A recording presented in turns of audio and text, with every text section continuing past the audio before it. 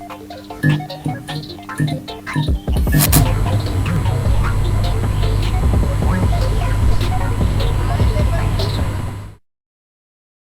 following views are strictly the views of James Hebert and do not represent the views of everyone that is a part of FTW Productions or works with FTW Productions.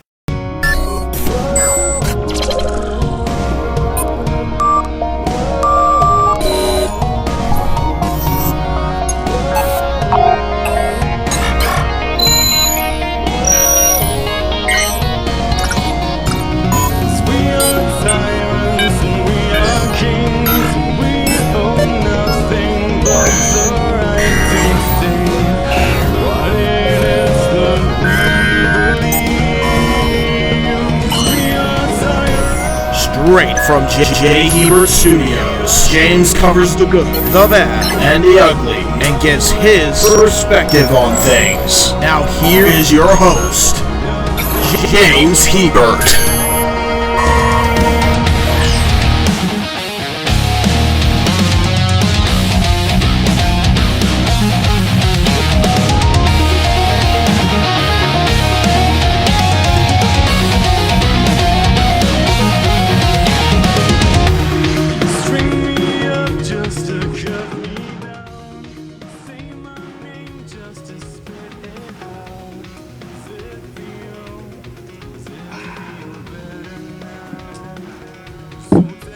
So, Cornett, no one had the balls, huh?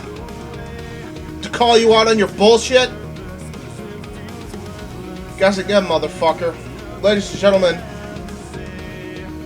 welcome to the JHebert Side of Things. I got Mike Nikos with me, and I gotta tell you, man, this is a long time in the making for me. I've been wanting to do this podcast, as you are well aware, for a very long time now. And I think I got a lot of evidence to prove that what Jim Cornette wanted to have proven all along, that this shit, his hatred towards the Young Bucks and Kenny Omega, is not a gimmick. That these are his true feelings. Well, that's going to be proved here today. So you should be thanking me, Jim. However, soon you won't. Because a lot of people are going to fucking turn on you, hopefully, when they see this goddamn podcast. If enough people fucking see it. Because I'm sick to death of you having this unbridled, unreasonable fucking hatred for people in the fucking wrestling industry that, when you really break it down, didn't actually do anything wrong. That's what we're going to prove here today. So if you like what you hear, give a sub, like the video. In fact, share this fucking video. I want Cornette to fucking see this. Lord knows you got enough fucking trolls online to fucking send them clips out of context as it is anyway, so can't wait to fucking see what Jim Cornette says here, because I'm going to make sure everything is put into fucking context here. There ain't going to be any context left out of this. Just so we're clear. There's no way Jim Cornette and God knows who else is going to be able to twist this into the way he wants to fucking twist it. I just want to put that out right now. So, let's start off with the first article. This is from 2017. We're going to be jumping all over the fucking timeline here. There's a reason I am, though, because this has been going on for years. And I got situations with Jim, involving Jim, that don't even relate to this. And that's gonna really show his true character. So first, let's start where the unbridled hatred really started, and that's Kenny Omega and the Young Bucks. Nikos, if you could read the article from Daniel Wood from Sportskeeda.com from December 18th, 2017. I'm already right on it. So, this article was posted, like James said, on December 18, 2017, where the title is Pro Wrestling News, Jim Cornette weighs in on Young Bucks dropkick spot criticism. So, what's the story? There seems to be a growing divide forming between wrestling fans who like the realism of wrestling matches and those who enjoy the spot fest matches like Ospreay versus Ricochet from 2016. The most recent spot to be criticized for its departure from kayfabe is the following one. involving the Young Bucks that UFC fighter Daniel Cormier openly criticized on Twitter, leading to a lengthy internet debate. I'll actually read the tweet here. Super flippy drop kicky sequence. Young Bucks, Nick Jackson, YB, and Matt Jackson 13. The Adam Page versus the Flip Gordon, Dragon. Dragon Lee, CMLL. Titan Final Battle Ring of Honor. So this is what was tweeted. Phil Baroni is the one who made that tweet, and then Daniel Cormier responded to this tweet with, "This is actually pathetic. This is what people want to see. Go do goddamn gymnastics competitions. Suplex, body slam, pile drivers. Do some old school wrestling, man. DDT. I remember when the Frankensteiner was the most you'd ever see someone flip. I say boo to this bullshit." And may continue reading. Now, prominent wrestling personality Jim Cornette has also had this to say on the Young Bucks spot after Cody Rhodes jumped to their defense against Cormier's criticism. Boy, is he not a fan at all. In case you didn't know, following the criticism from UFC star Daniel Cormier, Cody Rhodes took to Twitter to defend this spot-filled sequence, and he didn't hold back on Cormier, leveling him with criticism of his own. Cody tweeted out, "It is not pathetic. The paying audience enjoyed it." Yes, they fucking did. I know exactly what spot he's fucking talking about, by the way. I think this was Best in the World 2017. UFC is thriving and pro wrestling has been going strong since 1920. Besides, most of y'all ask Hunter for a job when the wheels fall off anyway, and most are on the comp list at Staples. So lay the fuck off. Truth. Now, the heart of the matter is that Cornette took Cody's tweet as his spot to get involved and clearly expressed both his dislike for the spot in question and his disdain towards Cody's defense of the spot against Cormier's criticism. Come on, Cody. Don't encourage these ballet dancers. UFC is kicking pro wrestling's ass all over the world because of shit like this. I know you have to work with these clowns, but it's embarrassing. Grown men used to want to wrestle. Now they want to fight in the UFC because of this horse shit. Is basically what he tweeted. Before you continue reading, first off, there's evidence number one that this is literally how he fucking feels. Like, there's no way that this isn't how he fucking feels. Because he's clearly stuck in this fucking way of how wrestling used to be. Here's the problem. I'm not here to say that wrestling's changed, wrestling has evolved, etc. Okay? Because I'm actually going to go the opposite. Before wrestling was kayfabed, wrestling was always like this. Always like this. They had to kayfabe it to prolong the fucking industry's success long term. That's the reason it was fucking kayfabed. Okay? I just want to put that in context because a lot of people think that wrestling was just fully, like, supposed to be treated as real. In reality, wrestling was kayfabe to prolong the fucking sport. Because originally it was... what wrestling is in AEW currently was what wrestling was like in the fucking circuses of, like, yesteryear before they kayfabed the sport and treated it as if it was, like, a legitimate sport. Like, there's a whole article that you can read about the first time they rigged the fucking wrestling match. I think it had George Hackenschmidt in it and all that. This is legitimately what happened. They had to prolong the business. But even then, when Vince McMahon finally, like, pulled the fucking curtain back and exposed all, once that happened, the Attitude Era happened. And the WWF went into the biggest profitable fucking period of all time. Yes, you still had your big-time stars like The Rock and Steve Austin and Triple H and Mick Foley and all these larger-than-life characters, but you also had people in the fucking undercard that were doing a lot of the shit that Cornette is saying he's against.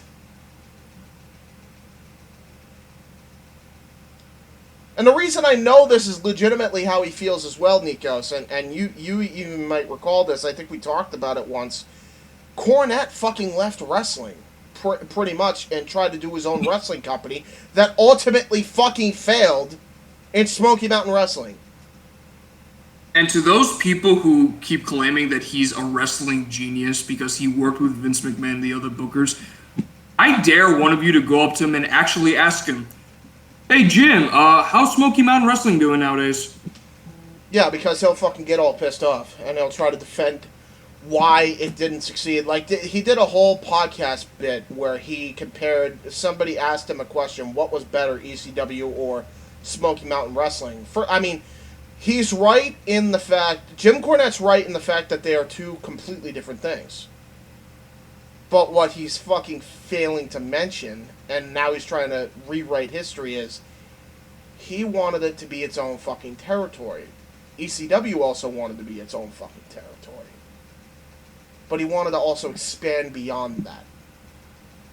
And guess what? Not enough fucking people paid to fucking go into gymnasiums to watch New Jack talk about a fucking murderer in O.J. Simpson and use it in a fucking promo. Sorry. Anyway. I think the gimmicks he created for the characters like New Jack with the gangsters Mufasa gimmick is the most racist fucking gimmick of all time. If you really think about it, Mufasa, New Jack's partner, would do weird faces, look dumb, pick his nose, and wipe it on a 2x4. That was his gimmick. In other words, he is a monkey. That's the gimmick that he portrayed Mufasa to be. This is the guy we should be taking advice from about pro wrestling.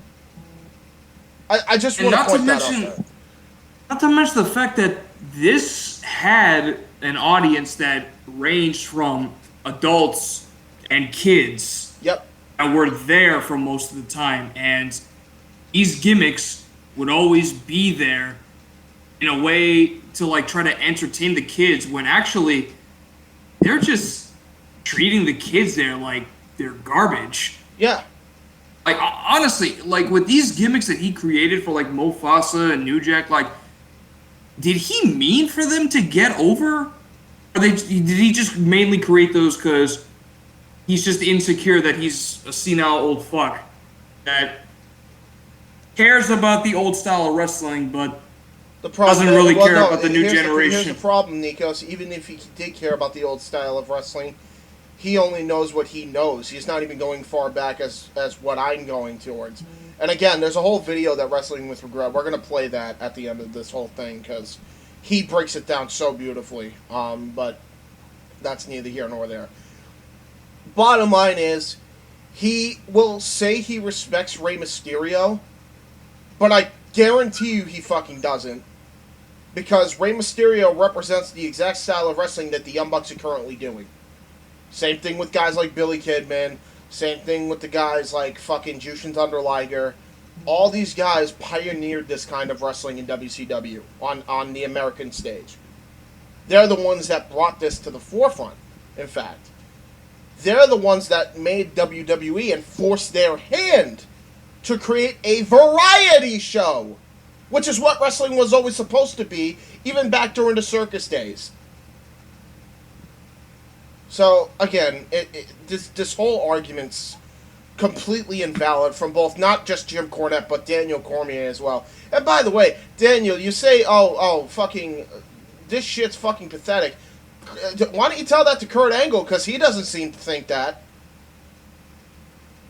Yeah, Kurt Angle loves wrestling. Olympic gold medalist Kurt Angle. Yep.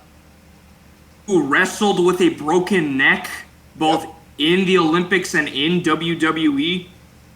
One of the toughest, if not the toughest men to ever wrestle in the sport. Because even though Mick Foley took a lot of goddamn punishment, he fucking wrestled legitimately and in sports entertainment with broken necks. Still kept going, performing at a high level when he couldn't even turn his neck all the way right. That's a tough motherfucker. And he loves this shit now. He said himself Kenny Omega's a fucking dream match. What, Jim, are you gonna fucking denounce Kurt Angle like you've done with Chris Jericho and Christian and all these other fucking people? Again, we'll get to that. Anyway, continue, Nikos. But, like, fucking guy is an idiot. Oh, we'll get to that. But to continue, Cornette goes off as far as to indirectly call the Young Bucks and Flip Gordon, among others, ballet dancers and clowns, and seems to level the blame for the slight decline in pro wrestling's popularity and increase in MMA's popularity squarely on their shoulders. So, what's next? Well, the argument wages on, with Cormier responding to several more people to argue his point of view. For Cornette, he ended his expressing of his opinion by relying to a tweet from wrestling journalist Dave Meltzer calling the Young Bucks a quote-unquote disgrace. Strong words indeed. I'll read the tweet here from Meltzer and from Cornette here. So, Okada and Omega 2017 will be viewed as the same as Ric Flair and Ricky Steamboat among those in the Carolinas in 1977. Reaction is identical, which is absolutely fucking true. I cannot even deny Dave on that. Absolutely. If you look back at the crowd, the way the crowd reacted for Okada and Omega, and you look at the way the crowd reacted for Steamboat and Flair, absolutely the same fucking atmosphere. There's no denying that. That's actually a very good shout when it comes to crowd atmosphere. Most loved them. Big business. Old-timers said that they was fake and killing the business with all their high spots. Kids grew copying, became template for great work. Yeah. Everything that Dave said is not even factually incorrect. And he kind of slipped his opinion there, but that's it. But Cornette had to reply in 2017, this was, by the way, and oh boy. Flair and Steamboat were grown-ass men hitting each other and hard and working at the highest level in the sport, and never exposed the business in the matches or outside the ring. These jackoffs are kids playing wrestler and laughing at how they tell people it's fake. They're a disgrace. First off, they don't lie, and they don't fucking laugh and tell people that it's fake. Some, they do, in the proper context, but they're not gonna fucking go and blow the fucking lid while they're in the middle of a fucking match. They work just as hard as fucking Flair and Steamboat. And, by the way, that's a fucking common misconception, too, because there was a lot of what Ric Flair and Ricky Steamboat did that inspired the generation in the fucking cruiserweight division and beyond. So that's a complete common misconception too, and it's just Jim Cornette fucking rewriting his goddamn narrative. That just shows you how fucking out of touch this guy is, and how he's just, I don't even know if he's necessarily out of touch, but trying to excuse his terrible fucking behavior. That's exactly what it is. Anyway, you may continue with the author's take. So Daniel Wood believes, or the author, his take on this is, he thinks that there's enough room in the world of professional wrestling for both styles of matches. You can have the unrealistic yet highly exhilarating spot fest matches where human beings do incredibly entertaining and seemingly impossible things that aren't realistic in a real fight. And you can have the grounded, mat-based, strong striking style of wrestling that focuses more on storytelling and atmosphere than athleticism. Both are equally as entertaining, equally as visible, and both have their place. And if you're guys like Eddie Guerrero and Dean Malenko and Chris Benoit, you master both. Like, you could have the both styles of the high flyings and the strong styles. Look at fucking Rey Mysterio and Kurt Angle, for fuck's sake. That's still talked about to this day as one of the greatest opening matches in SummerSlam history. Still, to this day, talked about. And they only got, what, fucking not even 10 minutes? I mean, you can't talk about having both worlds in one area where you got fast and nimble versus strong and stable hitting against each other to try to one-up each other. Like, it's one of the most important matches to talk about because it just shows that there are these two guys who are well-known in the company that are different, drastically entertain styles. to the fans. Yeah. Like, how is that any different than what the Young Bucks and Matt Jackson, and then Cody's completely different from all of them. He's old school as it gets, but he still gets along with them. Like, it's just fucking ridiculous. Anyway, we got another fucking... We're gonna move back into 2021 here. This is the Ringside News article entitled, Matt Jackson Takes Shot at Jim Ross and Jim Cornette. Now, this is more directed towards Jim Cornette. I think they were mainly going after Jim Ross in kayfabe, because Jim Ross likes Young Bucks. I want to point that out right now. He actually likes them as people. He likes them as wrestlers, even though it's not necessarily his cup of tea. But, you know, unlike Jim Cornette, he's fucking civil, and that's why he has a goddamn job. But, yeah, Matt Jackson kind of takes shot at being the elite. So, if you could read this article, Nikos. Right, so this was uploaded to Ringside News on May 24, 2021. Matt Jackson takes shot at Jim Ross and Jim Cornette. Like James said, it's mainly taking shot at Jim Cornette. AEW has a few critics, and Jim Ross has even spoken out about some things he would like to see corrected. Jim Cornette is another person who is not shy about his opinion regarding Tony Khan's company, to say the least. Matt Jackson took shots at both of them that week. During Being the Elite this week, Matt Jackson launched into a monologue with a few serious points. He said that the Young Bucks are tough despite the fact that they don't have a smoker's cough or heavy accent. That's not what tough is. He also said that Jim Ross said that the Young Bucks' Double or Nothing contest is unmatched. Exception to that as well. Quote, the other day Jim Ross, the world's worst commentator, hit a line about how unmatched we are against Jon Moxley and Eddie Kingston. Now, why exactly is that? After all, we are the world-class tag team that's been doing this longer and at a higher level than anybody. I mean, we're the AEW World Tag Team Champions. Not them, Jim. In fact, last year, those two men were at each other's throats. I'd barely call them a tag team. Is it because they look tougher than us? Because we wear outrageous headbands and luxury sneakers and smug looks on our faces? Is it because we don't have a smoker's cough or heavy accents? You don't think I know what tough is? I guess I live completely comfortable every day of my life. I guess my back isn't throbby and my neck doesn't click every time I get up off the floor after playing with my kids. I guess my right hand isn't completely functional and loose coins don't slip through my grip every time a cashier hands me my change, and from back in Japan where I managed it. Yeah, I guess the memories I have of working two jobs. I'll correct you on that one. Back in Japan where he mangled it. He mangled his hand, rather. Which is fucking nuts to think about. And from what I hear, those rings are no joke. Oh, hell no. So, continue. Fucking torture. Yeah, right? Yeah, I guess the memories I have of working two jobs, praying my car wouldn't get repossessed and my family and I wouldn't be evicted from our apartment never happened. I guess Nick and I have just been handed everything. Didn't have to scratch and claw our way into becoming completely self-made millionaires. But yeah, we don't know what tough is, right? We didn't just spill the blood of one of our closest friends, staining the ring canvas, and putting one of our greatest rivals out to pasture forever either, right?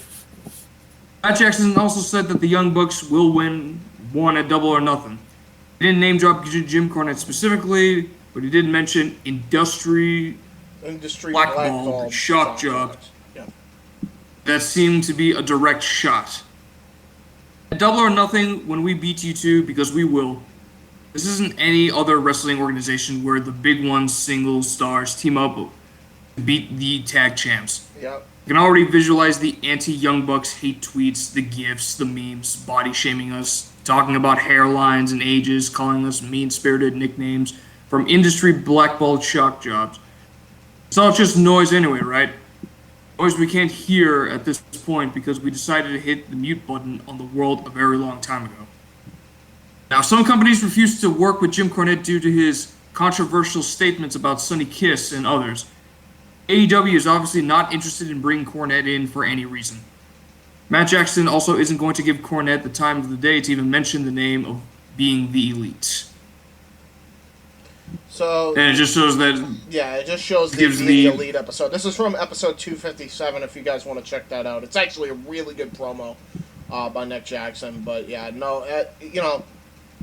I actually wish they put this on fucking TV, honestly. I wouldn't have even cared. I know there's, like, a lot of fucking shots, and it's pretty easy to decipher who they are, but it's not like they haven't done that before. So, I mean, you know, this is exactly what, you know, this is exactly the right way to go about it. Now, obviously, there's a work shoot, but it was mainly a shoot at Jim Cornette. And you could tell it was a shoot at Jim Cornette, just from the writing. And I'm glad that he fucking didn't even mention him by name here. Unlike me, who's absolutely mentioning him by name. Everything that he just said is absolutely 100% accurate. And, you know, everybody has a different perspective in life. And I'll talk about perspective later. But the fact that Cornette's going to just basically shit on what the Young Bucks do, that's fine if you don't like their fucking style of wrestling. Totally understand that. It's not everybody's cup of tea. That's fine. Right? But to fucking go as far as Cornette goes, it's no longer a gimmick when you wish death upon them. Which is, he has multiple times. Multiple times. He said, I want them to broil in a fry later, or to turn blue and drop over, which he said that about another person later. We'll get to him. But yeah, it's so unnecessary. But to Cornette, it is necessary because they think that his sport's being ruined, which is, as I already proved in the fucking first article, it's the furthest thing from the truth. It's just bringing it back to its roots, whether he likes to fucking admit it or not. That said, next article. It's not even an article, it's more of a comment section. It's a question on Quora, which I thought had really good responses. So if you want to read some of those off, specifically, let me see here. I specifically want you to read,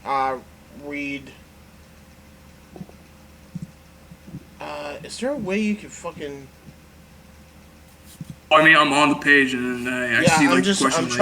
I'm trying to remember specifically who I want you to read comment-wise. I think it's Zach Bilyeu. Zach Bilyeu? Yeah, Zach Bilyeu. And the first comment as well. I think those are the comments that really gotta... Oh, wait, no. There's also... Actually, no. Scratch Bill O'Brien. So yeah, and you don't even need to read Zach. I want you to read. Obviously, read the question first, but read Tony's comment and read Vaughn's comment, because I think that these absolutely encapsulate what the fuck happened here when it came to why Cornette hates Omega and Young Bucks. Anyway, continue. So the question on Quora states, why does Jim Cornette never give Kenny Omega credit? While Meltzer and company overrate Omega, Cornette doesn't think he can do anything.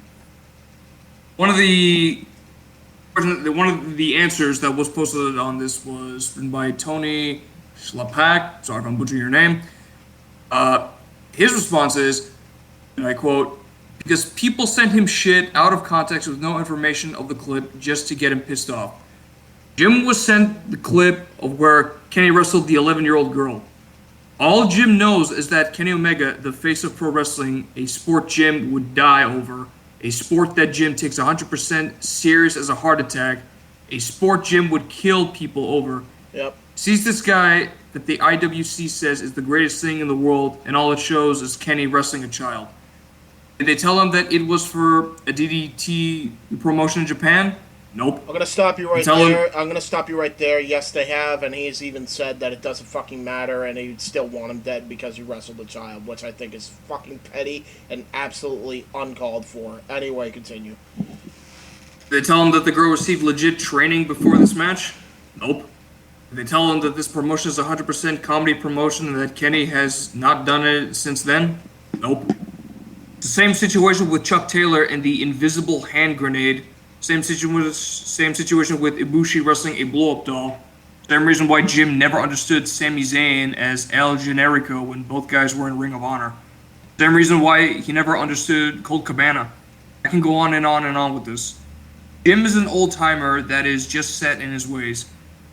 He grew up liking pro wrestling one way and one way only, and as time progresses and the product changes, he becomes an afterthought in modern wrestling with his cult. Just throw clips at Cornette without properly explaining the context behind it because they just wanted to see fly off the handle. Yeah, and by the Jim way, is fuck not- all you too, by the way. Continue. And Jim is not stupid. He knows that this is what the people wants, which is why he continues to do it to this day, because sadly, that is what makes him money.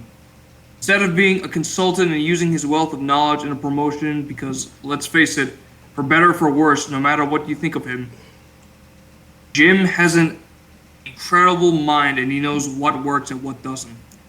He could help out and gives his opinion where it's needed, but instead he'd rather burn bridges with all the companies he has worked for and rather have an aneurysm over what Kenny and the gang does in AEW. Yeah, and before So- we even read the next comment, actually, I'll let you go. Go ahead.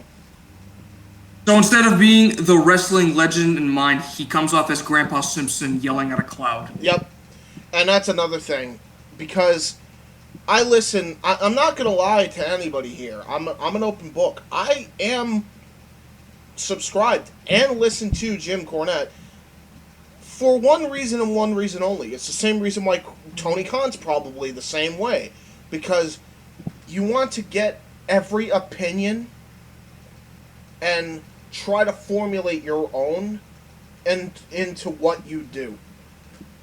With Tony Khan, I imagine that he listens to what Jim Cornette says and tries to listen to the actual good critiques that he could improve on and then improves upon him. Because he feels like that would genuinely better his show. Here's a perfect example of this, and I think he's going to start doing this soon. I agree with Cornette that Ricky Starks should have been the babyface and Brian Cage should have been the heel in their fucking feud, especially when Ricky Starks was getting sheared in Texas. I agree with him. There are things that I agree on with Jim Cornette. I think a lot of people can agree with certain things that Jim Cornette says. The problem is you have to fish through a mountain of bullshit to get to that fucking point. That's where the problem lies. Not everybody's going to have the same amount of patience or the same amount of time in a day to fucking listen to podcasts and pick apart what people fucking create and fucking listen to them just shit on people constantly. Like, if you're not going to give anybody credit at all and just fucking say that they will never get better, they suck, blah, blah, blah, blah, blah, blah, blah. And the only time he didn't say that Kenny Omega and the Young Bucks sucked was, what, Revolution of last year in 2020? Might have been the only time. And it's like, you know, this guy is so overboard in his fucking thinking. And as I said, even though it's an old-timer's perspective, it's only as old as the fucking generation he grew up with. It just is. Like, wrestling always is going to have a divided opinion. But he thinks that his way is the right way no matter what. And that's where the problem comes in. And apparently a lot of his fucking viewers feel the same way because, again, instead of taking shit in fucking context, they'll just send him clips out of context and not even explain it. And then, even when it's explained later, Jim Cornette, even if he could fucking see, oh, it's just a comedy promotion. It's already stuck in his ways by that point. So he said fuck him anyway. So fuck them too. I'm not excusing Jim Cornette, but fuck those people too. Because they ain't fucking helping matters. I'll tell you that. Anyway, continue with Vaughn's comment. I think this. So Vaughn Krieger added, Cornette basically tugged on the cord of the pro wrestling bus sometime in the 80s and said, "Stop right here, motherfucker, I'm getting off." He has this image in his mind of professional wrestling being this one true, pure, perfect thing, and anything that deviates from that vision is wrong. Yep. Like how he gets so worked up over kayfabe not being a thing anymore, when in reality, pro wrestling scripted nature had been revealed many times over, some of which date back to the time of the U.S. Civil War. Yep. Now, I'm just going to give my 2 cents on about this. Go ahead. Some wrestlers need to not entirely give up kayfabe, but just give a little bit out of it. So you can prevent things like fan interferences into the ring, trying to beat the shit out of the wrestlers they don't like. Right. Like, you got to unveil the curtain a little bit because people will get hurt. In fact, people have gotten hurt. And we'll get to that later, but yeah, it you know, it's... Now, similarly, Cornette's first introduction to Omega was in the comedy wrestling promotion DDT, and he has that image of Omega set in his mind and refuses to deviate from it. He thinks his initial impression is the correct one and will not adjust that, even when proven objectively wrong by reality. Yep. Like how AEW was supposed to be dead and buried by this time last year. In Jim's mind, everything that Omega does is tainted by that original perception, and the wrestled a 10-year-old girl hate cooties get on everybody Omega works with. Yep. Like, it's just the fact that, alright, it's just one video. It's like, immediately you should have figured it off as, oh, it's probably like a comedy thing or whatever, but it's a comedy. That one video should not. If you literally look at it with fucking no fucking bias, it's clearly he did this in a comedy promotion that literally is comedy wrestling at its finest, and has not done anything since then on national television. He hasn't even done it on the major indies. So I mean, plus, one match doesn't completely deviate the character entirely. Like, you could have a couple bad matches, and you could have a one good match that imprints your legacy as a wrestler. How many times does that happen? I mean, fuck. I mean, Ric Flair, I'm sorry to say, but his matches sucked by the end of his fucking run, but everybody remembers the good fucking shit. Everybody remembers his WrestleMania 24 retirement, even though the match wasn't as good, but the storytelling was phenomenal.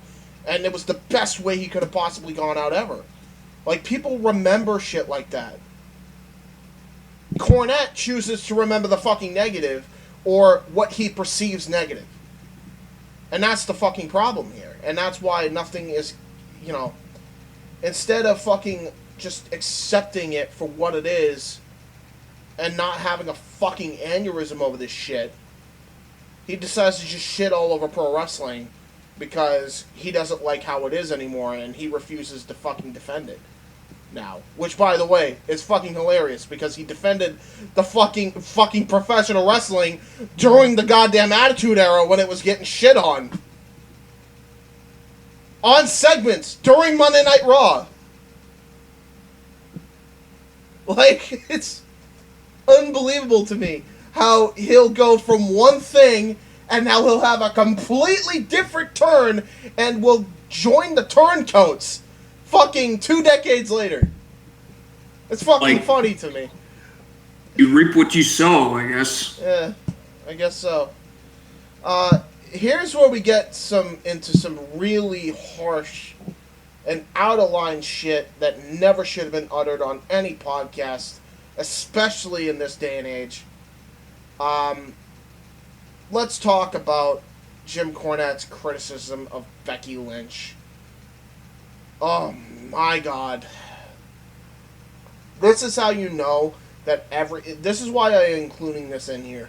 Because everything, and I mean everything, that Jim Cornette says about the Young Bucks and Kenny Omega, and now even Dave Meltzer and others, that he just doesn't like, and he 100% means it, guys. He 100% means it. This is going to prove it. This whole situation that he has with fucking Becky Lynch is going to prove how fucked up mentally he is. Please read this, Nikos. This article was posted on CBR.com on May 28, 2020, last year, by Robert Curran. WWE, Jim Cornette's recent criticism of Becky Lynch is insanely out of line. Jim Cornette, who has a history of making controversial statements on his podcast, recently crossed the line in his criticism of Becky Lynch. Jim Cornette has carved out a distinct niche for himself in the wrestling business as one of its toughest critics. Really? While he has made appearances on the recent season of Dark Side of the Ring, Cornette's focus is back on his podcast, The Jim Cornette Experience, where he dishes out a lot of takes on wrestling. Some are booking ideas that help to remind fans that he was once a vital creative presence in companies from WWE to his own promotion, Smoky Mountain Wrestling. Yeah, how's that going nowadays, huh? Yeah.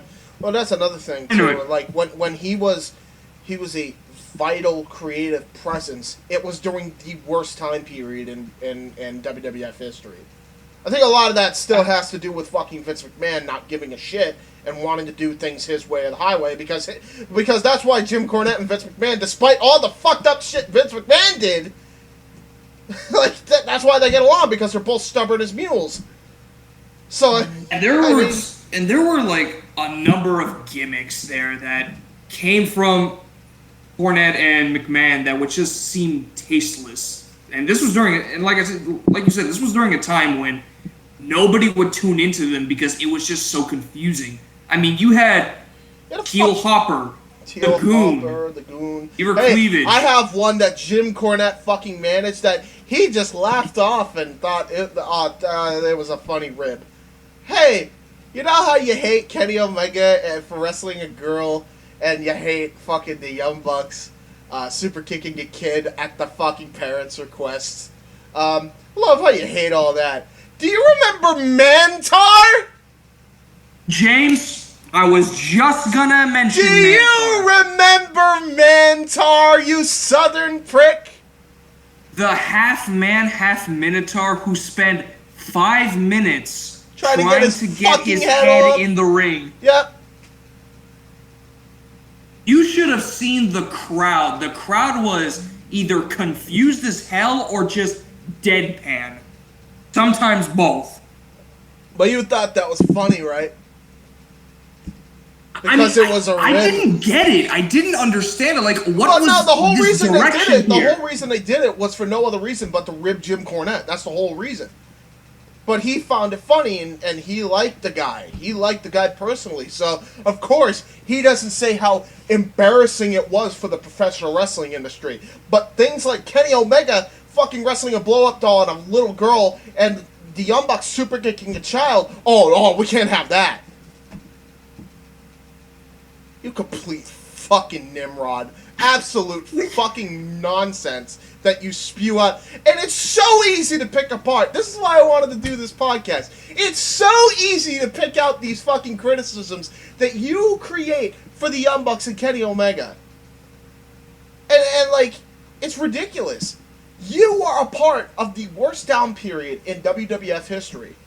You are not a part of the rise of WWF. Vince Russo was. I'm not saying Vince Russo is any better, by the way. But with the fucking right filter and Vince letting shit go, it was the most profitable fucking time period in pro wrestling. You weren't a part of that. So you fucked up. And I'm sorry for cutting you off here, but how sad is that it was Russo who was the one that elevated the popularity in the WWF? Yeah, considering what he did the methods of the Jerry Springer show. Yeah, considering not only that, but considering the fact that fucking that Vince Russo literally killed the company without a fucking filter, and Vince McMahon, like, not even long later. How long later did he go to WCW and kill that company? creatively speaking. Maybe not necessarily business. Because I think WCW was on its way out the door anyway, whether we liked it or not. Because Turner hated wrestling. With the exception of Ted Turner, who was no longer in power by 1999, I think. So, the writing was on the wall regardless of what Vince Russo wrote. But Vince Russo didn't help matters creatively. He just didn't.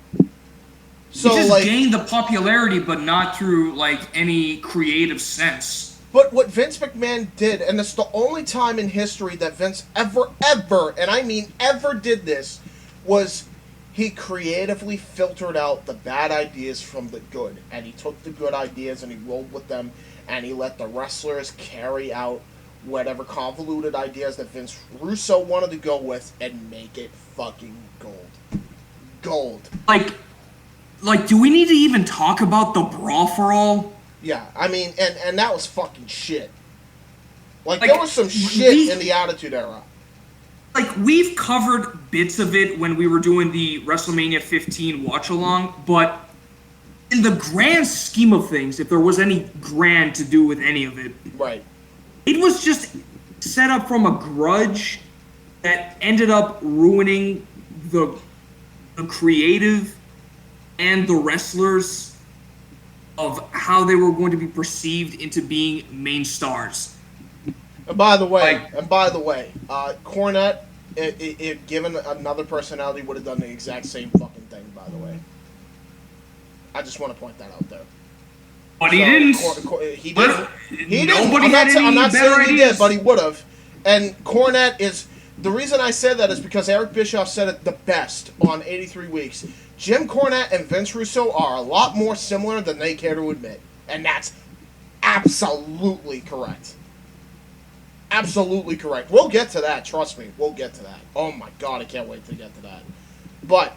to continue with this... Continue with this, I just want to point out that you cannot then say that your booking genius is great when you were responsible for letting Mantar get through in the WWF and your promotion, Smoky Mountain Wrestling, failed not even 3 years in or 4 years in.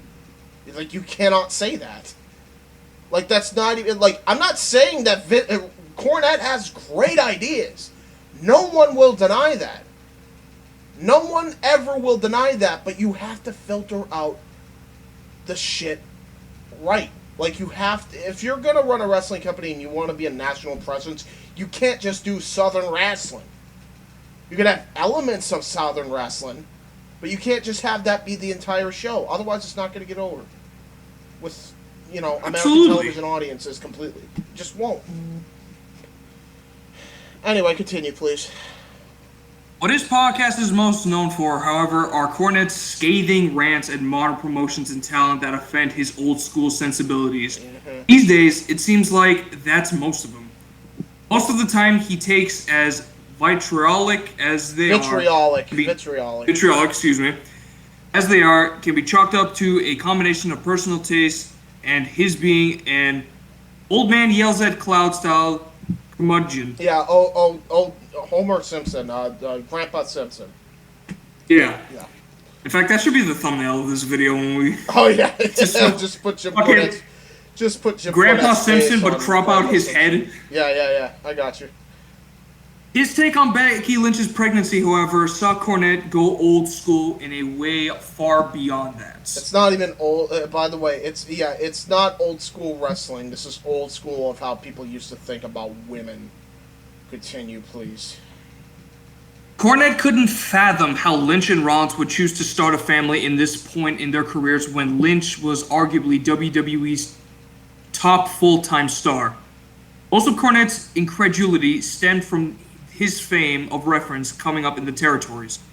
He compared Lynch choosing to have a baby and going on maternity leave to, quote-unquote, one of the boys breaking his leg on purpose to get out of working.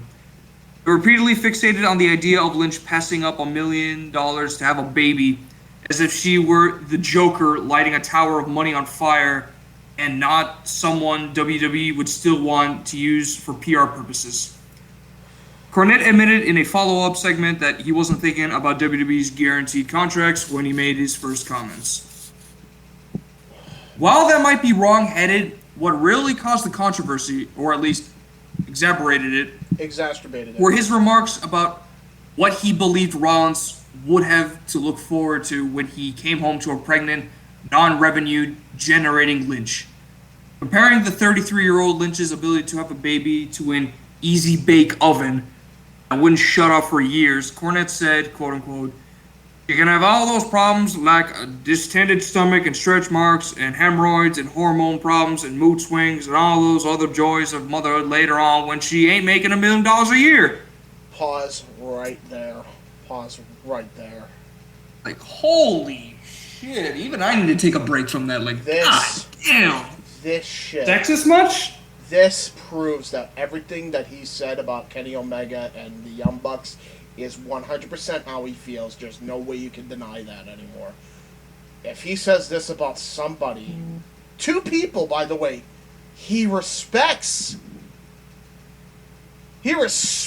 quote unquote, in Rollins and Becky.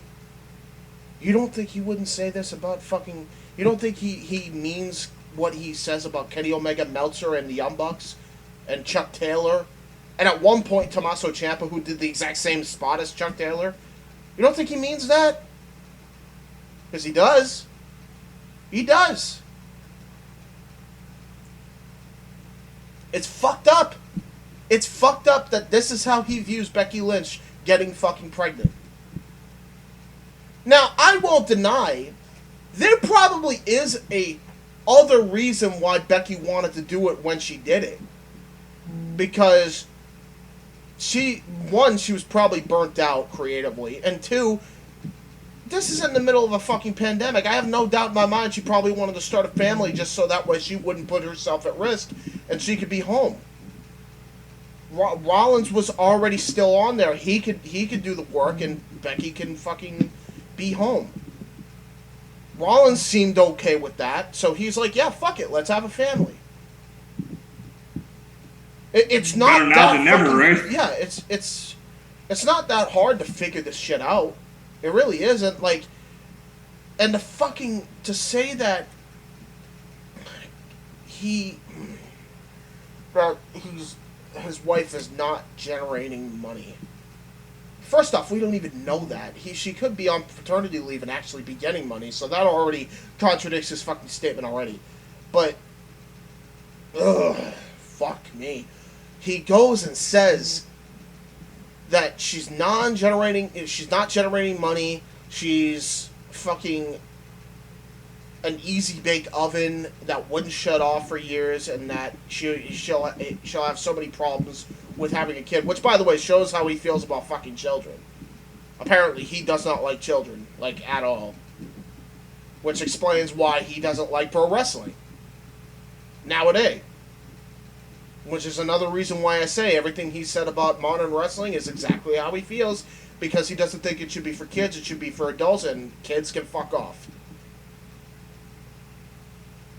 Like, with that mindset, how do you manage to bring in the new generation? You need to have the kids to at least watch this so they can get inspired off it.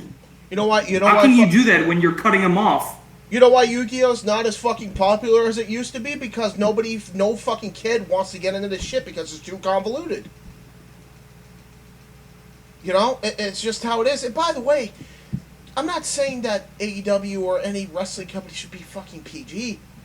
But fucking Dynamite, like last week even, they had fucking old people in the crowd.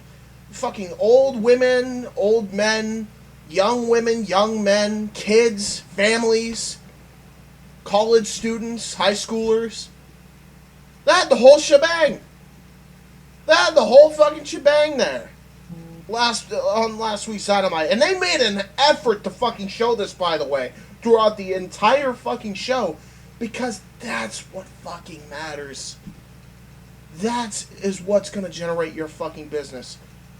I love how Cornette says you're supposed to want to bring the families in. And that's one of his fucking excuses. But everything that this motherfucker just said is completely opposite to what he claims needs to happen. That he claims that AEW is not trying to go for the families. You could have fooled me last week. You fucking Nimrod. me? What do you call last week? Or are you gonna completely fucking ignore that because it doesn't fit your fucking narrative? You southern prick!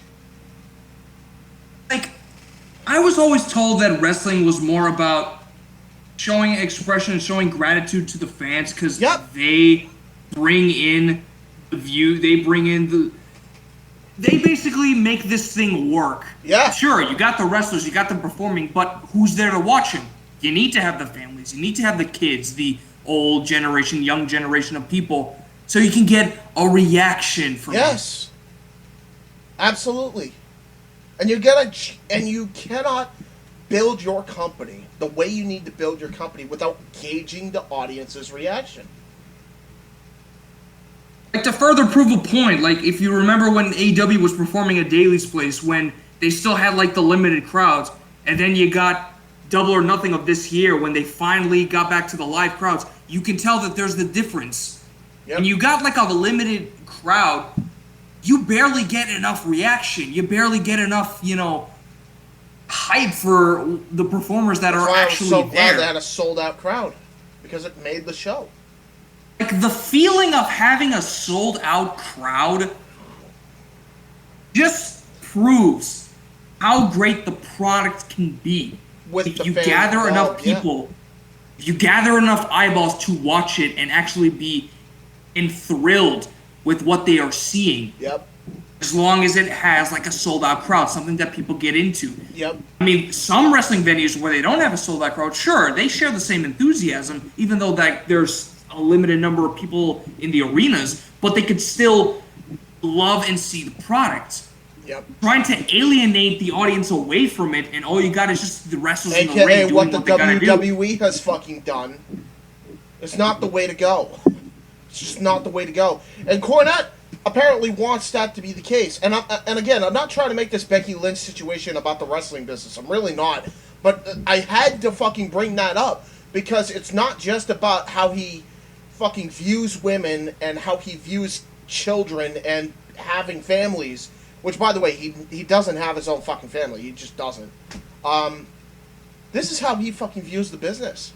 That, like, whether he wants to admit it or not, he basically says it's supposed to be... He always says that grown men used to want to be in this fucking sport. And his idea of grown men is rough and tough and fucking southern, and they wanted to kick your ass. You know, the Jay Briscoe and the Jay and Mark Briscoe fucking prototype. Which, by the way, I fucking love those guys as wrestlers. They're great.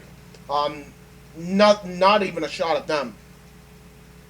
But to fucking go as far as he did here with Lynch, with Becky Lynch, it's fucked up.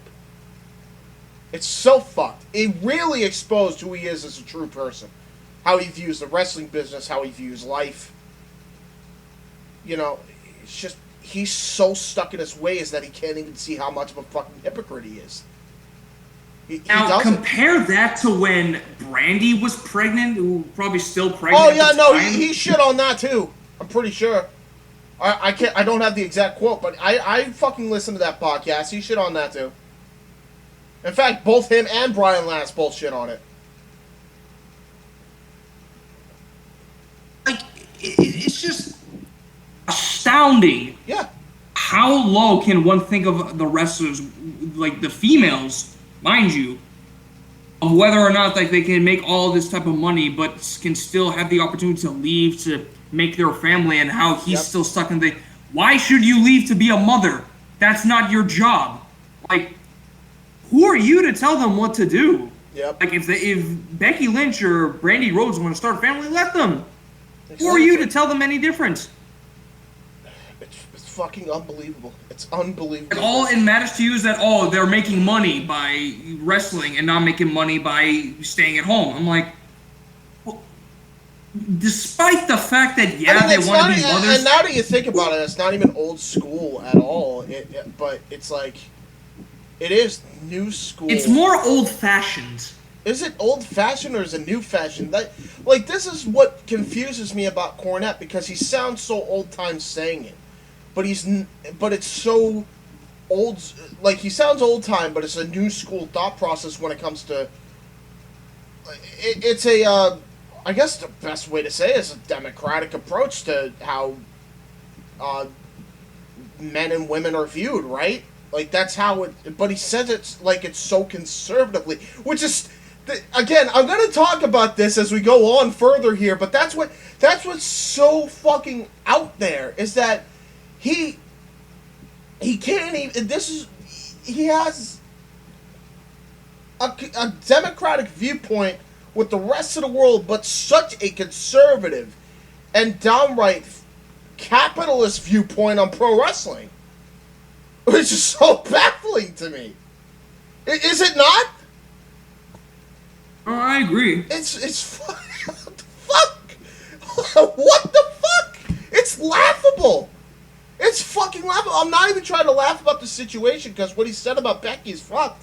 But, like, it's so laughable because he has, it's like it's two different brains. It's not even the same person.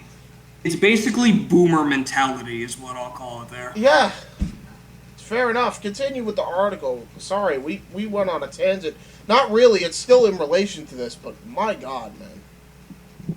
Finished by putting his listeners in Rollins' shoes, asking, what would you do if your wife came home and said, instead of making $1 million next year, I'm going to basically just be a raging bitch for the next 9 months and give you more shit to worry about around the house?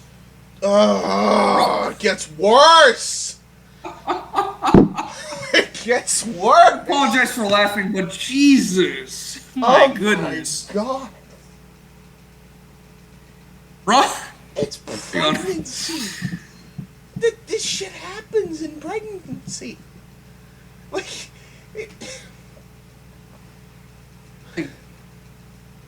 this is like in-law talk right here. Not just in-law talk. It's like in-law talk mixed with a petulant child who doesn't get his favorite toy. That's what this sounds like. It's so bad. I can't even describe it properly. It's just so baffling. What in the fuck is that? And it gets worse right here. It gets worse. Rollins responded to Cornette's comments on the Corey Graves podcast after the bell. He said the statements hurt on a personal level because Cornette is someone who is a legend in our industry. He's someone that I've personally worked with in my time at Ring of Honor. And for him to come out and say some real negative things, some real misogynistic things about women in general and pregnancy in the industry, it kind of caught me off guard. Rollins might have missed Cornette. Hold off before you finish that, because he was misogynistic in one line. Then he was also, again, democratic-like with how he viewed Becky Lynch and that she shouldn't want to fucking leave to start a family at the height of her fucking career. Which, by the way, she wasn't at the height of her career, as another thing. She was actually cooled down really bad, which is another thing that probably made her decision to fucking have a family, because she's like, I'm creatively burnt. I wouldn't put it past her. Like, look, what could she have done? Like, she was basically... They should have given the belt to Shayna Baszler, and they fucking didn't, and there was no other way to take the belt off her. So she said, you know what, fuck it, I'm going to just start a family, and they have no choice but to take the belt off me. I mean, and, you know, there's a lot of different factors. I'm not saying there weren't outside forces at play that made her make the decision, but she always wanted to start a family. She always wanted to have a child. And Cornette's fucking response is weird, man. It's so fucking odd. He's misogynistic in one sense, and he's progressive in another sense, but they both sound negative as can be. No shit. If I was Seth Rollins, I'd be fucking caught off guard too. And then look at this fucking picture right here. This is from Ring of Honor in 2009 when he was a world champion as Tyler Black. Jim Cornette's fucking interviewing this guy. This is a guy who he fucking praised and worked personally with. Who, by the way, has the exact same fucking style as the Young Bucks, Kenny Omega, and others. Just to kind of circle back to that. But that's neither here nor there right now. But he fucking... What the fuck? What the fuck? Just backwards with him. But in any case, Rollins might have missed Cornette calling Impact Wrestling's Jordynne Grace a butterface because she had the temerity to say wrestling was a performance art, or his recent comments about Dana Brooke. It can be difficult to keep up with all of Cornette's problematic takes, especially if your schedule is as busy as Rollins is. True that. And by the way, before we continue with the final bit of this, I want to point out, this is where I'm going to actually bring up something here, okay? So, what's happening in wrestling, I didn't even realize this was happening in boxing as well, but this is happening in boxing. So, I just listened probably to one of my favorite podcasts I've ever heard of in my life. Logan Paul and KSI on Impulsive. And the reason I bring this up, there's going to be a reason for this. So I guess Logan talked about when he was doing daily vlogs, and KSI asked pretty much point blank, how the fuck did you manage to do that for as long as you did? And Logan said, I honest to God have no fucking clue. And I was not happy. I don't know what the fuck I was, but I was not happy. And that was clear as day that he clearly wasn't happy. I mean, anybody with a fucking brain could have fucking figured that out. And he said, doing daily vlogs will always be harder than boxing. And people roasted me when I fucking said that, but I stand by that. Because and by the way, I don't even know this, but during one of Logan's vlogs when he was filming behind the scenes, apparently he got a nosebleed like halfway through the fucking vlog. Then he just continued like nothing happened. His health was fucked. I didn't even know this. So, I believe it when he says that it was tougher than fucking boxing was when he started training for boxing. I believe that. Now, that's not to say that Mike Tyson didn't have it fucking harder when he got into fucking boxing. Obviously he did. But the reason I bring that in is because you got these old-time boxing purists, we'll call them, that are saying that what KSI and Logan and what they said is bullshit and that boxing is the hardest thing ever. Yeah, to you, sure. I'm sure it is. But it's also all about fucking perspective! Jim Cornette! It's about fucking perspective! Jordynne Grace, Kenny Omega, and multitude of others consider pro wrestling as a performance art. You used to consider it a sport back in the day that was scripted. You said it was a scripted sport. Guess what a scripted sport means, asshole? A performance art! It's fucking perspective. People have a right to have a different perspective on things, you fucking idiot.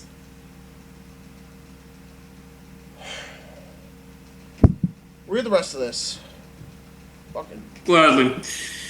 Rollins went on to say the comments caused him to, quote unquote, lose a lot of respect for someone that people have already lost respect for. Was hoping his connection with Cornette might make him think twice about making the comments he did about women in general, and his wife in particular, and that he wouldn't be able to forgive Cornette for them. No shit. The personal connection is an interesting wrinkle to the story. Rollins is one of the few active wrestlers whom Cornette does not actively root against. In fact, Cornette paid him the compliment of comparing him to the legendary Rick Rude, leading to pleasantries between the two being exchanged on Twitter. Which again, and this is probably going to make me sound like a hypocrite because it's all about perspective, but like anybody with a fucking two eyeballs would not compare Seth Rollins to Rick Rude. In any sense of the fucking word, especially with his wrestling style. He couldn't be any further from Rick Rude. Like, ever. Like, just a wrong comparison here. Not to say that he didn't have some mannerisms when he was a heel, but he's not full-on Rick Rude. I mean, when I think of Rick Rude, or the modern-day Rick Rude, I think of Bobby Roode. I really do. I think Bobby Roode, you know? But again, it's all about fucking perspective, so if he thinks he's like Rick Rude, more power to Cornette. But it's unbelievable that his perspective is so fucking skewed with hatred. And it's blind hatred. I want to point this out. That he'll hate Kenny Omega and the Young Bucks and Jordan Grace and Chuck Taylor and all these other people. And say awful things about them up to and including I want them to die. And then he's gonna fucking say all these complimentary things about Seth Rollins. Like, it's unbelievable to me. Like, the guy wrestles the same style as these guys. Seth Rollins straight up said he wanted to work with Kenny Omega. And again, you wonder, is Cornette gonna turn on him eventually completely? Most likely. Probably. You can continue. Sorry, I didn't even realize there was more. Holy shit, there's a lot. I'll let you read the rest of it without interrupting here. Cornette also played a serious hand in Rollins' career when he left Ring of Honor. Yep. Cornette told the story of how he talked Rollins out of signing with TNA. Rollins confirmed that when he appeared on Edge and Christian's podcast. Rollins was considering taking an offer with what was then the number 2 promotion in the United States due to the lack of interest from WWE, but Cornette found TNA's offer insulting. He advised Rollins to ask some questions before signing with the company.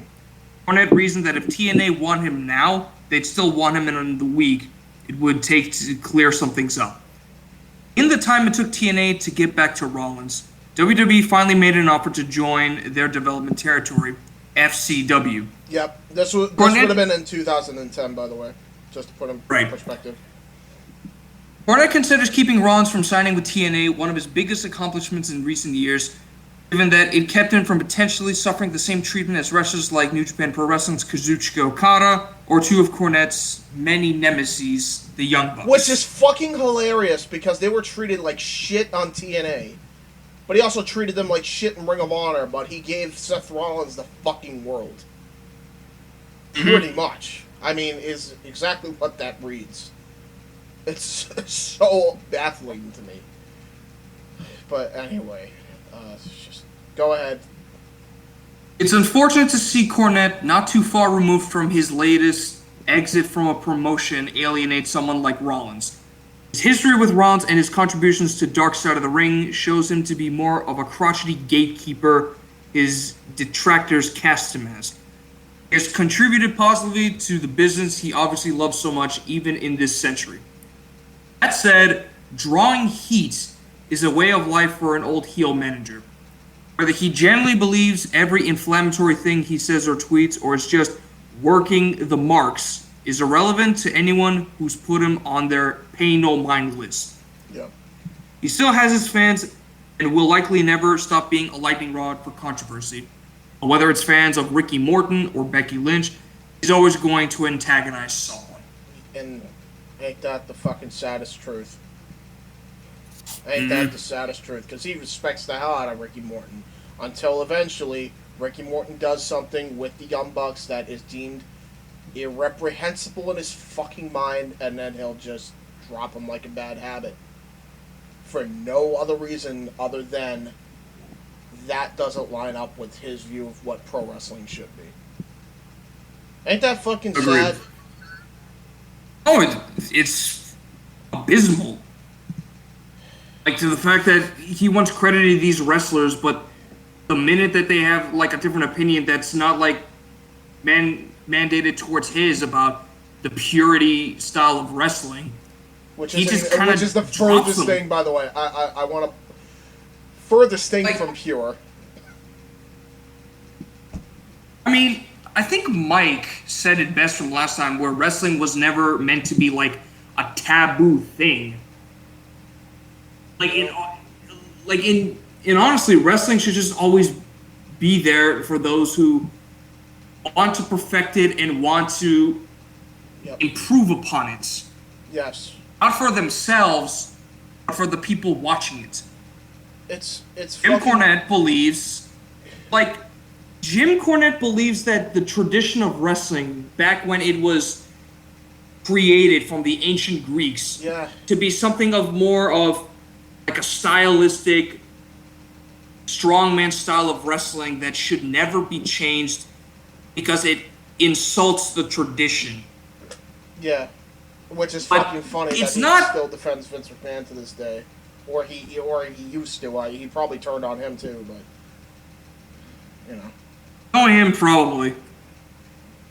it's just it's unbelievable that like that's his viewpoint. But in reality, it's like when wrestling was kayfabed, yes, it prolonged the business for the long term, but it also shortened a lot of people's fucking careers. It hurt a lot of people because people were made to believe, especially in the South where they really didn't know any better. I hate to say it like that, but they really didn't back then. They thought this shit was real. And so they jumped the barricades and they fucking attacked wrestlers. And it was... I'm glad those days are behind us. I really am. Not to mention the fact that they would actually, like, hit you strong style with pure force. Like, I know, like, some wrestlings, yeah, they do that just to toughen you up a bit, but they take it to the extreme here. Yeah, oh yeah, big time. And by the way, you know, he says that that's when wrestling was actually viewed by millions of people. No, the curtain was pulled back long ago, and the highest views that pro wrestling ever got was during the Golden Era and the Attitude Era, where the curtain was pulled back by Vince McMahon himself. You know, and the only reason why wrestling lost its popularity was because Vince booked it like absolute shit. And if you ask anybody, any casual fan that watched the WWE back then, they are probably going to say, I either grew up or I took interest in something else because WWE was boring me. That's what Kinda like fucking us. killed the industry. Nigga, do you remember when I fucking first introduced you to AEW and how fucking hesitant you were?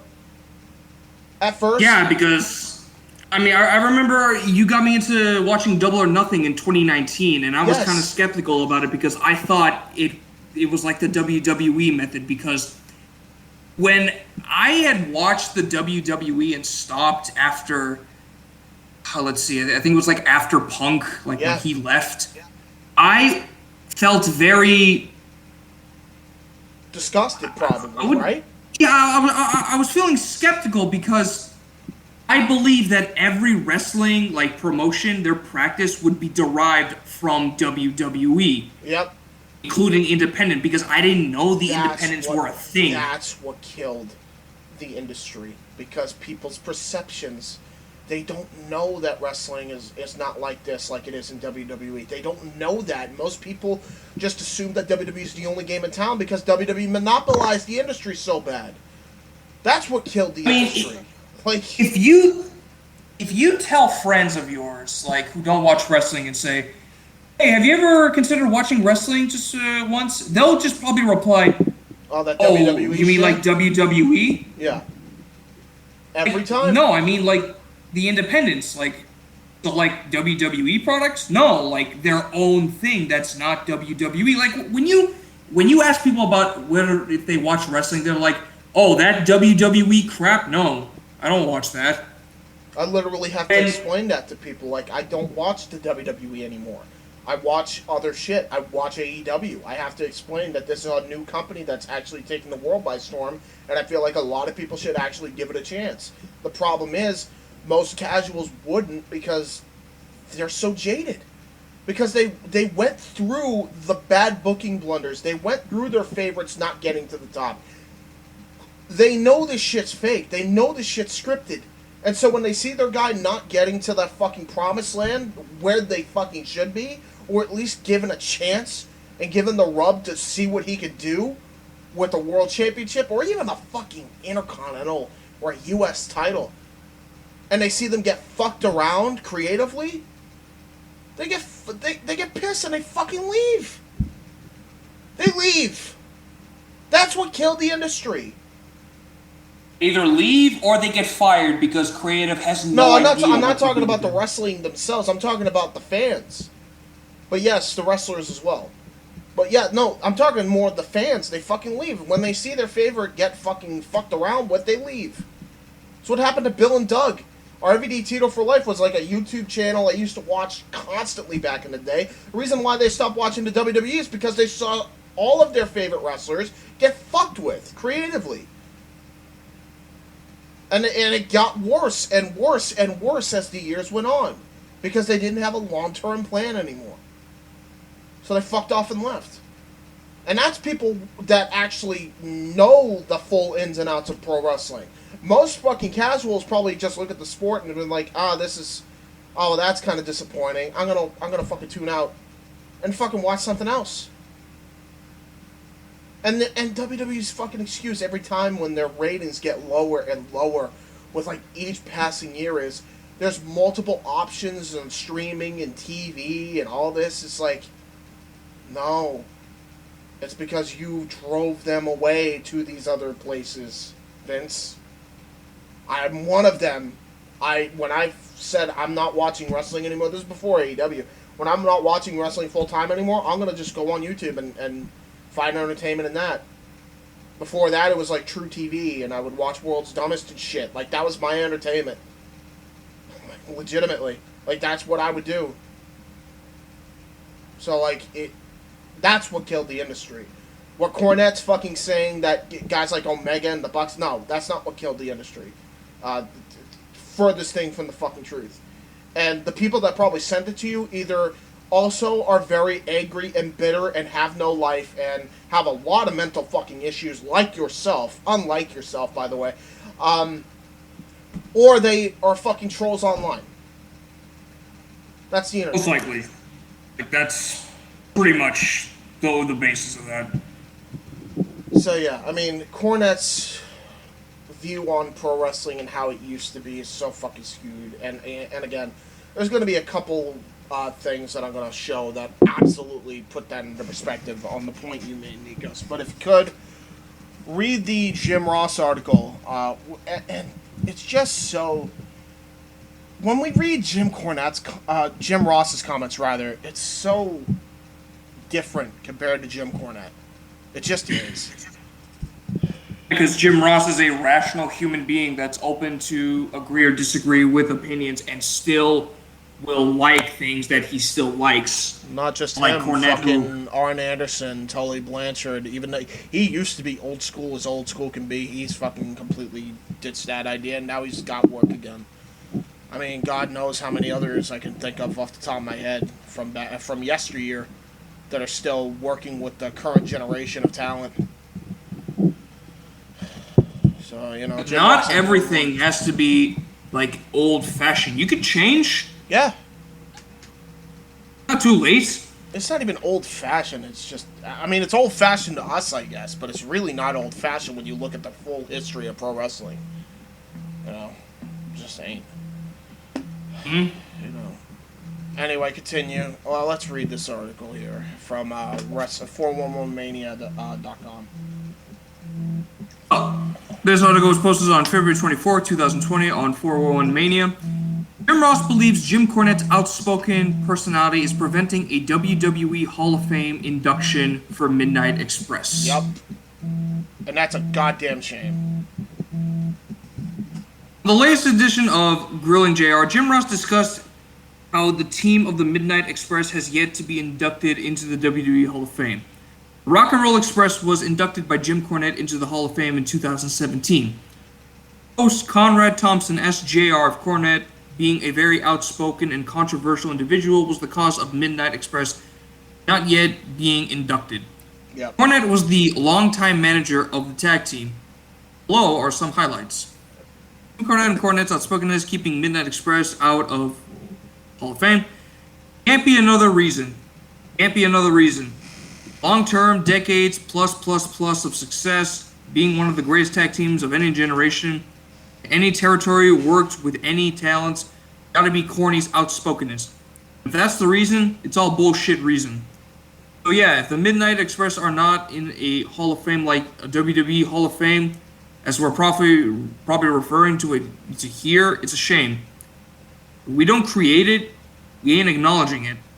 I think they've lessened that philosophy over the years, but Midnight Express should be in the WWE Hall of Fame. Why they're not? It has to be Corny's outspokenness, and I think he should continue to be as outspoken as he wants. Which is fair. I agree with this because, you know, First Amendment rights here. That said, though, I disagree in the fact that every reaction has an equal and opposite reaction. So if WWE doesn't want to put, Jim Cornette in the Hall of Fame with the Midnight Express, they don't have to. They could just induct the Midnight Express by themselves. They really could. I mean, it's not like I wouldn't put it past WWE to do that. But at the end of the day, I think they are. WWE Hall of Fame is like whatever the fuck anyway. I mean, it's not even a legitimate Hall of Fame. And at the end of the fucking day, I mean, it's... Oh, hi, Dave. Dave Meltzer's on my screen out of fucking nowhere. But, it's just unbelievable because, like, Jim Cornette fucking has said a lot of shit that would prevent WWE from ever wanting him. Like, they didn't want him to fucking induct the Rock and Roll Express. Like, they only had to because there was so much history between the Rock and Roll. I think they should just have Cornette come in and fucking, induct them and just get it done and over with. I don't think... I agree with Ross in the fact that in the same way that I think David Benoit should be given a chance in the wrestling industry just because his father was an absolute monster towards the end of his life does not mean that fucking David Benoit should suffer for his father's fucking actions. Agreed. It's the same fucking principle. It's the same principle. So I don't think Cornette should be like, I don't think Cornette should be like completely ostracized from WWE. In inductions, when it comes to inductions, I don't think he should ever be in the WWE Hall of Fame, period. But I don't think he should ever not induct the Midnight Express. He had a big hand in helping the Midnight Express. You can't deny that. But at the end of the day, equal and opposite reaction.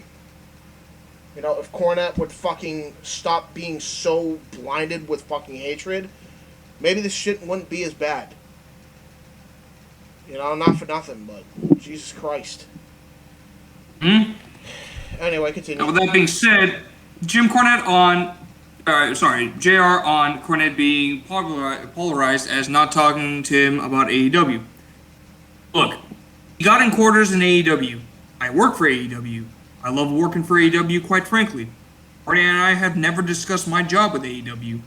We're not going to have to because I don't care to hear his opinion about where I work and how I earn a living. Yep. It's irrelevant. Our friendship is still our friendship. That's a different animal.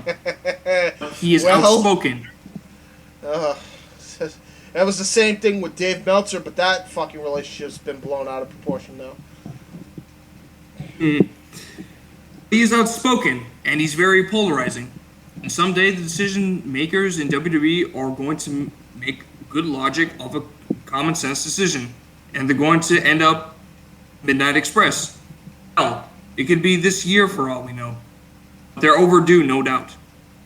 I agree. I absolutely agree with that. But yeah, it comes down to the fact that now Jim Cornette, with his fucking awful words and his awful takes nowadays, basically are fucking over the Midnight Express. That's a fact. It's not good.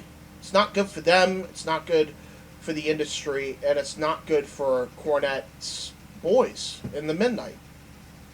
At the end of the day, I think they should just induct Midnight even if they don't want Jim Cornette there to induct them. But maybe it comes down to the fact that, the Midnight want Corny to fucking induct them, and WWE doesn't want Corny involved in WWE under any circumstances. At the end of the day, I think that's pretty hypocritical when you consider who runs the goddamn company. But, it is what it is at the end of the day. It is what it is. Like, fucking Jim Ross absolutely is right that they shouldn't be held back. But at the end of the day, people are going to have their reactions. They're just going to, whether it's fair or not. But if Corny fucking wasn't so stuck in his goddamn ways and blinded with fucking hatred, they'd be in the Hall of Fame by now. Don't you think? And I love how Ross says that, I don't discuss my work with Jim because our friendship is our friendship, and that's never going to change. Yeah, tell that to Kenny Starmaker Bolin. Tell that to fucking Dave Meltzer, who he just recently parted ways with, who he now wants to turn blue and drop over, quote unquote. Tell that to those guys, because Cornette fucking completely made them fucking just either leave, or he fucking just brushed him clean away from his history. I guarantee you that's going to happen with Jim Ross, because he's going to say one bad thing, even though he truly believes it, and in Jim Cornette's mind, that's going to be stepping over the line, and he's going to call him a turncoat and traitor. We're going to get to this when we get to the transcription of his Dave Meltzer rant. I can't fucking wait.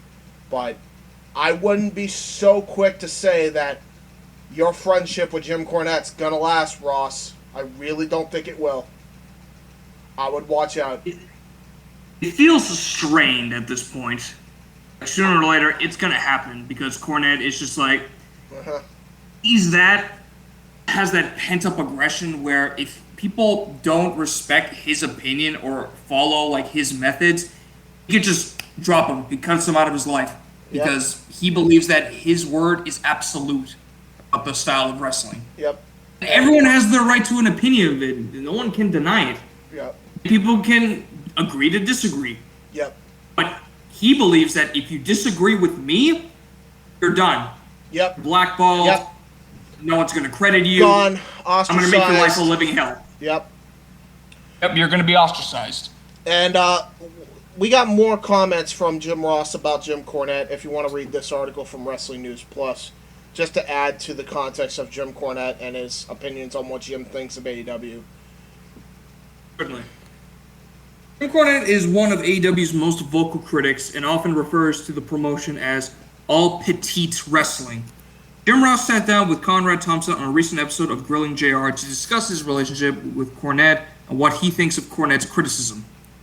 We're still friends, Ross says. Never agreed on all kinds of things because he is the kind of guy that rarely has a compromising moment. He's very set in his ways. He knows what he likes. He knows how wrestling is in his view, should be positioned. And I'm not disagreeing with that. It's just that sometimes the message gets a little bit coarse and overly generalized. Amen, amen, amen, Ross, with that fucking quote. Amen. Amen right here. This was such an appropriate response here. Because Jim Ross, in a nutshell, is just so articulate with words. But in a sense, what he's saying here is, and I know this is what Cornette fucking heard, whether he wants to fucking admit it or not, because, by the way, it's the fucking truth that I mentioned, is that Cornette is stubborn as a fucking mule, and he will never leave his fucking ways. He never will leave his ways. It's basically the same as saying he's out of touch, but it's much more eloquent and a lot less emphatic, I guess is the word.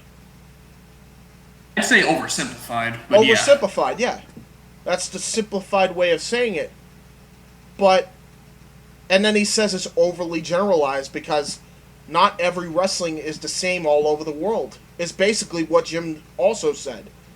This is such a great quote. I wanted to put this in here because Jim Ross is saying what a lot of fucking people, no matter what generation they grew up with, and actually have common sense and an ability to function in the real world and can actually fucking coexist with people that he has disagreements with about pro wrestling or whatever. Like,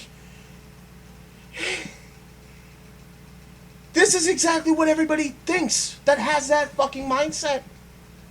This is exactly what everybody's basically saying about Jim. I'm so glad he's the one who put it into perspective. His best friend of how many years? So there you go. Can't wait for Jim Cornette to just be like, fuck you. That's basically honestly, I wouldn't blame him because it'd be a long time coming. That's what Jim Cornette's going to be like, fuck you. You say I'm out of touch, because that's basically what he said. It's just a different way of saying it.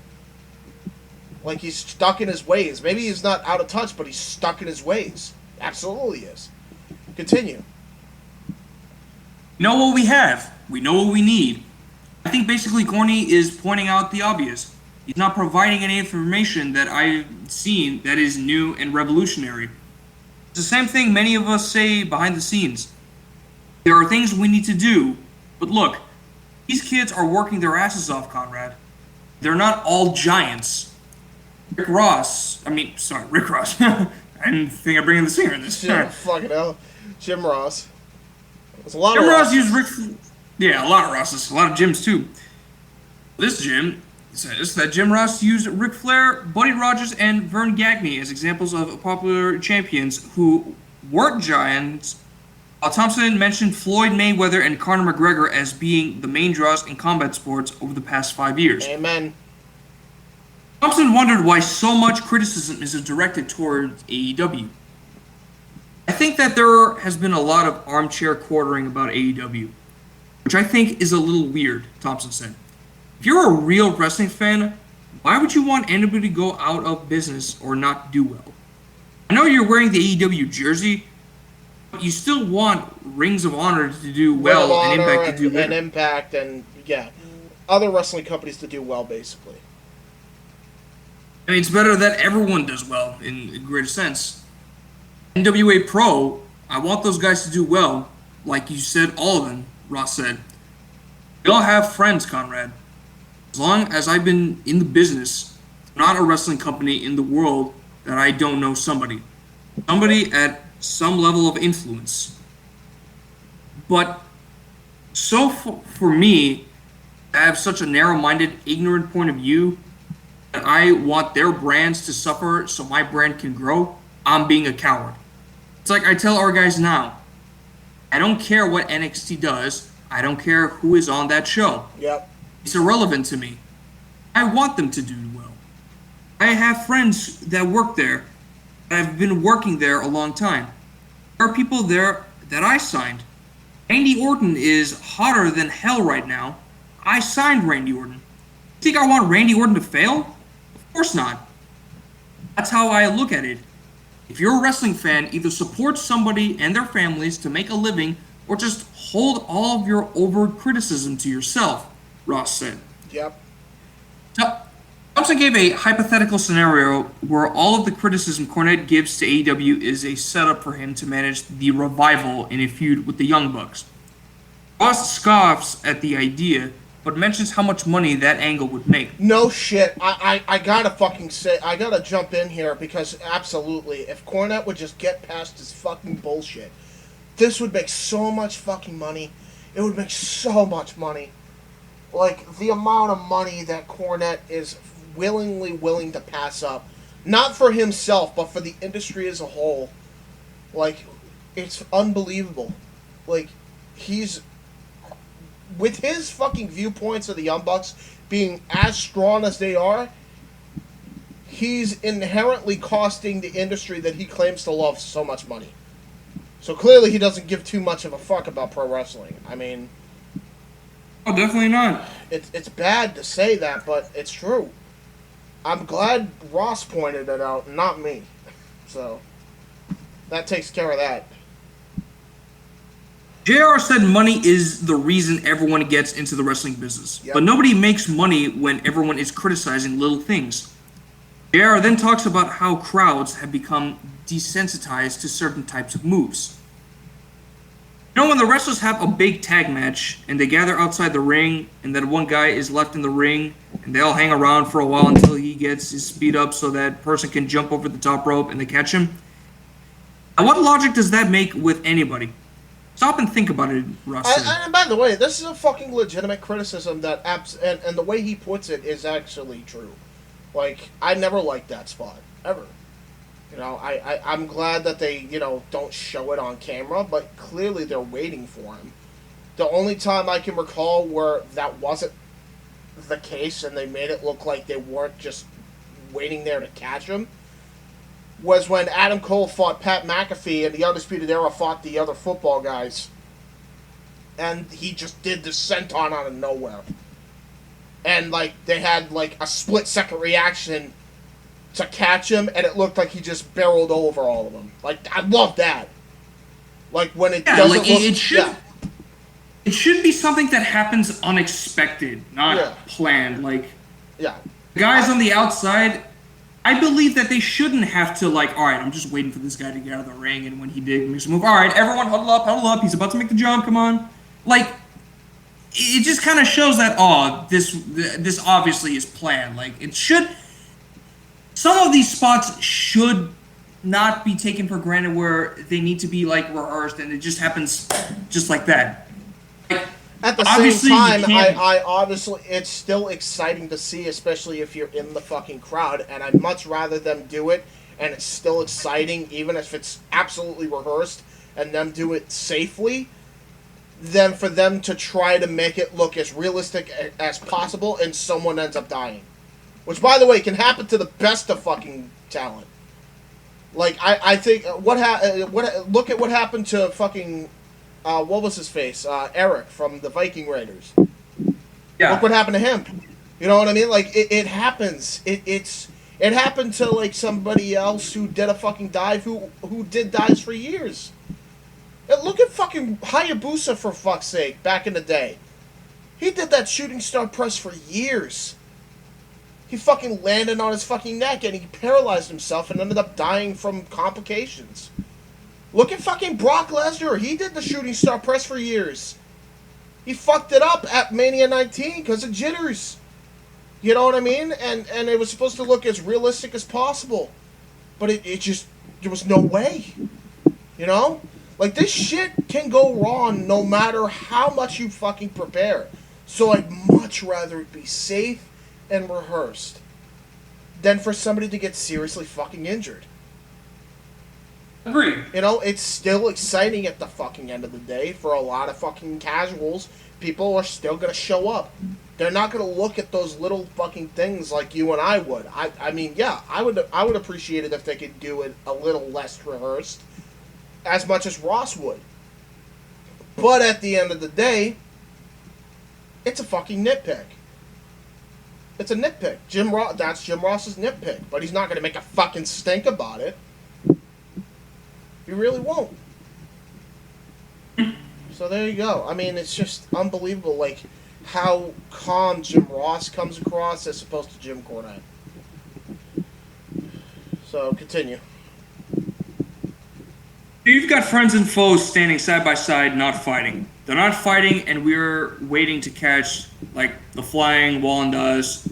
We don't catch... If we don't catch you, you're not going over Niagara Falls and near death. We see that every match, every show, seemingly someone is going to do something along those lines, and nobody ever wins with it. It used to be a great high spot, now it's mundane. Like a side headlock takeover. I've seen it before, I got it, okay, move on. Ross said some of the moves seen today are done because they are tradition, and those traditional spots don't have the same effect anymore. Yeah. Topic of conversation returned to Cornette in AEW, and Ross said in an alternate universe, Cornette would have been a great addition to the company. Not angry at Corny. I've known him since the Mid-South days in the mid-'80s, Ross said. This is worth mentioning too, Thompson said. Corny and I are friendly, but we don't exchange birthday cards or anything like that. Some of his shtick is for entertainment purposes. That's not. This is truly how he feels. I already proven that, but anyway, continue. It's a podcast, and I think so many fans get knee-deep in the weeds. This is a guy who gets that funny ha-ha has a place in wrestling. You can go watch some of the stuff in Smoky Mountain and the stuff he grew up on in Memphis. Some of those elements are in AEW today. If what's hot right now is him shitting on AEW, he's going to do more of what's working, right?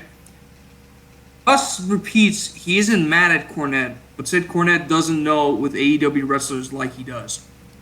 Russ admits that some of what Cornette is saying he agrees with. All he's done is point out a lot of problems that we're all aware of are not a discovery. Oh my god, I've never thought of it that way. He's not saying anything that's revolutionary. He said the obvious, and by God, he's right on a lot of things. He's not right on a lot. He's right on a lot of things if you can strictly move away from all the heinous shit he says. If you're talking strictly wrestling and wrestling peeves, sure. But otherwise, he's way over the fucking line, man. Like, with a lot of the shit he fucking said.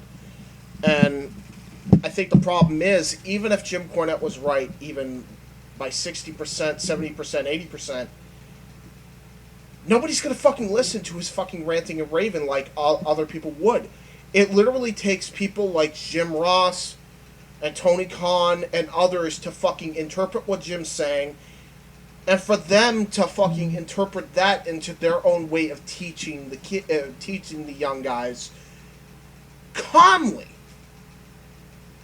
Which, by the way, I don't know if anybody's noticed, but since that's been happening, the company has been getting a little bit better. When it comes to even, worked punches even are getting a lot better.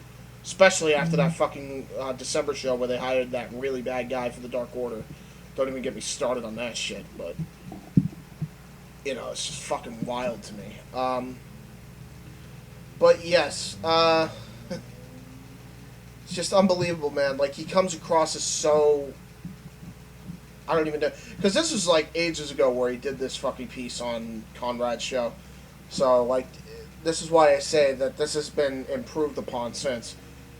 He just comes across as so calm, doesn't he? Jim Ross? Compared to fucking... Oh, yeah. Compared to Cornette. It's unreal. Anyway. Yeah, it's almost like he's civil. Yeah. Almost, huh? I think so much to the point where he is civil. Do me a favor, read this Jim Cornette and Kenny Omega continues his feud on Twitter. Meanwhile, I'm going to go to the bathroom. I'll be able to hear you from the bathroom because I got my wireless headphones on. Sure thing. So, this article was posted on July 20, 2017 on 401 Mania. Jim Cornette and Kenny Omega continue to feud on Twitter. Some feuds will never die. Jim Cornette took to Twitter to once again bring up the fact that Kenny Omega wrestled a competitive match against a young girl in Japan in 2012. Cornette brought it up, which upset many fans, and also got responses from Omega, Ricochet, and the Young Bucks. In this tweet, he wrote, "Quit eating people before he got caught. Fuck Kenny Omega Man X. If he wants to be respected as a wrestler, too fucking late." Bendy Pressed on Twitter posted, "I don't know, man. I mean, Stone Cold used to be the ringmaster. Wrestlers change and get better, and Kenny has become one of the best." Cornette retweeted to the same thing with a different Jeffrey Dahmer quote. But to the tweet with the Stone Cold Steve Austin, formerly known as the ringmaster, Cornette replied, "Steve Austin never blatantly shit on the sport. He was given a poor gimmick but preserved. Omega delights in being a phony video game fuck. You wrestled a Ninja Turtle. Should we not respect you despite all of the great work you've done?" This was by Todd Ball from July 20th, 2017. This was in reference to Bill Gilberg. He was the one in the Ninja Turtle costume. Yep. And Cornette responded, "The turtle was a grown man who could actually have probably whipped me. Not a grade school kid or inanimate object. What? Nice try, Turd Blossom." This is so bullshit. Like, Gilberg is like one of the smallest wrestlers ever in the history of the sport, and he said he was a grown man. He is a grown man, by the way. I mean, I'm not saying that nobody's a grown man when they fucking reach, fucking 18 years old. You're legally an adult, right? So, but like, in his warped head, a grown man is somebody that can beat his ass, I guess. Like Jim Cornette's some fucking tough guy, by the way. He really isn't. I'll prove that again. Can't wait to fucking shit on the Santino thing in a minute. But, he fucking... For him to say that Gilberg could have whipped him. Like, Gilberg probably could have whipped you. You know who else could have? Omega. You know who's bigger than fucking Gilberg is? Just by look alone? Kenny Omega. So It much shows. wrong with that fucking statement, bro. Like, it's, oh my god. Oh my god. It's just unreal. Yep. Unreal. Continue. Agent retweeted, why did you add him? LOL. Also, there's been times you bring him up whenever the subject is even about him, at times for whatever reason. And, true I that. retweeted. Because I want this dipshit to know exactly what I say about him so there's no misunderstanding. He should not be allowed in our business.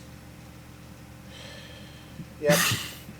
It's incredible you do not see what we see. 5 minutes doing some intense spots and doesn't even hurt her in any way. That's a safe worker.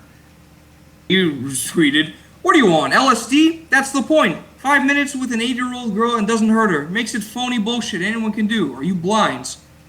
Except not Wrestle that everybody girl. can. And by the way, not everybody can do it. So that's fucking... How many celebrities tried to fucking do pro wrestling and how many fucking failed? Because they didn't know how to fucking wrestle or work or any of the above? Like... You want an example? Look up back when Raw used to do the Monday night guest host Oh my God. things. Hey, do you remember when fucking... do you remember when they fucking wanted the fucking Tonight Show host who was the guy? Who was the guy that Big had the Fallon? gray hair? Who was the guy that had the gray hair that used to be on NBC's show? I forget his name. I'm thinking either Jimmy Fallon Not or... Jimmy Fallon. Think about it. Jimmy Fallon? What was the other guy? Jay Leno. Jay Leno. or- That's him. Yeah, Jay Leno had a fucking wrestling match and it was the shits. You know, granted, he was old as shit too, by the way, but like, you know, not every fucking MMA guy could do pro wrestling either. How many fucking MMA guys tried pro wrestling and they failed miserably? How many fucking MMA guys also tried pro wrestling and they fucking succeeded? It's not for everybody. It's not. Not everybody can be good at pro wrestling. So that's a fucking complete... It doesn't make it look fucking phony and bullshit and everybody else can do it. Now, granted, wrestling, by and large, is a scripted sport anyway. But to say that everybody can do it is, such, again, an overgeneralized statement. I think that Jim Cornette's quote is perfect to describe that fucking thing. Continue. Absolutely. Now, Hamdog tweeted, he wrestled that girl at a small show and he didn't even know he was being filmed. Pretty sure it was an intermission exhibition also. Cornette retweeted, oh, that explains everything, you fucking lunatic. It was a show. There were fans there. You can't weasel dickweed out of this one. Yes, but if he failed any of those moves, he would have had the girl in the ring crying and we didn't? So you're saying Kenny Omega is such a weak, ineffective pussy of a wrestler, he physically can't make an 8-year-old cry? Hashtag truth. Fucking believable. Oh my god. You want him to hurt this girl? I guess so. I wouldn't put it past him, honestly. He comes across as so insane. Like, it's just... Oh my god.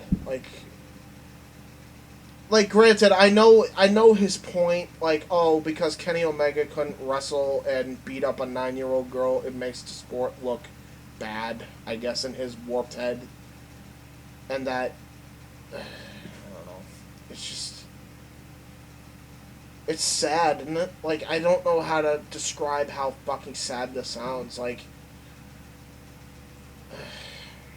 Honestly, just get off your high horse and just say to yourself, all right, That's not my cup of tea. maybe I went too I far don't in some like- areas. yeah. I don't like him. He's not my cup of tea, but I'm not. I'll just, you know, I'll give my opinion on that and move on. But no, he has to go this far with it. Yeah. Because it just means that much to him, while others think it's very minuscule. Yeah. Kenny Omega. The Garden Gnome tweeted, Jim, I like you, but I'm really, really, really looking forward to Kenny smacking the taste out of your mouth. Jim replies, Apparently, you'll be waiting a while. You can't make a little girl cry. Of all things I'm scared of, a wannabe flippy wrestler is not one. Oh my god, I would love to say. I know Kenny Omega would never fucking do it, but I know for a fact he could kick Jim Cornette's ass in his prime and fucking back in the day. Oh, it gets better here. It got to the point where even Kenny Omega took on this flame war. Where he replies, I like you, Jim, but if you want to bury me, please don't tag me in it. We just started the G1 and I can't have this polluting my TL. Thanks. Cornette retweeted, more of your idiot fans need to be slapped down. You polluted my eyeballs with your blow-up doll match. By the way, I was a little girl you couldn't beat. Like, cool online character, Jim. You're making us all angry all over again. Good heel heat. You're killing it. By the Young Bucks. And then Is it Ricochet heat if you're tweeted. a blatant imbecile? By Yeah. Ricochet. By Ricochet. Is it heat or are you just a blatant imbecile? Yeah, exactly. Thank you, Ricochet. I appreciate it. That's how I feel. I'm glad in 2017 somebody recognized that this wasn't a work. Continue anyway. And of course, Young Bucks found out that, they tweeted, oh wait, you like him? We need to have a talk. I love the Young Bucks banter, man. They took this in stride, And that's man. But pretty by much the way, it with this let it not Twitter be. war. Yeah, let's not put it. I want to make it very clear that Cornette is not that fucking tough. Have you seen his fucking first promo in fucking NWA World Championship Wrestling? It's No. fucking terrible. And by the way, he looks like an absolute geek that anybody could have fucking beaten the shit out of. Anyone could have. So like, I'm Matt Jackson, Nick Jackson, and Kenny Omega would have kicked the shit out of this guy, especially Kenny, because he actually has some MMA training, by the way. And here's the thing, he knows that they will kick his ass.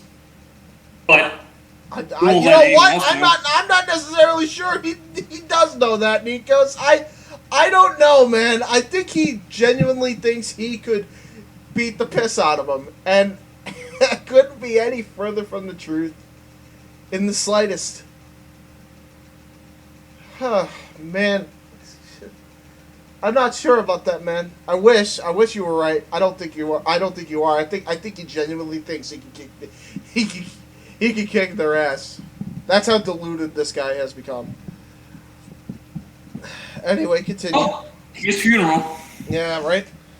FTR imply the match with the Young Bucks could go off script. This is back when FTR first joined AEW and they actually got interviewed by Jim Cornette, which, by the way, actually fucking got AEW more viewership, so good one, dumbass. He actually opened people's eyes to what AEW actually was. I know a few people that stopped watching Jim Cornette and actually started watching AEW because of this podcast. Good job, dumbass. Anyway, go ahead, continue. It's your employee match with the Young Bucks who go off script and discuss contract on Cornette's podcast. This was published a year ago by Nate on Wrestle Talk. Yep. FTR, Dax Hardwood, and Cash Wheeler were guests on Jim Cornette's podcast. As you can imagine, Jim Cornette didn't hold back his opinions on AEW and the Young Bucks. FTR were more than willing to play along. They definitely appeared to be sticking to kayfabe and portrayed real-life heat with the Young Bucks. Dax had this to say about the eventual match with the Young Bucks. Yeah, absolutely, but first and foremost, Tony has been great to us. He has trusted us, and he has got trust in us, full trust, which is probably why he's allowing us to appear on these handshake deals. And me and Cash, we are men of our word, as we said earlier. But he's been great to us, and he's a huge fan of wrestling business, and more importantly, at least to us and our pocketbooks. He's a huge fan of ours because he loved the Mid-South stuff. But I think he really believes that with myself and Cash. He really believes that we are the guys who can get over during the pandemic.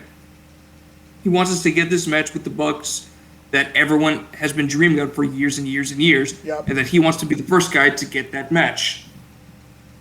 And he was. Now, there's a lot to unpack in that answer, but FTR say that they are on a handshake deal with AEW, and it isn't a long-term deal. Which is bullshit. Based on the tone of the interview, this definitely has the 80s feel of keeping in character and putting over feuds. Ash Wheeler followed up. We've been very transparent with them that we're willing to work with these guys, but there's a very real possibility that it's not going to be pretty, and we're not going to respond well to some of these things they said before. He knows this. Cornette followed up with a lot of negative comments about the Young Bucks.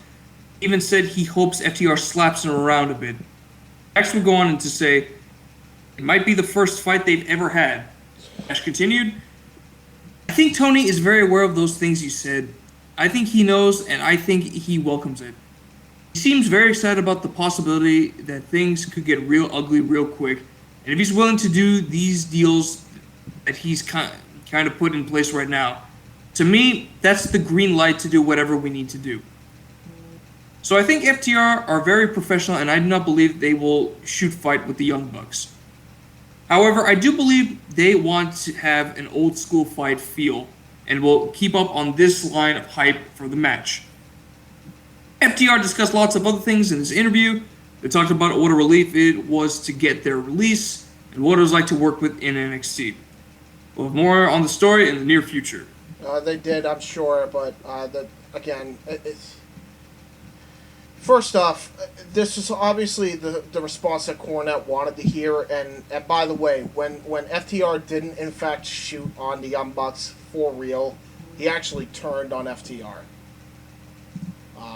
Just want to point that out there. So he's soured on FTR already after this fucking interview, by the way. So because he really hoped that FTR would kick the shit out of them for his pleasure. It's so fucking fucked, isn't it? It really is. Like this is how you could tell this isn't fake. Like everybody says that this is fucking work. No, he genuinely wants them dead. He wants their asses kicked for no other reason than the fact that he thinks that wrestling should be one way or the highway, and if you don't agree with that, tough shit. I mean, this goes back to when the Brawl for All thing happened with, and how it was conceived with Russo and JBL. Throughout the whole endeavor, Russo wanted someone to beat the shit out of JBL because he hated him, and Russo. And this is why I say, and this is exactly why I said he is no different now than fucking Vince Russo. Because if he wants FTR to kick the shit out of the Young Bucks, then he is no better than Vince Russo wanting to have Bradshaw get the shit kicked out of him. Regardless of how much that Bradshaw fucking deserved it, is irrelevant. It cost so many fucking careers doing that. If FTR were to go off script and fucking shoot on the Young Bucks, that's unprofessional, number one, and they are very professional, FTR is. They would never fucking do that. But let's entertain the idea that they did. Do you know how much fucking publicity and bad publicity AEW would get from this incident? Oh, this it would kill the industry. Which is what Cornette would want. Yep. Yeah, and that's the saddest thing, isn't it? That's the saddest thing. Like, this guy is so fucking, like, off his fucking head that he wants the wrestling industry to die because it's not to his liking. So, instead of letting other people enjoy it, he's got to try to ruin it for everybody else. What the fuck is wrong with you, you southern asshole? Like, let them do what they want. Dude, it's not even the fact that it's not even heel heat anymore. This isn't a gimmick. This is real life. This is really how he thinks. I've already proven multiple times that this is exactly how Jim Cornette feels. This is acceptable? To me, this isn't. To me, this really isn't. Again, at the end of the day, free speech, but every fucking reaction has an equal and opposite reaction. And you're the one that said nobody had the balls to fucking call you out on your bullshit when it fucking needed to be called out on. Well, I think this fucking podcast proves that fucking theory wrong. You complete, utter fucking moron. And now we got this article from PW Mania. Oh boy. This is from 2019, by the way. 11/21st, 2019. If you think that this is bad, this is a fucking person that he had no fucking problems with whatsoever. Not even a relationship with this guy whatsoever. This is about Justin Roberts. Remember this little nugget, Nikos? Oh no. Yeah, this is what it's about. So, Actually, no, it's not even just about that. It's also about the Billy Corgan incident where he fucking said that thing about Trevor Murdoch and Ethiopia. So it's a combination of both of these things. Because it happened all in the same week, by the way. That's another fucked up thing. So anyway, go on. Just read it. Has Jim Cornette finally gone too far? Billy Corgan, widely regarded as one of the best musical talents of his generation and known as the frontman for the Smashing Pumpkins, purchased the rights to the National Wrestling Alliance. I didn't know what it could actually be used for.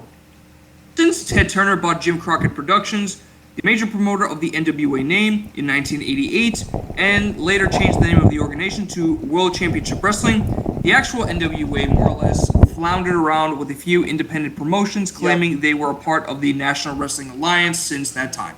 Yep. It was often disappointing to see small cards with 50 people in attendance attempt to associate themselves with the initials that were once the most powerful in the industry.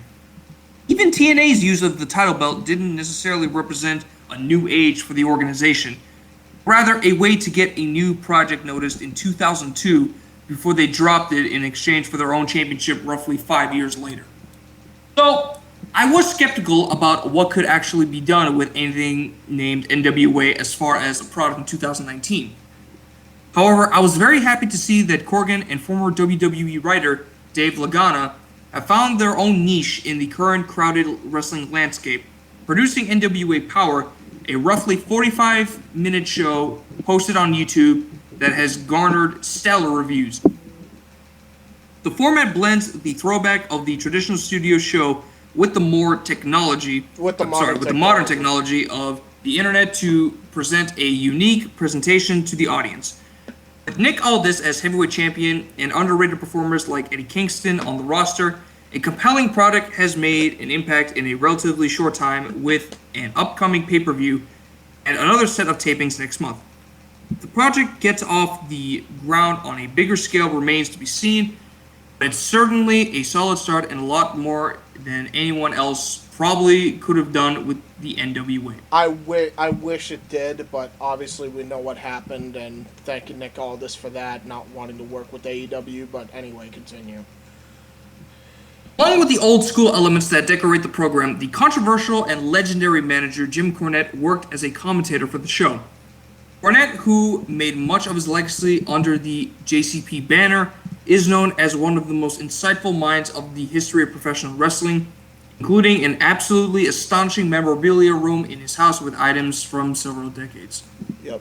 And to the people who, the fact that in every episode Dark Side of the Ring when he's featured, he always calls himself like for a wrestling historian for 40 years.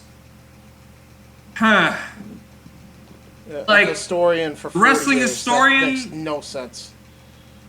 But, you know. Yeah. You just collect shit and then just claim, I'm a wrestling historian. Yeah, I'm a wrestling historian because I have all these fucking items, which I'm sure are worth a lot of money, by the way. I'm not taking that away from them, but, like, Jesus Christ. Like...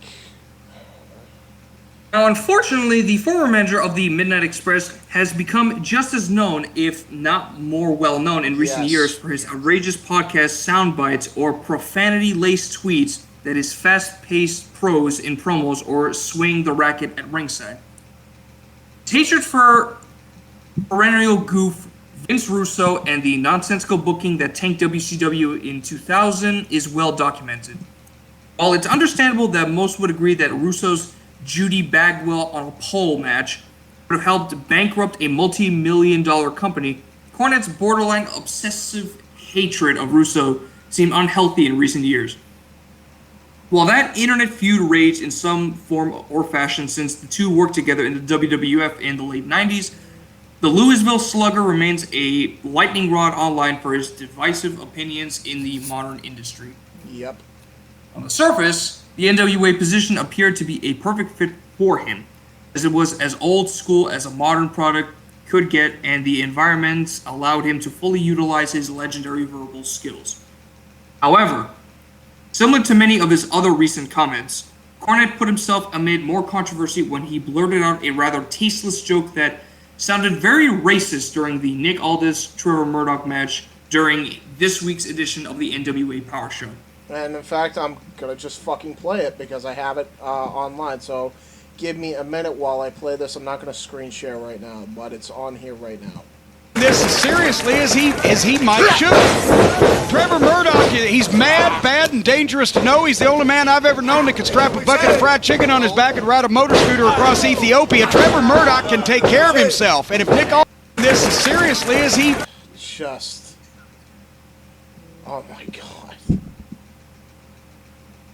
I'm pretty sure I just watched my final episode of NWA Power, said Seahawk. Now, by the way, this was not at all their fucking fault. I mean, I don't think not a lot of people would know about what the hell was going on in Ethiopia anyway. But, you know, it's such a southern thing to say that it sounds so fucking tasteless and racist on a wrestling show. And, you know, I'm not saying that everything should be PC with wrestling, but there are certain real life events you just don't bring into pro wrestling. You just don't do it. And that's the same with, like, any other form of entertainment. Like, unless you're a comedian or something and can twist a joke into something that isn't as bad, this is never going to sound good on any form of entertainment.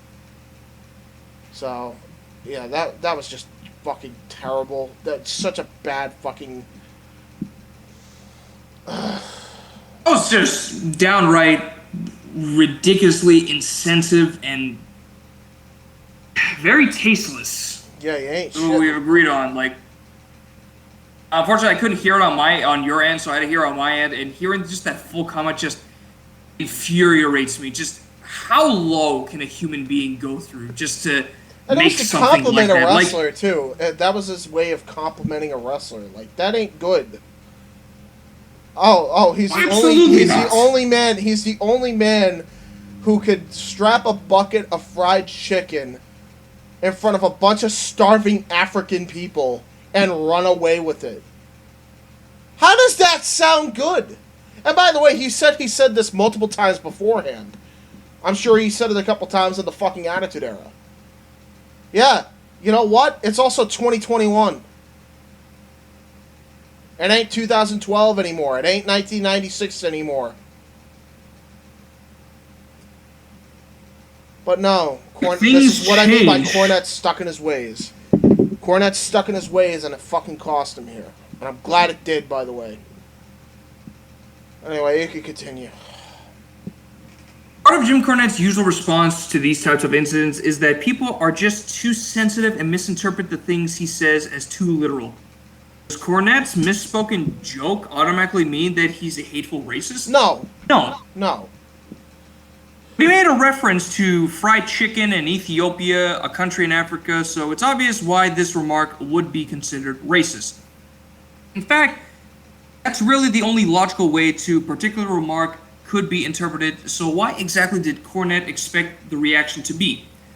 At best, Cornette made a really dumb reference and an even dumber decision when he thought the statement would somehow be effective in a wrestling show. Yep. The online backlash is only the most recent toward the former manager, as he made an insensitive reference to suicide, something he had done before on Twitter about Kurt Cobain, toward Progress ring announcer Jim Smallman on social media earlier this month. The NWA issued an apology for that. National Wrestling Alliance also posted an apology for Cornette's Ethiopia comments and announced his resignation from the organization, a story that was picked up by a different media news outlet, including TMZ. I didn't even know about the fucking Kurt Cobain thing. And Jim Smallman. I had no idea until that was brought up here. It's expected, let's be honest. Yeah, knowing Cornette. it doesn't fucking surprise me at all. This is all just days after he made headlines for his claim that All Elite Wrestling ring announcer Justin Roberts looks like he should be registered to be around kids, implying that Robert looked like a predator. A pedophile. Cornette brushed it off on his podcast, and while the comment was probably just another jab toward AEW because of Cornette's hatred for most of the AEW roster, Justin Roberts, who Cornette mentioned he has no animosity toward, didn't deserve those comments. At all. At all. Now, the bigger point here is that Jim Cornette, with all the knowledge and insight that he could contribute to the business, has basically made himself unemployable to any major wrestling company. His famous temper saw him depart Ring of Honor years ago. His beef with Russo, fairly or unfairly, led to his release in TNA. Which, by the way, was unfairly. I'll give Jim the benefit of the doubt. That absolutely was unfairly. But anyway, continue. His stint with MLW earlier this year was brief, and he later had criticism toward some of the performers on that roster. Obviously, his most recent comments, along with other things he said in the past, probably also put him off the list for WWE because it's a publicly traded company. Yeah, even though the entire sport. They are far from PC, by the way. I just want to point that out. Oh no. Is the entire sports entertainment world wrong, or is Jim Cornette, or at least occasionally, taking things too far? In many ways, it takes effort to get ousted from nearly every major company to the modern era. Some have claimed that Cornette's rants are all a work to cater to his audience and generate sales through his website, including a graphic novel that sold very well recently. It's very possible that the anger old man yelling at the clouds routine is just a gimmick. But even then, is it worth it? Yep. It's not worth it. Cornette. Oh, yeah. It's not worth it at all. And it's not a gimmick, by the way, unfortunately. Which makes this all the more sadder. It's the real thing. Yeah. Jim Cornette has become more well-known for his hatred of almost everything modern than he is for his legendary career. The podcast is fueled by, wait until Cornette vents about this, than the tremendous knowledge he has about the history of the industry. I hate to say it, but I think the Cornette rants have finally jumped the shark and tarnished some of the legacy with the continuous controversial comments. I want to make it very clear. I respect everything that Jim Cornette has done in the wrestling industry and still think he's one of the brightest minds of the sport. But at some point, it needs to be said that things have gone too far. About a year and a half ago, I had a very polite email exchange with him when I asked him his collectibles site, and I mentioned to him that I met Big Boss Man, who he worked with in the 80s. And when I was younger, after one of the surgeries that I had, Cornette thanked me for telling him and said he always enjoyed remembering him. So, no, this isn't the typical Cornette rebuttal, but more to point out that the NWA incident is probably the last major platform that he will have, and on some level, that's sad. I guess it's mostly because he has so much insight to offer to professional wrestling. Yeah. Don't get me wrong, does. I'm not a fan of Joey Ryan either. But if he can make a living with his gimmick, good for him. That's capitalism. I don't hold a personal grudge against him. I just choose not to watch most of his matches. Yep. Cornette's disdain for anyone that doesn't agree with his philosophy about the sport is almost illogical, and he takes it to such an extreme level. Again, maybe this is all designed to play to his audience, and it brings him a nice income in his later years, so he doesn't have to travel or hustle autographs at card shows like other characters from the 80s. I know this article might be met with venom from Cornette or his fanbase, but that's honestly not the intention here. If Cornette declares that I should be boiled in oil, then that would put me in decent company with names like Kenny Omega, the Young Bucks, etc. Do I think Jim Cornette is a racist? No. But when a remark makes media outlets and overshadows what the NWA has built in the past few months, perhaps even the verbal Mozart should consider what he says before he delivers one of his trademark rants. Granted, Jim Cornette shouldn't care or be concerned with anything I write in this article, but he also has the knowledge to be a much more influential force than just a renegade podcast on YouTube. Jim Cornette rightfully said for years that Vince Russo was a clown show, so it's somewhat ironic that Cornette has become a TMZ headline. Yeah. What do you think? Comment below on your thoughts, opinions, feedbacks, and anything else that was raised. Until next week, Jim LaMotta. Thank you, Jim LaMotta, for that article. Yeah, that's the last actual article we have before we get into the actual podcast on Dave. But yeah, everything he said in that last two paragraphs makes all the fucking sense in the world, right? Mm-hmm. I mean, it's true. It's sad, bro. Like, he could offer so much, and instead he is so stuck in his ways that he's actually hurting the business he loves so much. And at this point, I don't even think he cares. I don't even think he loves the wrestling industry anymore. So, if that's the case, then, whatever, more power to him. But if he thinks that people aren't going to fucking call him out. He said nobody had the balls. You should have kept your mouth shut about that one, but as usual, foot and mouth syndrome's a hell of a fucking syndrome. And it fucking cost you here big, dude, because everything that you say makes you look like a fucking idiot, and everybody points it out. Everyone points it out. Mm-hmm. We're gonna go on to a YouTube video here. Do you wanna just play it on your own, and I'll just count you down, and we'll watch it at the same time, because it's only a 4-minute clip. Sure, yeah. All right, let's do it up. All right, 5, 4, 3, 2, 1. Say what you will about the Young Bucks. Amazing, right? Yeah, some people criticize the way they go about things, but I just think that they are amongst the very short list of guys that are in the elite of that are currently professionally wrestling. I don't just mean like unsigned talents. I mean like they are the best. Yeah.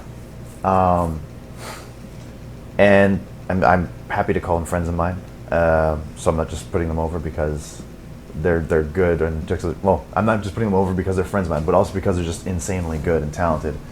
But as relates to myself, we just have some really good chemistry against each other, and a lot of my real fun encounters in PWG were with the Young Bucks, especially lately.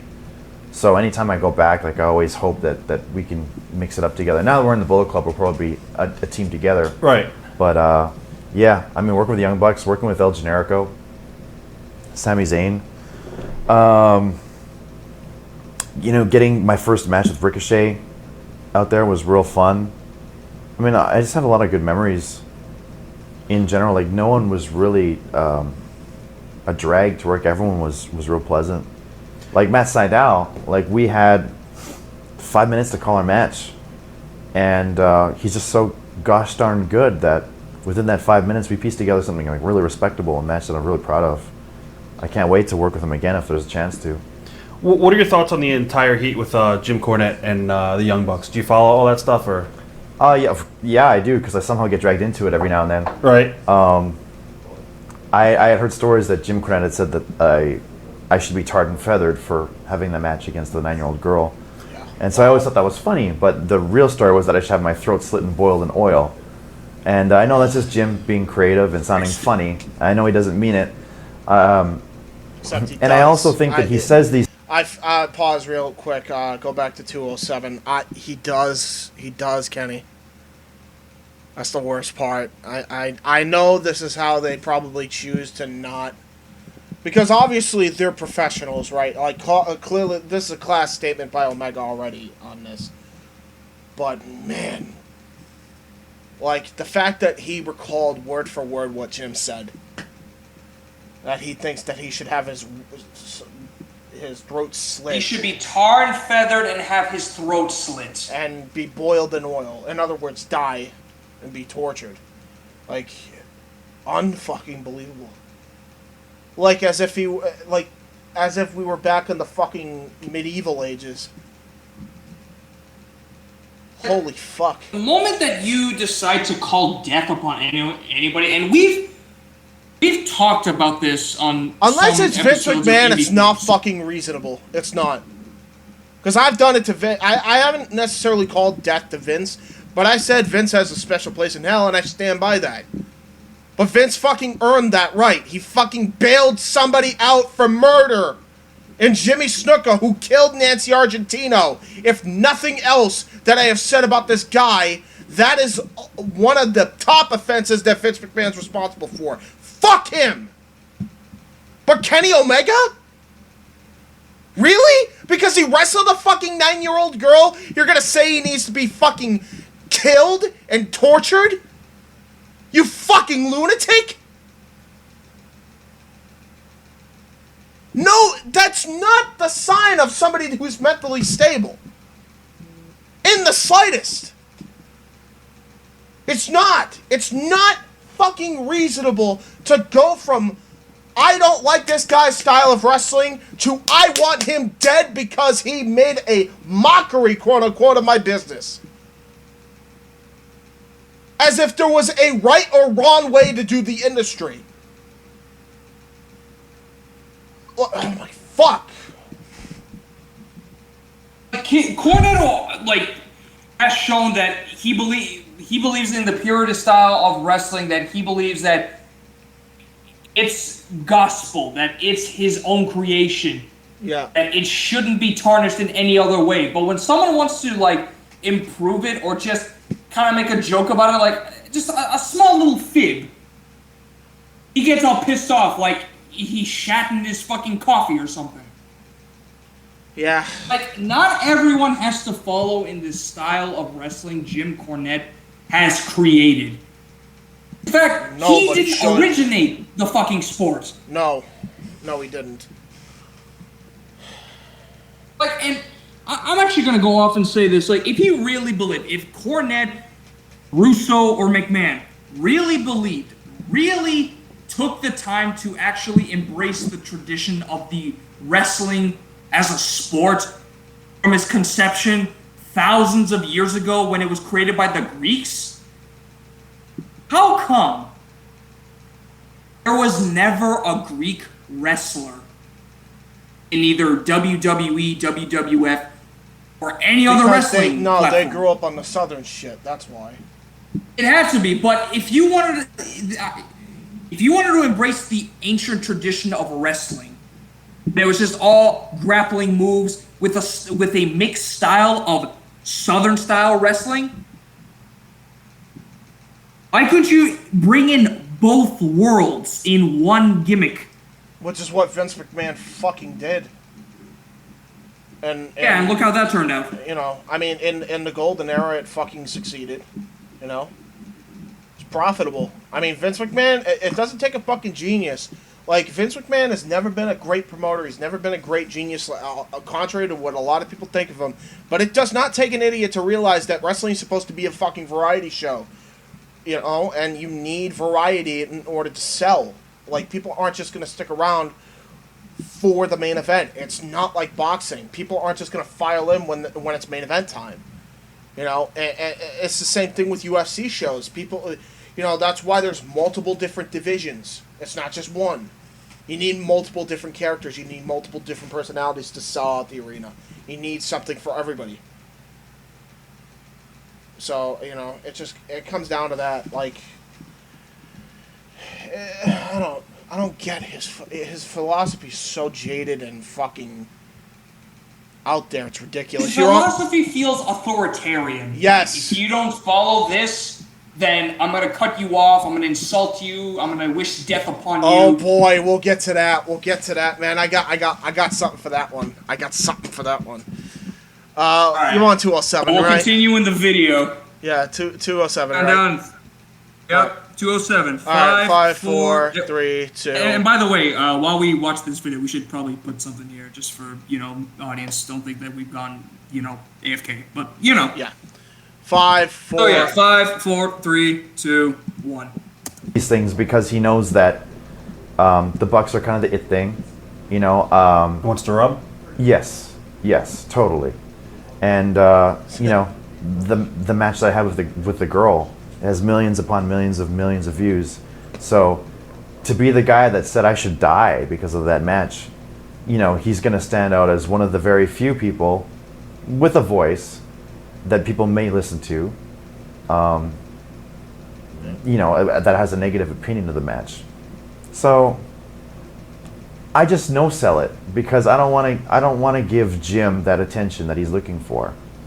I mean, if he calls me out personally, and I'll say like, okay, Jim, I think you're funny. That's great. Like, I know you don't hate me. Right. If you do hate me, then you must have a problem. Because yes, really, what have I done to you personally? Yes, you do. Well, I didn't even know you guys had heat. This is news to me. So. Oh no, I don't think there is. I don't think there is at all. I just think like, he just kind of went into business for himself. Right. Like, okay, these guys are getting over, so I'm just going to mention them on my podcast or tag their names and say like, I wish I could kill them. You know what I mean? Yeah. Like, and that's going to get him heat. Like, and we all. I mean, if the spotlight was taken, I didn't even know. us, like I didn't even Bucks know and he said he myself, wanted to kill them. who knows? Maybe we'd search for a way to get back into it. And what better way than to target the guy that is in the spotlight? Jim perhaps is that kind of person. Do you think that the Bucks went too far when they super kicked the little kid? Nope. No. Neither do I. No, not at all. Okay. You watched the video. The kid wasn't touched. The super kick was completely safe. If there's anyone that knows how to throw a safe super kick, it's the master of the super kick. And if I'm not talking about Shawn Michaels, then I'm talking about the Bucks. You know what I mean? Yeah, yeah. Like if there are two guys that could do a move that you would consider complete safety but looks like death, it's going to be the Bucks and the super kick. So at no point in time did I feel that the child was endangered. It was, I mean, I'm sure you saw the footage. Oh, yeah. You know what I mean? For a guy in the business, you can tell that the kid was protected. 100%. The Bucks weren't going to take his head off. They weren't looking to plaster him or pop themselves by stiffing a child. Right. Not at all. It was for the entertainment of the crowd and for the better entertainment of the wrestling world. Yeah. in my humble opinion. Yep, absolutely. Before we continue, I want to first off stay on YouTube for a second because I need you to look up a video specifically called Conan on the latest round of Jim Cornette versus Dave Meltzer, because I forgot to send you that because I'm going to play that next.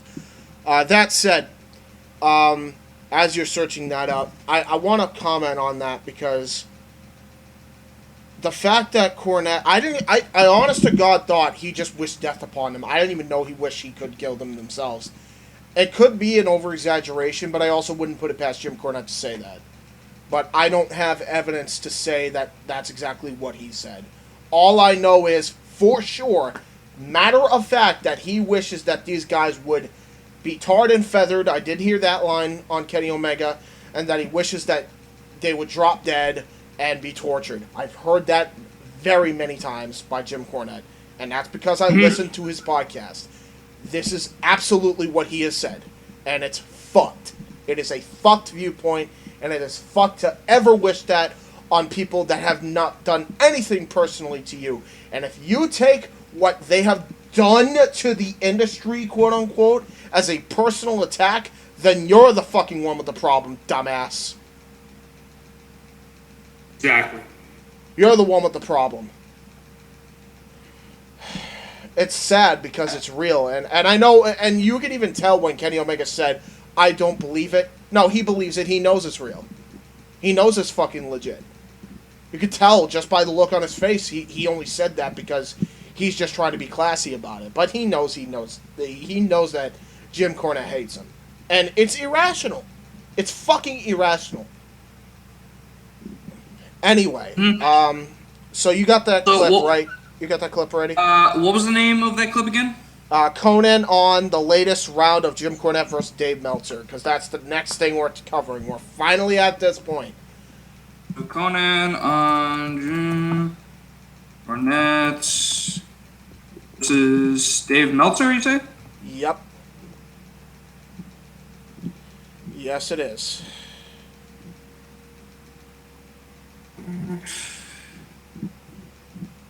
On the latest one, is that the 6-minute video by keeping it 100% official? Yes, it is. That would be their podcast. And it's got the thumbnail with it's got the boxing thumbnail, right? It's with the AEW, make AEW great again hat, yeah. It was It was just for the purposes of the thumbnail, yeah. Okay. I am on it. Alright. Start it from the beginning. 5, 4, 3, 2, 1. The next one is from Joe Uribe. The subject is Dementia Dave Meltzer be a great gimmick. As you've all seen, Meltzer loves to criticize and ridicule Cornette to Meltzer's booger eating fan base. Recently, Cornette tweeted at Dave to stop emailing him as though they're still friends when Dave continues to knock Cornette on Twitter and behind Cornette's back. Do you or Cornette have any memories of dirt sheet guys attempting to still be friendly with you even though they've been knocking you behind your back? Thanks and love the show. Whatever. That's the question. I was none of these none of the dirt sheet guys have ever knocked me knocking me behind my back is not a concept. They report stuff, which is it's not behind anybody's back. It's like they report things so I don't even know. This is a very weird question. It's like maybe this question for you, Conan. Has Meltzer buried you when you guys are friendly, even though you're friendly with him? I don't think he's ever been unfair in any criticism. I can't remember ever calling him and telling him, "Hey, bro, that's f***ed up what you said." I'm not that sensitive about, because it's his opinion. Let me ask you this. This is an honest question. Yeah. Do you think that Dave will withhold criticism from you because of you guys' relationship? No. Because you're amicable. You don't think it would? I do not think that. No. Because he hasn't in the past. Give me an example. Well, Conan's he said, "Hey, that wasn't a good match." Yeah. He's meant. It's like he's okay. Yeah. But I don't. I've never called him and said, "Why do you say that?" What I have called him about is when he's gotten information wrong. I go, "Bro, that didn't happen like that." Let me clarify that. But other than that, any criticism of my work, I've never had a problem. It's his opinion, and big deal. It's not a big deal to me. The only thing that I wanted to say, I saw that tweet where Cornette was saying, "Dave, quit trying to be my friend, go yourself or whatever." Yeah. And it almost just seems to me like, I don't know, does Meltzer, I'm asking you because this guy says that Meltzer's always attacking him. Does he attack Cornette all the time? Not attacks him, but back. Cornette's completely on the offensive. Wait a minute. So if Dave Meltzer ever responds to anything, it's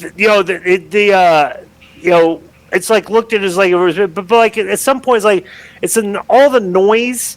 Dave responds sometimes. Well, here's the thing you might not know though. You might not know that in the recent Observer, when commenting on that fan that ran into the ring at AEW, he placed the blame at Cornette and Russo's feet for revving up their fan base about AEW. Right. Yeah. You're right. I didn't think about that. Yeah, they're trying to put the blame on the fan, the redneck fan that tried to hit the ring into the Jericho AEW, and they're trying to put the blame on Cornette and Russo. Okay, let me ask you a question. Cornette and Russo, why? There's literally nothing Cornette has ever I'll say this. Cornette's rhetoric is, Kenny Omega should be, taken out back in the parking lot and beat up for things he's done the rest of it. Cornette's rhetoric is definitely very, very toxic. Inflammatory. Okay? Vince's rhetoric is toxic in a different way until he's not openly with profanity burying people. Right.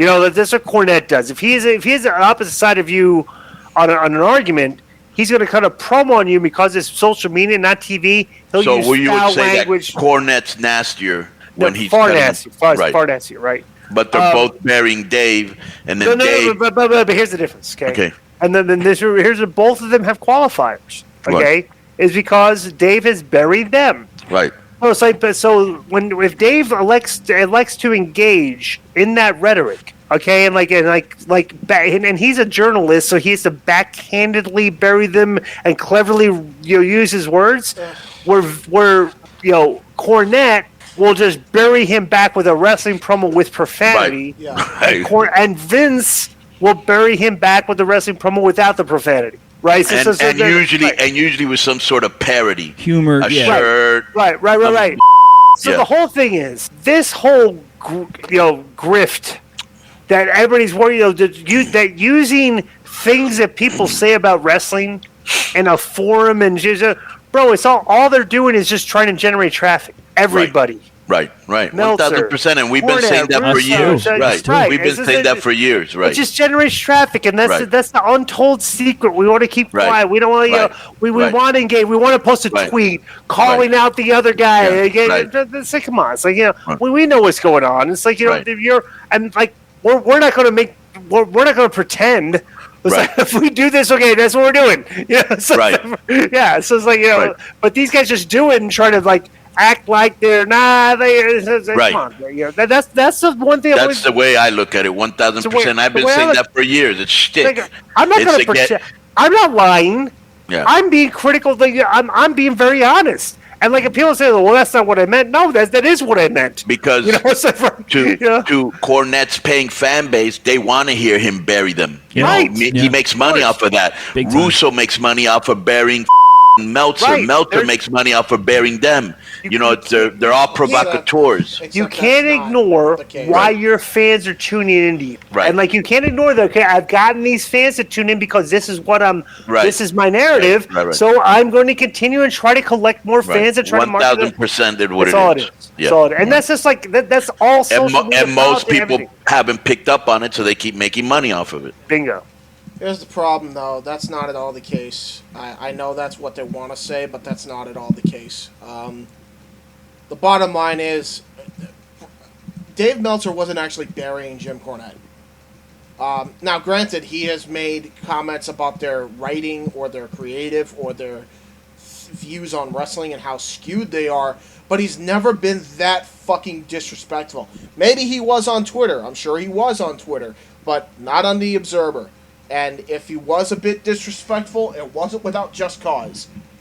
And I'm not necessarily the biggest Dave Meltzer fan, and I'm fucking saying that. So, with that said, let's actually give proper context to what Conan and Disco Inferno and the other guy talked about.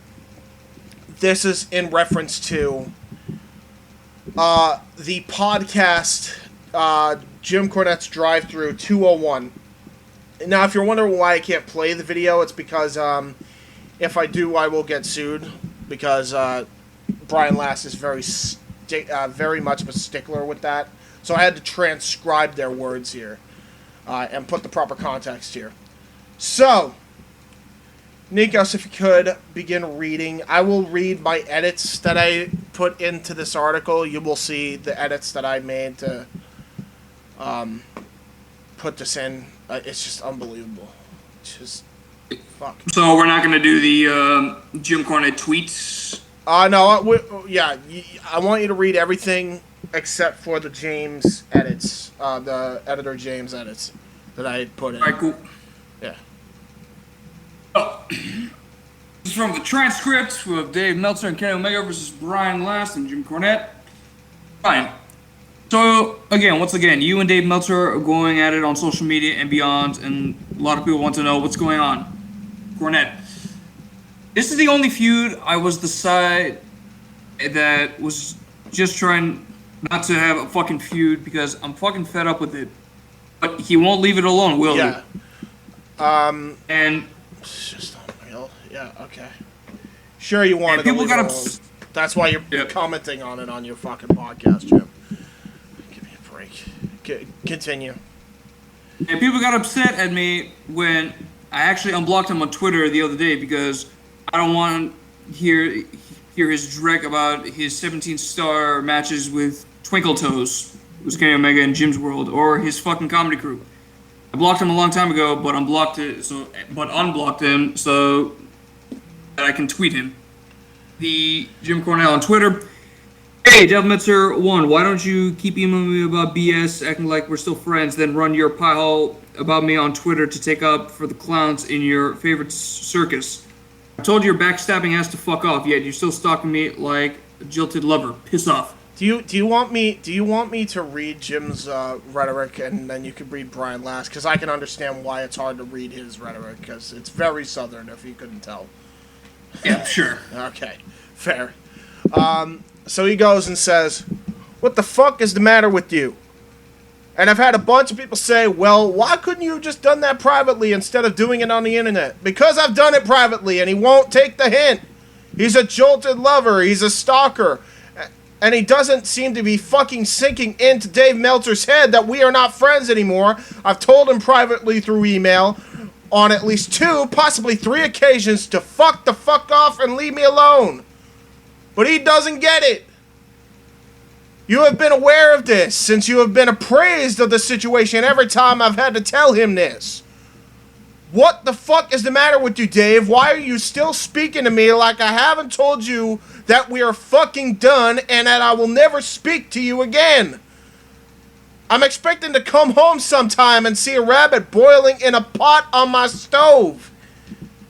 It's fine if Dave wants to knock me, fucking bury me, and slander me while taking up for his little lollipop guild and all that stuff. I don't care. But he keeps, at the same time, interacting with me as if we still speak, and like I have told him, and like I have not told him, in a variety of different ways, and a variety of several instances, to fuck off! I'm not speaking to him anymore. We are not friends. He's a backstabbing prick, and I don't want anything to do with him. You and I have talked, Brian, about why he cannot understand this. He, of all people, should know, after we talked to each other for over 35 years, when I'm working and when I'm shooting. Is what I'm saying in any way sound like a work, or does it sound like, fuck you, leave me alone, you've had your chance, you blew it. We are not friends anymore. I don't care. I don't want to talk to you. In your opinion, Brian. Sounds like that being shoot, and I think anyone who knows you would know what that sounds like, and that's why to me, I must admit, and I have been privy to a lot of things, and it has always made me laugh when after all this, he still has emailed you time and time again, as if none of this is going on less. Jim then reads an email that Dave Meltzer sent him on June the 18th, 2021. It was unsolicited in his words. It was in relation to some card game called Guess the Card, which was in relation with the original Sam Steamboat. And by the way, it wasn't called Guess the Card. I thought it was Guess the Card. It's actually called Guess the Program. So I got that. I misinterpreted what that was. But yeah, it's called Guess the Program.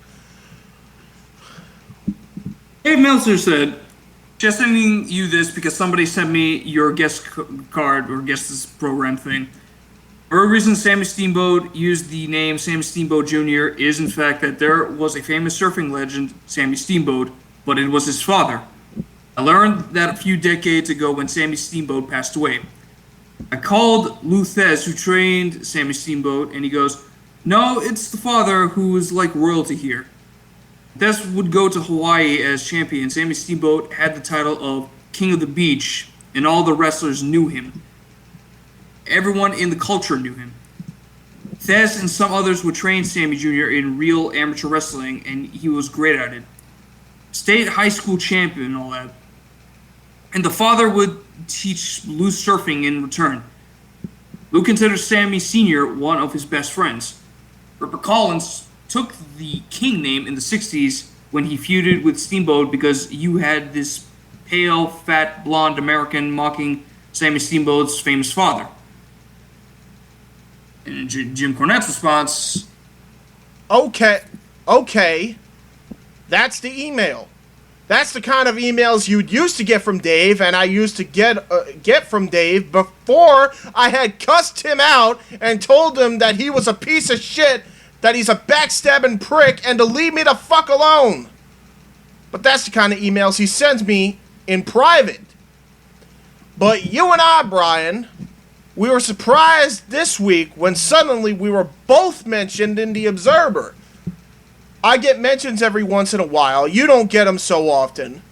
But the same guy who decided to email me a jovial note about Sammy Steamboat trivia decided to write about you and I in the Observer this week about the fucking guy hitting the ring on AEW television again. Now, here's my first note on this bullshit. Editor James's note number 1. Jim then goes and talks about how kayfabe used to be real and that run-ins by fans would happen on a nightly basis. Oh yeah, because that wasn't dangerous and stupid at all even back then, albeit necessary for the time for wrestling to be a mainstay in pop culture in the long run.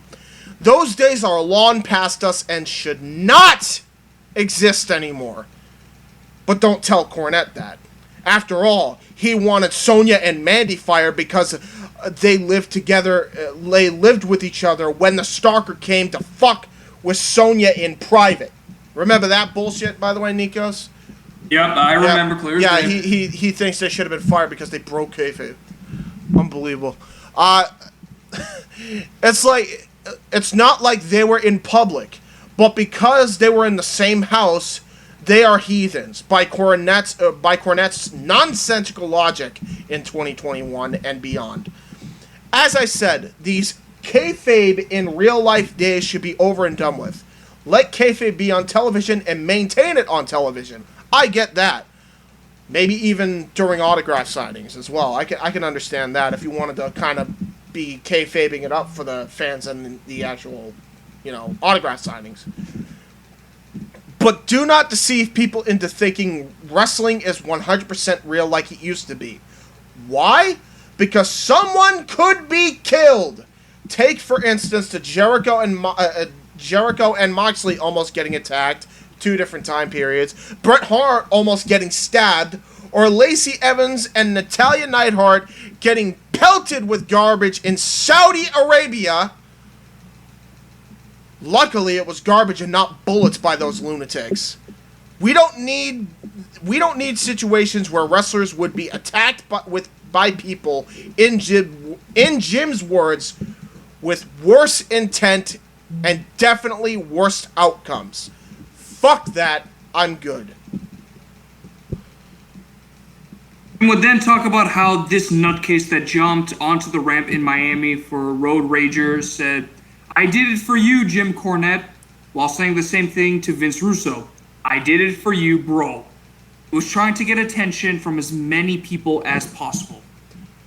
Jim then replied with, "But Dave, to his credit, immediately when the story was going around, tweeted, 'No way Cornette would approve of this or would ever have approved of this.'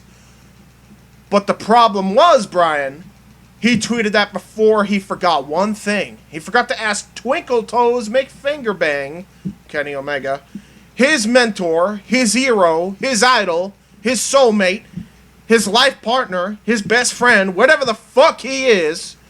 He forgot to get Twinkle Toes' opinion, because once Twinkle Toes decided to take the opportunity to stir up his, quote, low IQ followers, because let's face it, anybody who thinks that Harpo Fingerfuck, another derogatory name for Kenny, is a goddamn real and legitimate professional wrestler has to be a complete moron. He's got his low IQ followers all riled up by blaming it on me, so that I could be a bad person. So that my critiques of his bad emoting, as you, Brian Last, have termed, would have less cachet with the people. By the way, that's not at all the fucking case, and we're about to give the full context here right now. So please read these out. I'll read out the tweets if you would like, but I will also actually give, I'll read the tweets, but you can read the actual descriptions. Just to give context, Kenny Omega tweeted this, and it was actually raised a fair point. Kenny Omega Man X, yeah. It's finally time to go for it. Yep. Go for it. It's finally time to assume some responsibility and dial the online persona back a bit. Your low IQ man children have evolved from patrolling your comments to actually acting out in attempted violence. Now, Noah Foster, our boy, weighed in with this truth. Now, here's the thing. The low IQ bit on his tweet may have been a little bit much, because not every listener of the Jim Cornette Experience is of low IQ. I'm one of them. I understand what he meant, though, because there are fans that take this shit way too fucking seriously, like Jim Cornette does, and he calls them low IQ. It's fucking factual. Sorry to tell you, that's exactly what it is. Anyway, let's continue here. The Jim Cornette replied to Kenny saying this: "You and I agree for the first time, this guy is a moron, or he wouldn't have been at the show with your phony ass on it. 2 clarifications. Unlike you, I've seen violence in an arena, and that wasn't it. And secondly, looking at your supporters, I wouldn't toss the phrase low IQ around." Nice. Good one, Jim. Yeah, because everybody that supports Kenny Omega is, I guess, low IQ, not the fucking raving lunatic that wishes death upon them, I guess. Fuck me. Kenny Omega replied with, "Hey Jim, I think you're one of the greatest wrestling historians going, and I enjoyed your work with Dark Side of the Ring. For whatever reason, for whatever it's worth, I sincerely hope that you're remembered for your positive contributions to the wrestling business. That's all." OTR Central also weighed in. I'm not sure how I feel about this, but, go for it.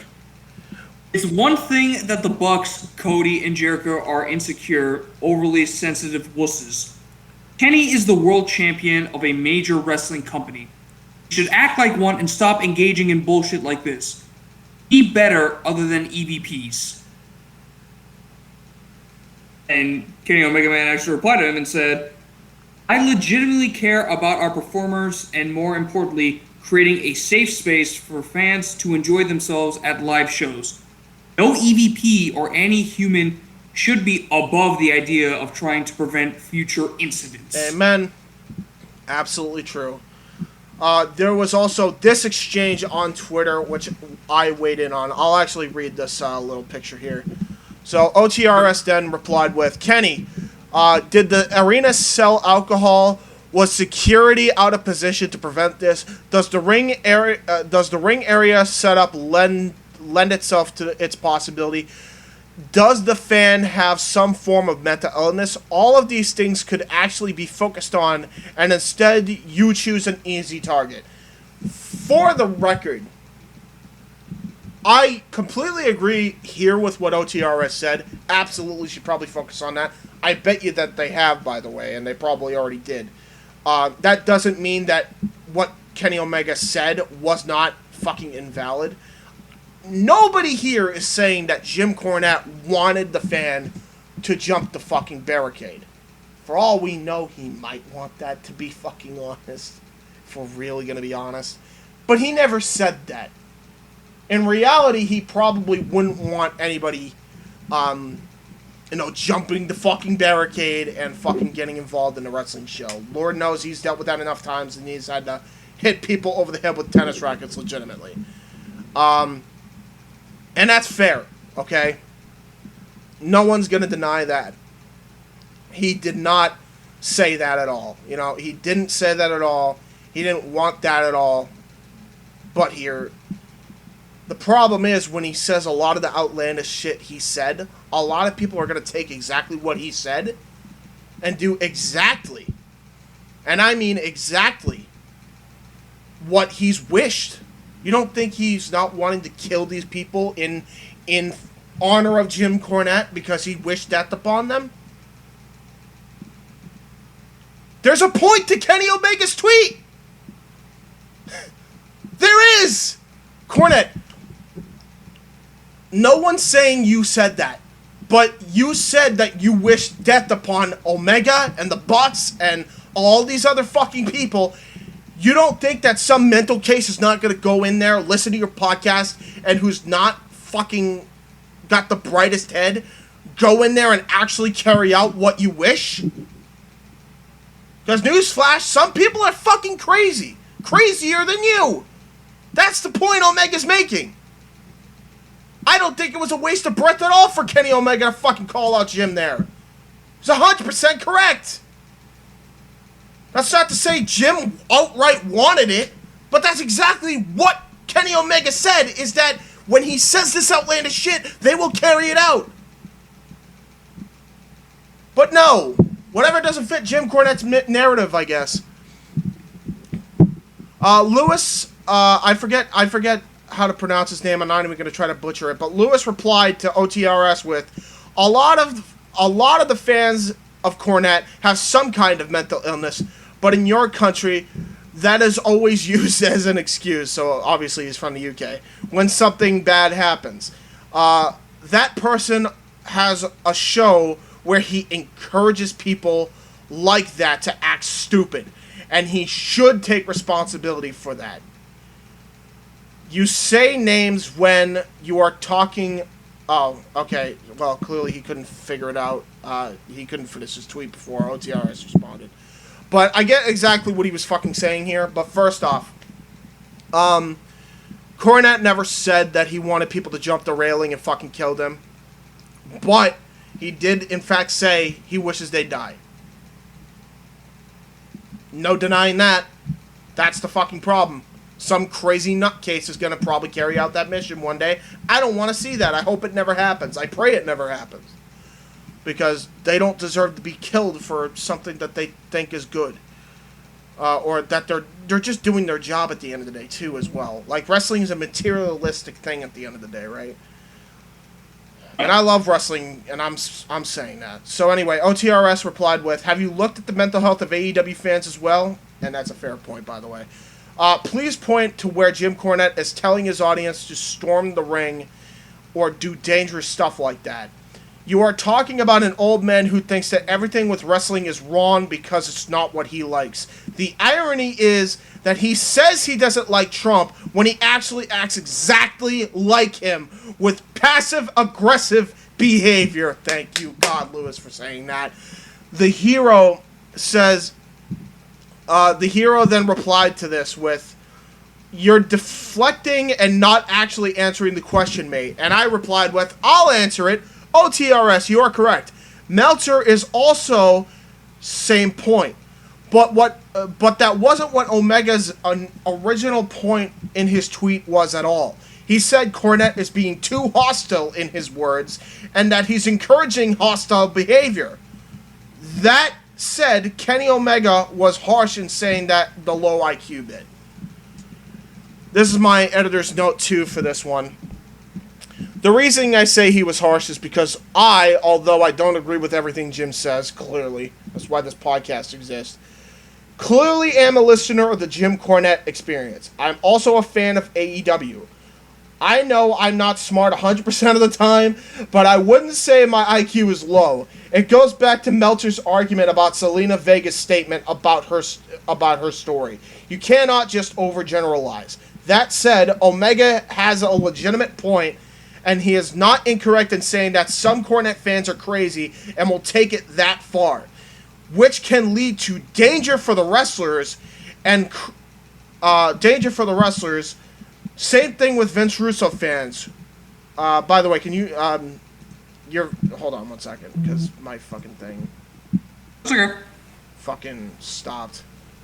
I just need to put my headphones back on instead of them going mute and deaf. Which can lead to danger for the wrestlers. Same thing with Vince Russo fans, which not only has Omega said they share the same crazy traits as Cornette's fans, but Eric Bischoff has also said this. Eric has gone to say that that both Jim Cornette and Vince Russo have a lot of similarities, more than they care to admit, on his 83-week show with Conrad Thompson, especially their way to spin a story to make them look like the good guy, which I 100% agree with. Nevertheless, context is provided. We continue. Jim Cornette then replied with, see, remember now, between the Bucks and Olivier, Omega, and their whole inner circle, they got their heads so far up their ass to sniff their own farts that they can't really see the daylight to know what's actually going on. So they think they legitimately are great wrestlers, and that I'm the one that's fucked up. So they try to get the people on that. Once Uncle Dave Meltzer hears that Twinkle Toes, Omega along with the Bucks, have changed their story, then he feels that he needs to go back and make sure that Twinkle Toes is happy by expressing the same opinion. Have I pretty much relayed the chain of events in the correct chronological order, Brian? And Brian replies with, for the most part, yes. I mean, we don't know why what got into the Wrestling Observer, got into the Observer. You can certainly assume there were certain words that have been said by the Young Bucks and Kenny Omega that suddenly Dave is saying are talking points. All of a sudden, Shock Jock is in the mix, and that came up. That came right from that camp. I don't want to say too much about what I think right now, but I think Dave really, really cares what the Young Bucks and Kenny Omega think. Jim replies with, Jim Cornette that's an understatement. Now, I have another edit here, and I actually linked to the tweet here. I'm gonna actually post this whole article for people to read once I make this read only, so you can read it for yourself. This transcription of everything. As we have read in the context section of the original tweet, Jim Cornette and Brian Last are spinning this as Meltzer changed his mind when Omega tweeted that Cornette should dial it back on his show for the safety of the wrestlers. That said, OTRS made very good points on how to avoid that in the future, despite what Jim Cornette says. But alas, that's not the point here. Corny said because Omega and the Bucks don't like him, that all of a sudden Meltzer is doing a take backsies, if you will, which again is 100% incorrect. All you have to do is look at the initial Twitter exchange that Kenny and Cornette had to see that Meltzer did not say any such thing on Twitter or the Observer article, which we will get to. To add context, Meltzer said Cornette's brazen fucking comments will make people that are crazier than him act out Cornette's wishes of violence. That is the fucking point that both Meltzer and Omega brought to the limelight. Not once did they say, you fucking said, Jim, I want the fan to jump the fucking rail. We know you're not that dumb. That's not their fucking point. We got that? Good. Jim Cornette says, I think he's just so thrilled that these people have taken him into their bosom and he's become one of them after all these years. The cool kids like him, and he's socially awkward to begin with. Not like me. I hate people. I'm not social at all. Dave is socially awkward, and he doesn't know how to talk to people or be around people. Yeah, you couldn't fucking tell me you're not fucking social. So they've taken them into their bosom, and I guess it's, you know, like a fucking starving man given a cheeseburger, or a guy that gets out of prison, given an ugly girl or whatever. You're going to town on it. What the fuck? Okay. But let me read you what he said in the Observer this week. Jim Cornette then also would go and say, I think he's just so... Oh, all right. I copied that over twice, apparently. In fact, let me just erase that real quick. Bye-bye. If you like, I can read the Observer... Yeah, please do. Paragraphs here. Yeah. Fan who hopped the rail at the beginning of the Chris Jericho MJF segment and Jericho threw a few punches at, later went on Twitter and claimed he did it for Jim Cornette and Vince Russo. A moment it brought up the ugliest part of Shock Jock's social media and mental illness all in one package. Yep. Both Cornette and Russo make it a habit of burying AEW. Cornette, because of the Young Bucks and Kenny Omega's success, hit a bad nerve because it proved times changed and he was out of touch, and the more success they had, the more he had to yell and scream that they weren't. Russo was just mad because Khan would never hire him, and he could pull the rating stuff for people who don't understand how television has changed in the last 10 years. Anyway, you have this guy looking for attention from both Cornette and Russo, which is an irony in and of itself, saying he wanted to show these guys dressing up and playing wrestlers were pussies, so he wanted to attack them. The guy was nuts, but he was encouraged by Cornette's hate speech and wanted to impress Cornette, who promptly figuratively told him to go to hell and that he doesn't condone anyone jumping the barricades. So that doesn't put Cornette over Donald Trump, the guy he's usually compared to, because Trump would have wished the guy well. Look, Cornette. Which, by the way, hold on. Stop that real quick. Stop that real quick. I just want to point out, wishing somebody who is mentally ill is not something to get angry over Donald Trump or Jim Cornette over if they were to do that. I'm not saying they do, but like, you know, you wish people well. I mean, that's just a civil thing anyway. I mean, you can't just... Common decency. It's just common decency. I'm not saying that Donald Trump is a fucking nice man. You know, he's had a lot of fucking bad things that he's done. I'm not saying that he's the fucking greatest guy since sliced bread or whatever, but it's just a fucking common decent thing. But yes, he's not wrong. Dave, with that said, Dave's not wrong in that initial statement. He literally still stands by what he initially said, which was that Cornette never outright said, I want you to fucking jump the barricade and interrupt the show. He never said that. So he's doubling down on defending Cornette in that aspect. If you notice in this fucking article. Continue. Yes. Look, Cornette never wanted anyone to jump the rail, and the guy had a screw loose. But the guy went out and told everyone he did it to impress Cornette, and to a lesser extent, Russo. Are they responsible because one of their listeners is a nutcase? No. Will either reflect on the fact that even though the guy was a nut, they were the ones who influenced him by their own over-the-top stuff? Of course not. Mega wrote, is it finally time to assume some responsibility? Yeah, we already know that you could skip that whole quote. Yeah. Irrational hate on people for no reason other than... Oh, wait, actually... Yeah, you could skip all that. We already provided the context earlier. Just go from one thing is for certain.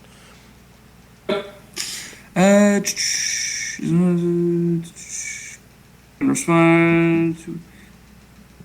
responded by agreeing that the guy was a nut and that they agree that on one thing. They said, 2 clarifications. Unlike you, I've seen violence in the... Yeah, that wasn't like it. Secondly, we already read that. One thing is for certain. One thing is for certain. Yeah, that's Dave speaking right there. Yeah. Oh, one thing is for certain. Jim Cornette is among the last people who should talk about IQ levels of supporters because legitimately, that's the one thing he has in common. Vince Russo is some of the dumbest supporters, which does not reflect on their childish shock jock attempts to rile people up for attention. Yep.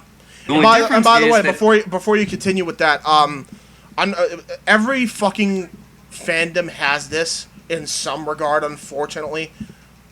People are fucking nuts. You know?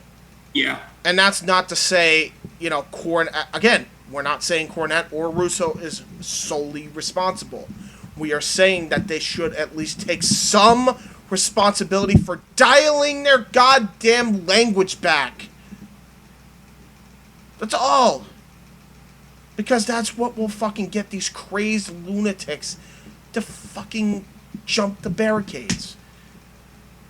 I'm not saying you can't take measures to prevent that, like OTRS said, but, like, that's the main point of this article is their shock jock humor encouraged the guy to do this.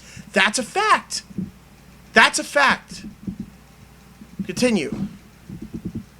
The only difference is that Cornette is actually so entertaining, people still talk about him, while Russo is almost completely ignored at this point. In fairness, that's accurate.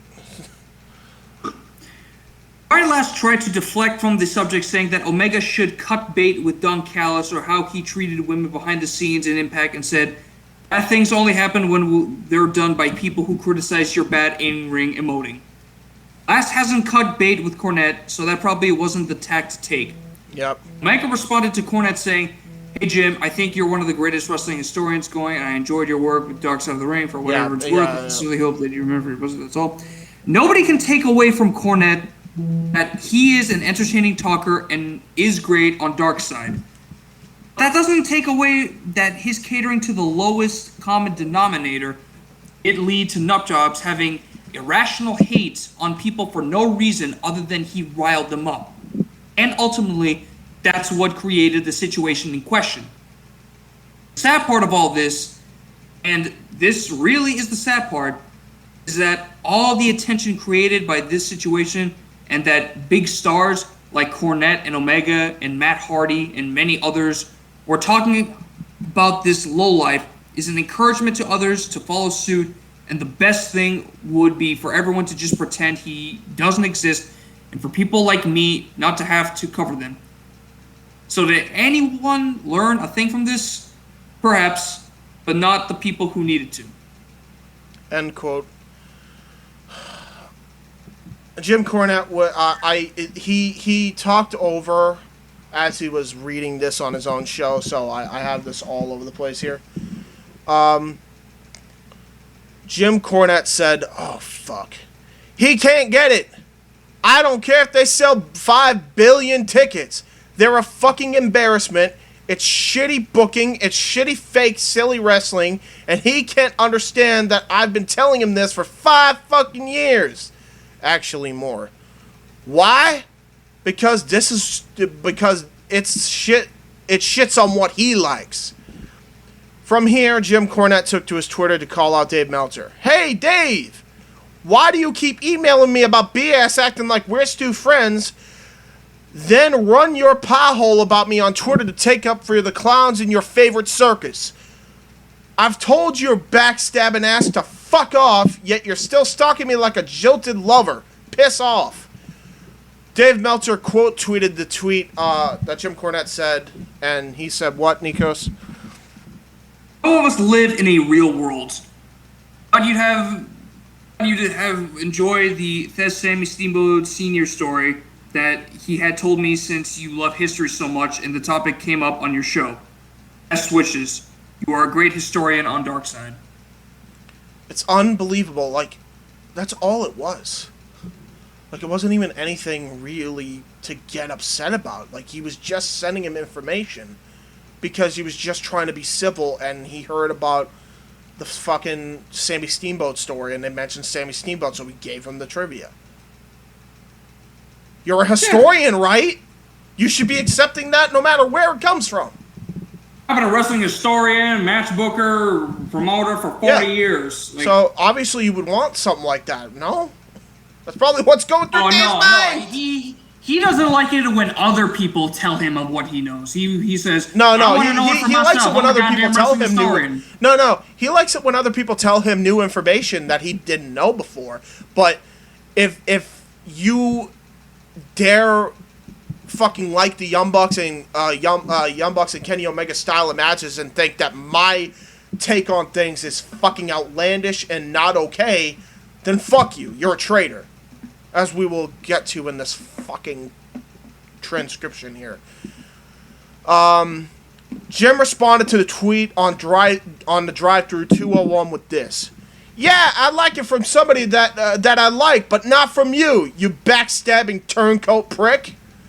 That's it, so I'm sorry. I was willing to overlook that you like these fucking people and joke about it, even in all evidence to the contrary, that you think they're good wrestlers. I was willing to joke about that and move on, and not knock you, Dave, but you choose to do the out-of-touch thing like, oh my god, he's so out of touch. People started eating cow shit off the road 5 years ago and liking it, but he refuses to. He's out of touch." Which is just, oh my god. Anyway, go on with Brian last fucking comment on that, but yeah. Apparently eating cow shit is the way he compares watching AEW television. And hey, look, that's your fucking opinion. I know plenty of people who have that opinion but think you're out of line for fucking having the outlandish takes that you have. So there you go. Yeah, do me a favor. I've listened to Dave on his show. Dave, don't call someone out of touch. You have no idea what's going on in the world outside of wrestling. You have zero idea of the real world outside of wrestling. Do not call someone out of touch. That's from towards the end of that fucking segment of the podcast. I put it in there just to add some proper context to it. Andrew Guineo weighed in with a reply to Dave, and it reads, if everyone agrees that the Jim Cornette is a great historian on Dark Side, then maybe he actually has some good points on modern wrestling. And maybe, in fact, does live in the real world? Question mark? Come on, Dave. My editor's note on that, on all of that section that I just kind of edited was, Andrew, you do have a point here, and I'm glad you used the phrase, some good points on modern wrestling. You are absolutely correct. I even agreed on his point with Ricky Stark's ex-Brian Cage match recently. He has a tremendous and real persona that comes across real whenever on television. Take, for instance, his incredible backstage segments with Eli Drake and Chris Adonis during GFW Impact years ago. The problem comes in where you have to fish out the bullshit.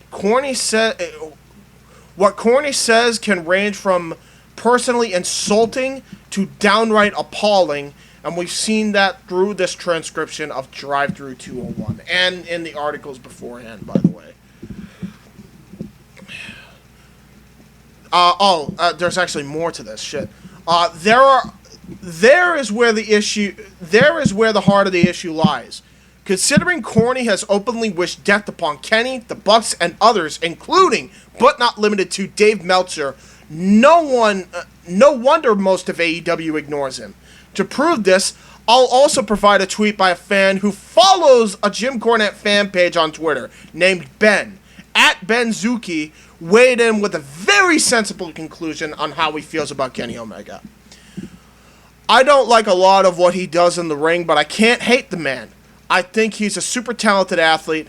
It's just that what he does with the talent, I'm not a fan of. I wish some of these guys would listen and try to improve on some things that Corny points out. Gonna be honest, I'm corny all the way, and some of the stuff Omega has done in the ring is terrible and embarrassing. But listening to him here, he comes across like a genuinely nice person, just with a very different view on pro wrestling. If Cornette talked like Ben talked, I bet you the Young Bucks, Omega, and others in AEW would improve.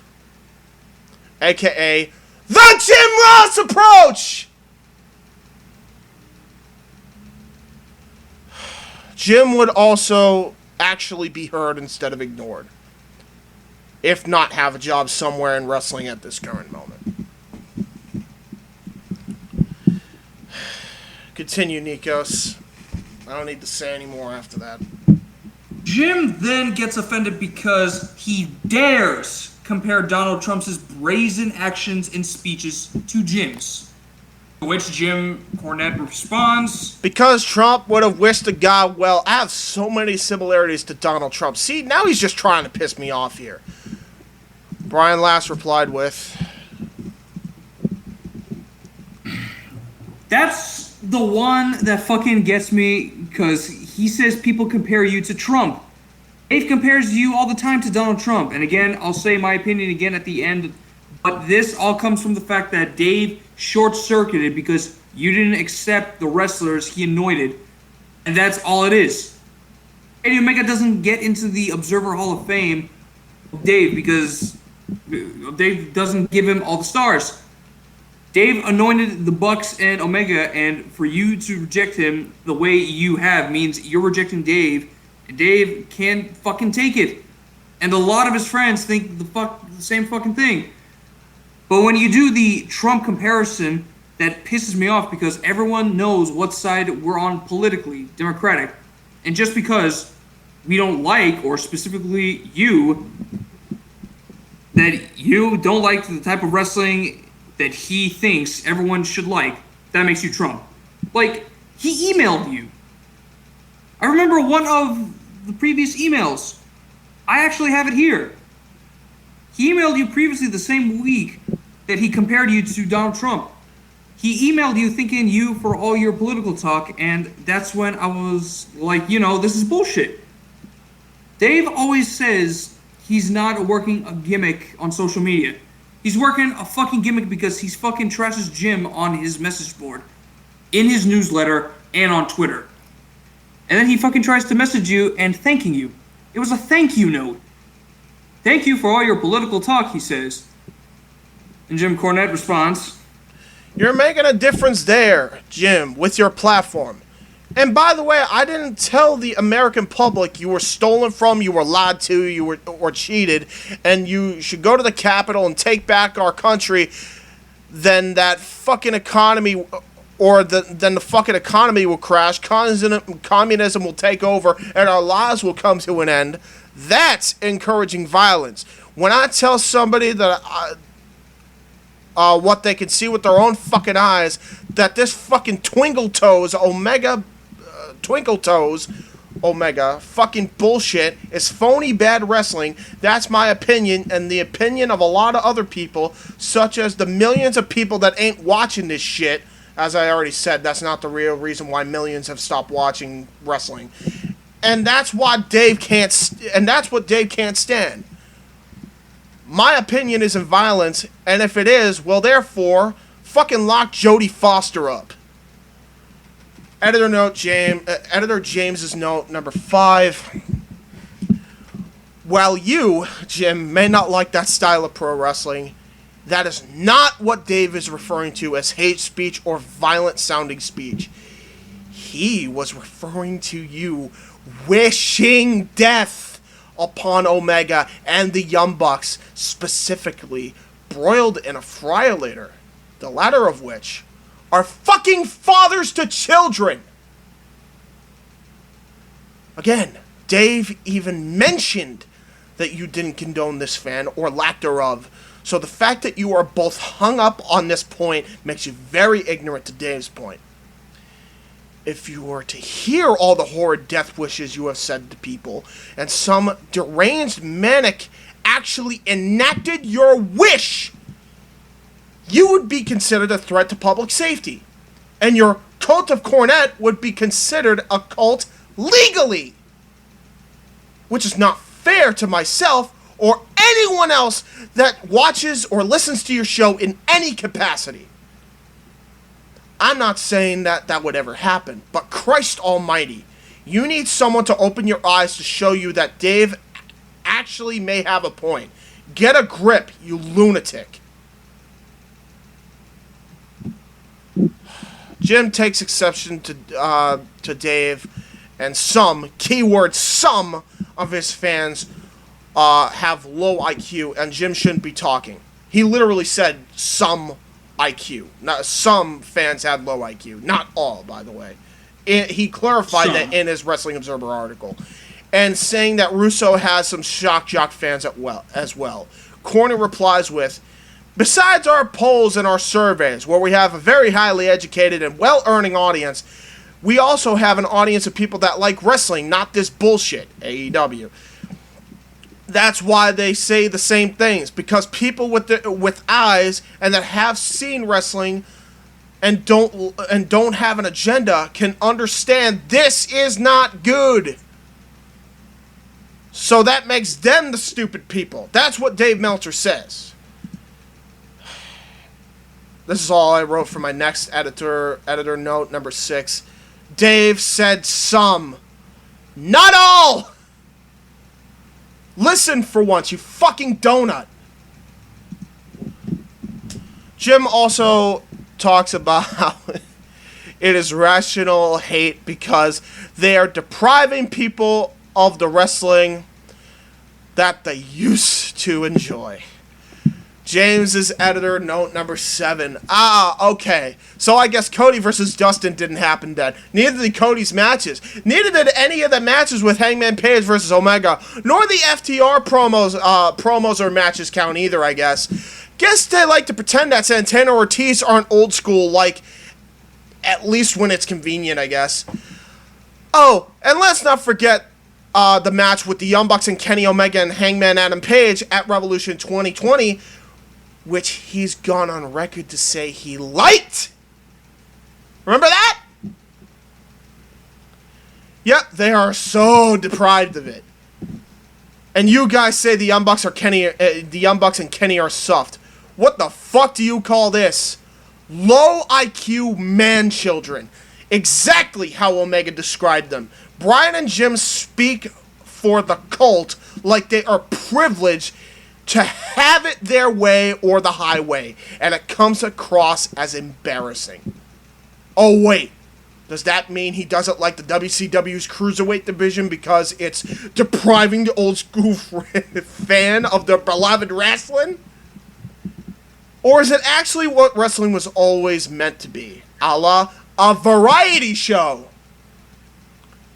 Anyone who can understand what I'm saying knows what the right answer is. Jim blabbers on about how he and Dave on his show were... he had Dave on his show, excuse me. Jim blabbers on about how he had Dave on his show 3 years ago and how he couldn't understand how Dave couldn't wish death upon these play wrestlers. Jim Cornette replied, or Jim Cornette started the thing off with. Actually, just to make sure my fucking thing doesn't go off. I think it did. I was so into it that I didn't even hear the thing. Jim Cornette replied with, he wouldn't come off a thing off this subject. On Twinkle Toes, Omega, or on Wrestling the Invisible Man, PWG and GCW, like wrestling like comedy, or the sex doll matches, or all of the dance routines, he wouldn't knock it. But did I say fuck you to him on the air, Brian? Did I fucking ream him out? Did I call him a piece of shit and argue with him? No, I didn't. Because we've been friends for a while, and I couldn't understand why an old friend of mine that used to know wrestling and used to love wrestling and watched all the wrestling in the world and talked since, I couldn't understand what had gone on with him. But I laughed about it as much as possible, and I still maintain that Dave really cared about what he was doing. Dave cared about being right when it came to reporting shit. Cared about being right when it came to historical pieces, the obituaries, and the tributes. And that he really cared all these years and had done an incredible job applying himself towards towards trying to document wrestling, and he didn't mean to lead people astray or mislead them with information. He'd correct things when he knew he got them wrong. That's the Dave that I knew for 30 years and the Dave that I had taken up for. Not just when he was on the program, but I had said many times when other people like Bruce Pritchard lied about him. Now let's face it, you can't believe Bruce Pritchard if his tongue was fucking notarized, or Eric Bischoff who's a complete fucking idiot. Gotta fucking... There we go. Sorry, I had to fucking do that, make sure my fucking headphones don't go off. Sorry people. Yeah, who's a complete fucking idiot, and all these other people that wanted to knock him or discredit Dave because they wanted to rewrite history and not be blamed for their own stupid things that they were involved in. I took up for Dave Meltzer because he was telling the truth, and I would tell people that. And finally, it got to the point where he kept going over the moon about Twinkle Toes, Omega, and AEW, and the Hardley Boys, Young Bucks, and the whole 9 yards that I had to say, weed's legal in California.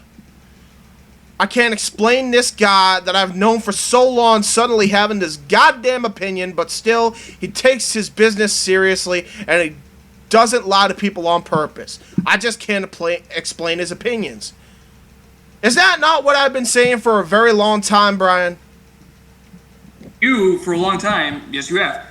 Longer than people realize, because we started hearing from people who would see things on the message board or little shots in the Wrestling Observer.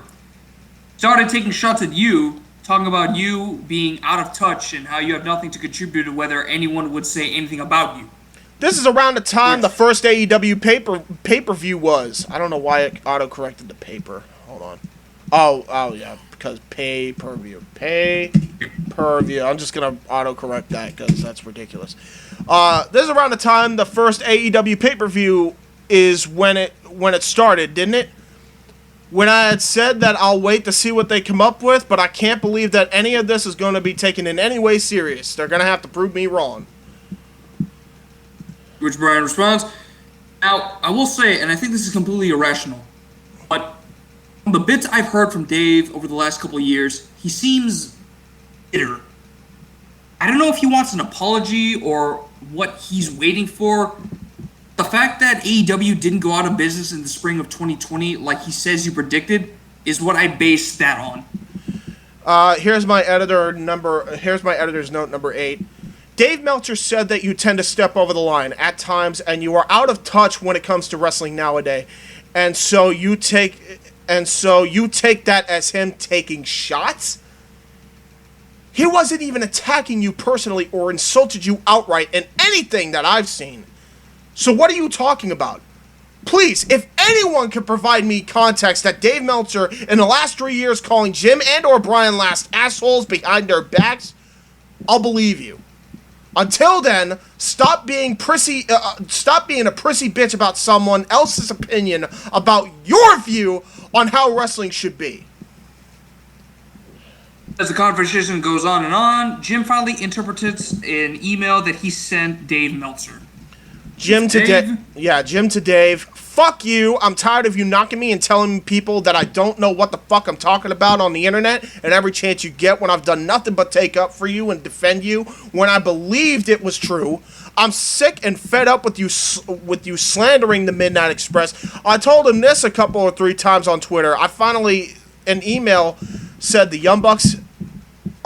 and finally an email saying the Young Bucks are the modern Midnight Express. I said Midnight Express did not get in between this thing. There's no reason to talk about them like that. Like, that was a fucking insult, by the way. What the fuck? That's a compliment in Dave's fucking line. It's not supposed to be taken that fucking way. Anyway. There's no reason to talk about them like that. I've told him that a couple times, and finally I said, fuck it. You like these guys so much? Fine. You backstabbing prick. Fuck you. Love on them all you want. We're done. Oh, let's see. Yep, alright. I'm just making sure I didn't hear my dad just now. Then he still wouldn't stop sending me these fucking emails, so I had to tell him again. I think I sent it to you, Brian, the second one. We're fucking done, asshole, backstabber, turncoat, traitor. I wasn't the one knocking you. You were the one knocking me. I laughed about your fucking weird wrestling taste, but I defended you as a person, and you proceeded to trash me. Because you're so in love with Twinkle Toes, Omegas, Ballsack, and the Hardly Boys, Young Bucks, fucking taints. So you're going to stab me in the back and slander me all over the place? I'll tell you again publicly now, Dave, because I've told you privately and it don't fucking take. Fuck you. We're done. I don't ever want to speak to you again. I think you've gone completely insane, and so do many of your old friends. I don't know what's going on in your fucking life. Are you on medication that you need to be off, or do you need some to be on? Or are you off some that you need to be on? But get this through your head. It ain't a gimmick. It ain't shock jock. You ought to know better than anybody. It's me. I don't like them, and I don't like you now. And I'm going to continue to say it whenever the fuck I want to say about their shitty wrestling. Because they're sabotaging the business I spent 40 years and used to have a lot of affection for.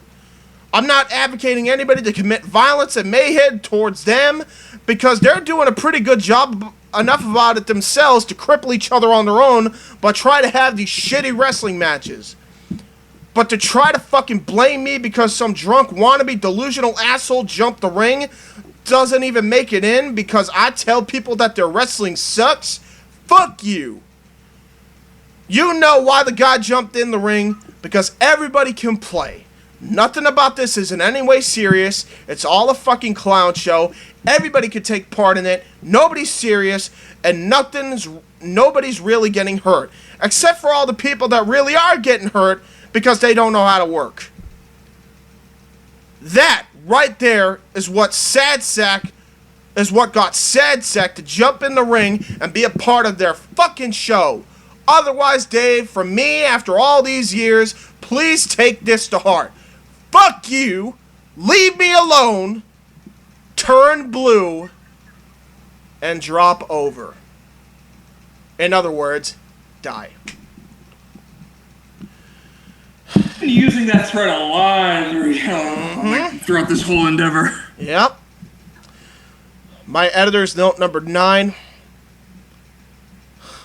Talk about a fucking fake friend.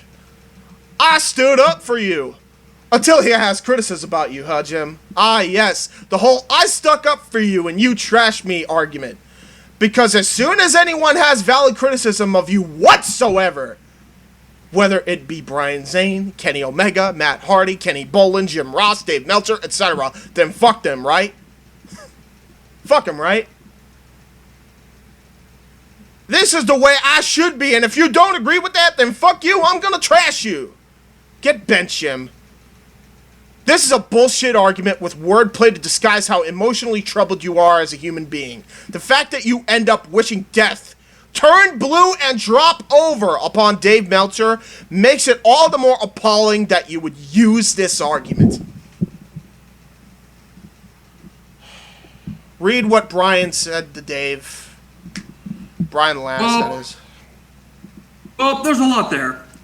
I will say, I've been someone on this show who typically, even going back to the Bruce Pritchard episode where I followed Bruce Pritchard on the air, defended Meltzer because Dave was right.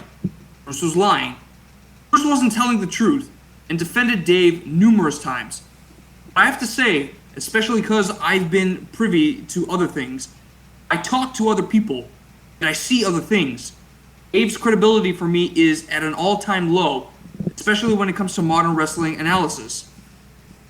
I see sometimes when you go, oh, you just kiss AEW's ass, Dave will say, well, you don't read the Wrestling Observer. I read the Observer. I've read every issue of the Observer. Dave will say, if you think something is wrong or right based on hearsay. I mean, remember when he said that he thought they had a woman viewer problem because he heard from like 3 women in his life about it?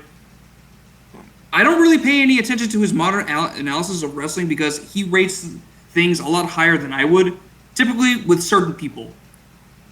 And also, he doesn't call out the bad stuff. Chris Jericho could go out there and do a universally hated segment and he won't say anything about it. The Young Bucks, when they do bad stuff, he'll defend it even when the booking doesn't hold up. He loves the Young Bucks comedy. I'm sorry. Dave has become the 60-year-old man going to the K-pop concerts trying to fit in. He thinks we don't fit in because we're not trying to dress like a couple of 20-year-olds and go into a K-pop concert, but we're actually living in reality. And it really bothers me when he attacks the listeners. Because he's a fucking listener. But when he attacks the fucking listeners as low IQ, that's where I have a problem with him. Look, every audience, and we said this before, every audience has their crazies. Everyone. Dr. Ruth has fucking crazy fans, and everyone has crazy psycho fans. But you attacked our audience and what he wrote in The Observer about our audience. Hey, listen. When are you fucking embarrassed about your own message board and everyone involved with your fucking website is embarrassed by your message board and you talk about it? Don't talk about our people. Go look at your own fucking shop, Dave. And you wonder about low IQ. The Wrestling Observer Awards, which Dave holds those things up because, they had covered them in some of the Japanese magazines and different things. It's a small percentage to the Observer readers that vote on them, but they are low IQ. I got nothing wrong with Brian Alvarez. I always got along with him. I haven't spoken to him for many years, so this is not a shot at him. But his book, 100 Things WWE Fans Should Know and Do Before They Die, was voted Book of the Year over Andre the Giant's biography and Buddy Rogers' biography. The high IQ voters for the awards decided to look past the 2 landmark publications of the Andre the Giant's biography and Buddy Rogers' biographies and focus on the 100 things WWE fans should know and do before they die. Again, not a shot at Brian Alvarez. I hope the book did well. Obviously, it probably did. But you mean to tell me this high IQ audience voted for that book over, again, 2 landmark publications in terms of research and wrestling history? So don't give me the IQ bullshit. Again, it all comes down to the fact that Dave has lost the concept of wrestling. Dave has lost the plot. And Dave is in a midlife crisis in a wrestling bubble. That's scary. He is completely in love with the Young Bucks and Kenny Omega. He anointed them, and if you have a problem with them, he comes after you. He goes after people on Twitter in the most disrespectful, condescending, and clown-like way possible. And he somehow thinks that behavior is acceptable. He has no idea how to interact with people on a normal level. I've got lots of old audio of Dave. You know, on various shows, we played old audio of Dave. He's not the same fucking guy anymore. He could barely get through a sentence. So, I'm not going to listen to him tell me what's in touch and what's out of touch. Or who has a low IQ audience and who has a high IQ audience. Because he's just as embarrassed about his people as his audience. Trust me on that. I'm not going to listen to any of this. Dave, go kiss their ass in private. If you defend them publicly, we're going to fire back. Ridiculous. You've been sending Jim these fucking emails for months. Every time you're rip Jim publicly, and then you send him these emails. Then he goes on Twitter the other day and says, I was just being nice. Oh, so basically everything you're doing is a work they get fucking love from the Bucks and Omega? And then when they're not around, that's when you send him the nice emails thanking him for his political coverage and giving him wrestling information? Get the fuck out of here. That's basically Dave's criticism of Dave's fucking tweet. Now look, there's a couple reasons why Dave wanted to do what he did to send Dave a thank you. One, he probably agrees with him politically. That's number one. Two, he probably wanted to send him wrestling knowledge. I mean, how is that fucking wrong? Like, oh, that's not civil behavior. Another reason is he probably is just trolling Jim. Which I wouldn't put it past him. Because, yes, Dave has been a little bit immature on social media, but anybody with a fucking social media account is immature. It's a fucking problem. It's a fucking epidemic in the entire world. So, I don't want to hear you, Brian Last, or Jim Cornette say anything about, they fucking have a condescending fucking things to say on social media, when literally you guys are the kings of it. So, give me a fucking break. Anyway, Editor James, note number 10. While I agree that Dave has had some brash takes and has gone a bit far at times, not the right times, no one is perfect in this world. Dave should probably take a break from social media for a bit. Sure, I've seen him say outlandish shit, but now you're misrepresenting his opinion on Jim's takes, as well as what he's saying. Again, once again, saying again, rather, yeah. So I'll read that out again. I've seen him say outlandish shit, but now you're misrepresenting his opinion on Jim's takes, as well as what he's saying again. Once again, he said some, not all, do not have high IQ. This is factual. He also said some fans are crazy. Some crazy fans may try and react to Jim's comments. I think I fucked up here. Hold on. He also said that some crazy fans may try and react to Jim's comments that way when one of his fans or listeners is a nutcase. Basically, what I'm saying there is, if a fucking crazy-ass motherfucker listens to Jim Cornette and believes him and is mentally unstable, he may reenact what Jim Cornette's wishes are, which is for them to die, is basically the point there. In this case, when you have a guy like Jim who literally told Kenny Omega and the Young Bucks that he wants them to drop dead, what if one of those few crazy fans actually carries out that horrific wish? Not saying it will happen, especially not anymore after this, God willing. But it's the every reaction will generate an opposite reaction principle. That's the point Dave was making. Furthermore, when you say you're not disrespecting Brian Alvarez, okay, he shares a lot of the same opinions of wrestling as Dave Meltzer does. He also thinks that your views are not right for the business. What now? Are you going to Are you and Jim going to fire back at him and wish that he would broil in the fryer later? Give me a break. It's embarrassing that this is the kind of reaction that you guys have towards Dave, considering you guys say he says such outlandish shit on Twitter, and it's not proper social behavior. What the fuck do you call this? It ain't socially acceptable, especially today. Conclusion. While Jim has a very bright mind for the business and has moments of brilliance throughout his wrestling career, his podcasting career has made him into one of the most insufferable critics to listen to in the IWC and overshadow a lot of the good he's done for wrestling. At the end of the day, you can't stop corny, nor do I want to. These are moments where I listen to him. There are moments where I listen to him where he generally makes good points, regardless of his feelings towards pro wrestling. That would have made the segment 10 times better. I mentioned Brian, the whole fucking... I'll actually read that again, because that was fucking... I fucked that up. There was a lot of reading, folks. I'm sorry that Nikos and I had to go through. There are moments where I listen to him where he generally makes good points, regardless of his feelings towards pro wrestling. That would have made the segment 10 times better. Like I mentioned Brian Cage and Ricky Starks, for example. He's definitely a great character / personality on camera when he's in the realm of kayfabe. But that's in kayfabe. Despite his dialect, actually. I want to make sure you can hear me in case... Oh, you're heard. Well... there we go.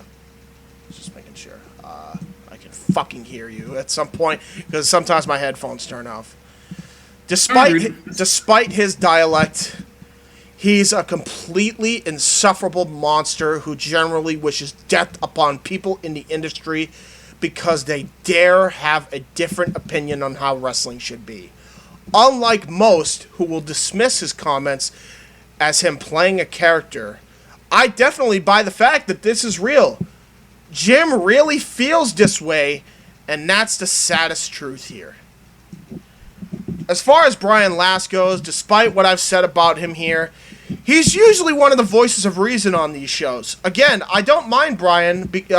I don't mind that Brian doesn't like the current wrestling product. That's totally fine. If he thinks Tony Khan is a terrible booker, that's fine. If he's not a fan of Omega and the Young Bucks style of matches, that is fine also. That's his opinion. But at least I never hear him wish that they drop dead. At least I never heard him say that Justin Roberts is the worst, at least when he says that Justin Roberts is the worst ring announcer he's ever listened to, which is his opinion, and not go as far as Jim did, where Jim said he ought to be registered as a sex offender. That even made his co-host Brian Last uncomfortable. It's at least he says it reasonably and he doesn't go overboard like Jim does, for the most part. As far as Kenny Omega goes, he and the Bucks have created something that I never thought I'd see again in my lifetime. They helped create the #2 wrestling promotion in the world, and I respect them greatly for that. And in my opinion, I think AEW's programming has been great to excellent, with a few duds in between. I also enjoy what the EVPs, as wrestlers and as human beings. Or I also enjoy what they do as EVPs, as wrestlers, and as human beings. That said, I believe that the Young Bucks and Omega should take the high road and not respond to him at all. I do believe that OTRS is right and that they should take better precautions so that you can prevent all the crazies from trying to antagonize the wrestlers despite what Jim says. That's not to say Omega and the Young Bucks don't have a legitimate gripe because, as I said throughout the program, Jim has wished death upon them, for fuck's sake. Even so, I would avoid talking about him altogether publicly going forward. Just completely don't even give this guy the time of day, unlike what I'm doing here. Furthermore, if they did hear some criticisms that made some sense from this lunatic, like I have, don't take them to heart, but rather apply yourself to get better at those things you say you suck at, like fundamentals, and prove him wrong, if nothing else. I say that with all the respect to all of you guys, Kenny Omega, Cody, Tony Khan, the Young Bucks, Brandy, all you guys. Because I enjoy everything you've done up to this point, and unlike Corny, I'm not going to let the slightest amount of issues throughout your careers make me hate you and wish you death. For I am definitely not low IQ. Keep doing what you're doing, and keep making AEW as great as humanly possible. For Uncle Dave, I've never seen eye to eye with you 100% of the time, and I've had my own criticisms of you. Take back to Indy Force episode 3, for example. But Jim's old opinions of you still holds true. Don't let the current one make you think any differently. You do try your ass off like most in the community, and you have a tremendous amount of wrestling knowledge that is so valuable to your brand alone. You may overrate stuff sometimes, but you've even gone on record to say that those are your opinions and that they shouldn't be taken as gospel. You screwed up some stories before, but you've corrected them as after the fact. Don't let this man, or anyone who has a different opinion, get you down, Dave. This article you wrote on the situation was spot on, and probably your best piece of writing in ages. You handled it with serious forethought, and still maintained your stance that Jim would never allow that, which is true, but expressed the proper talking points as to why Jim should reflect on how he goes about things. Alright, hold on. Again, this fucking thing doing this shit. There we go. You were right here. You were not wrong about Jim Cornette.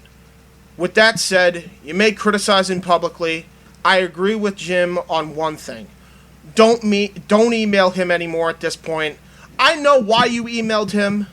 It was either to troll him or actually because you wanted to help him in his historian knowledge, or because you generally agree with his political view in reference to the political talk segment. But seriously, he doesn't like you. I would highly suggest not messaging him anymore privately, publicly. Publicly, whether it's positive or negative, different story. It's a different story, rather.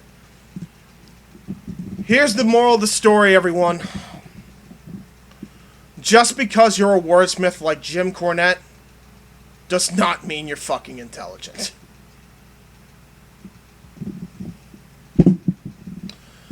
I got one more thing I wanna actually show, and I'm gonna just screen share this, Nikos. You don't need to fucking look this up. This is a video done by Brian Last, which is really, really well done, and I wanted to play this to pretty much end the podcast, then we'll give our final thoughts here on the JHebert side of things. So, without further ado, let go. Well, it's going to be an awkward Thanksgiving. By the way, this is in reference because everybody said that Brian Last looks like Jim Cornette's son, which, by the way, he actually does, in fairness.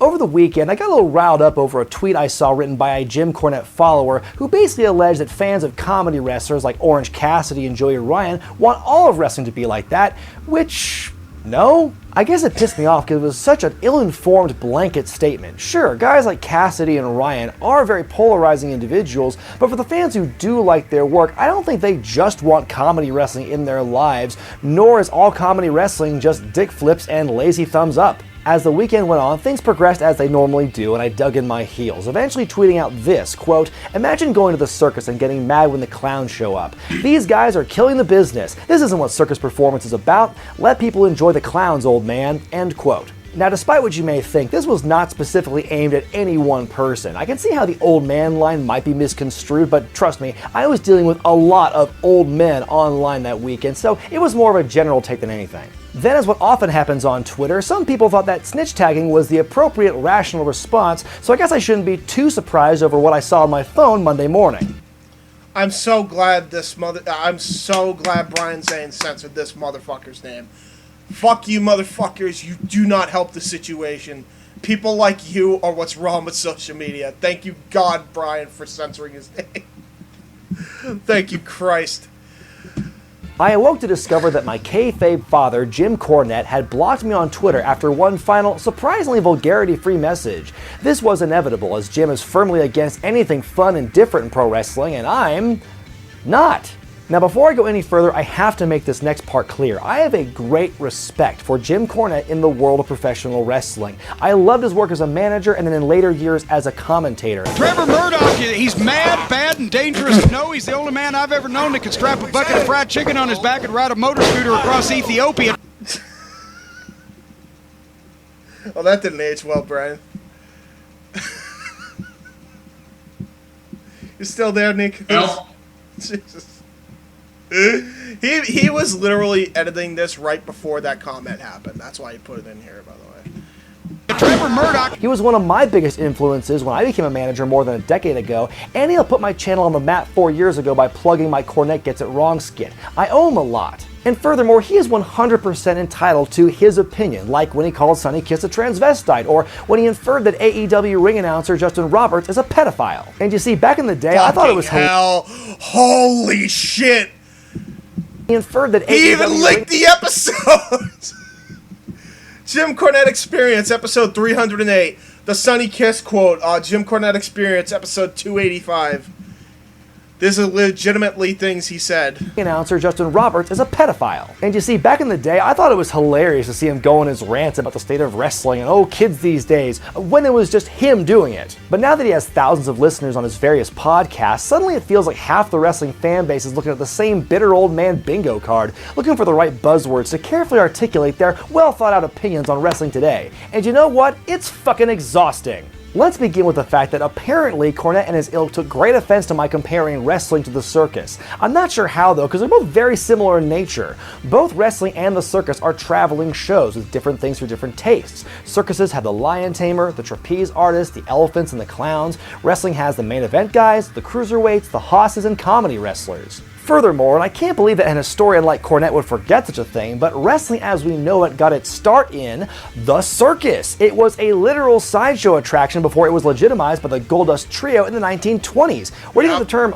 mark or carny came from, not the message board. So yeah, my analogy was very appropriate, thank you very much. It's been said before, but it bears repeating just how wild it is that Cornette is so vehemently anti-comedy wrestling when he's taken part in some of the goofiest stuff ever in pro wrestling history. Not only did he get his start in Memphis, which was jam-packed with some of the silliest gimmicks imaginable, let's not forget his tussle with a Ninja Turtle, his scraps over the years with female talent from Baby Doll to China, the tuxedo match with Paulie Dangerously, and his habit of wearing stuff like whatever the hell this is. In fact, I would argue that Cornette was a great comedy wrestler for his day. How could you take anything he did seriously when he acted and dressed the way that he did? Oh, and the whole gimmick of being a spoiled rich kid whose mom bought his way into the wrestling business? That shit's hilarious. And I know it's not one-to-one because he's a manager, not a wrestler, but I was always brought up to believe that managers have just as much of a role in the story of a match as the wrestlers do. So when you see a little skinny kid carrying around a big poofy tennis racket, how can you not laugh at that guy? I'm not saying that to demean him, it's a great way to get heat. Saying the N-word though, not so much. Brian Matthews, that's when Brian Matthews walks by, I says, what do you want me to do? I said, what am I? I said, get that out of here, that's what I want you to do. Whoa, when he saw it, when he heard boy, now he's double trained. Well, it goes from there. I said, fine, fuck you, yes you are. You see another one around here. At its core, Cornette's basic stance on comedy wrestling is it. And people say he wasn't racist when he created the concept of the gangsters, specifically Mufasa.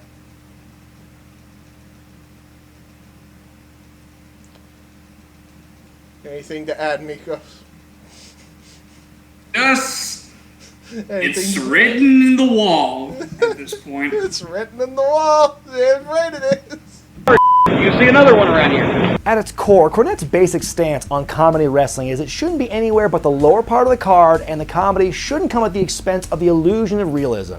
I get that. It's a noble goal. But Jim, Booby, when it comes to the realism, the toothpaste is not going back in that tube. Wrestling is a show. It's an athletic performance, and except for maybe some of the kids watching, no one in that audience truly believes that those guys and girls are actually trying to hurt each other in the ring. There is no more exposing the business. The business done got exposed. It was exposed as far back in the Great Depression by Jack Pfeffer, by Vincent Mann to the New Jersey Athletic Commission in 1989, by Vincent Mann again in December of 1997, by the Exposed documentary on NBC in 99, and by tons of wrestling podcasts, yours in particular. So what kind of vision or illusion are you trying to uphold? And I get that he's one of the many people out there who wants wrestling to go back to the way it used to be, but except for the program he's currently working for, that's not going to happen. I've said it once and I'll say it a million times. Wrestling never moves backward. I'm sorry that wrestling has changed from how it was when you had your run, but it's not going to go back to that time, and you ranting about it all the time is not going to help. But maybe I'm generalizing here. See, Cornette and his cult don't want all comedy wrestling abolished, just the comedy that they don't like and that they think breaches their code of ethics.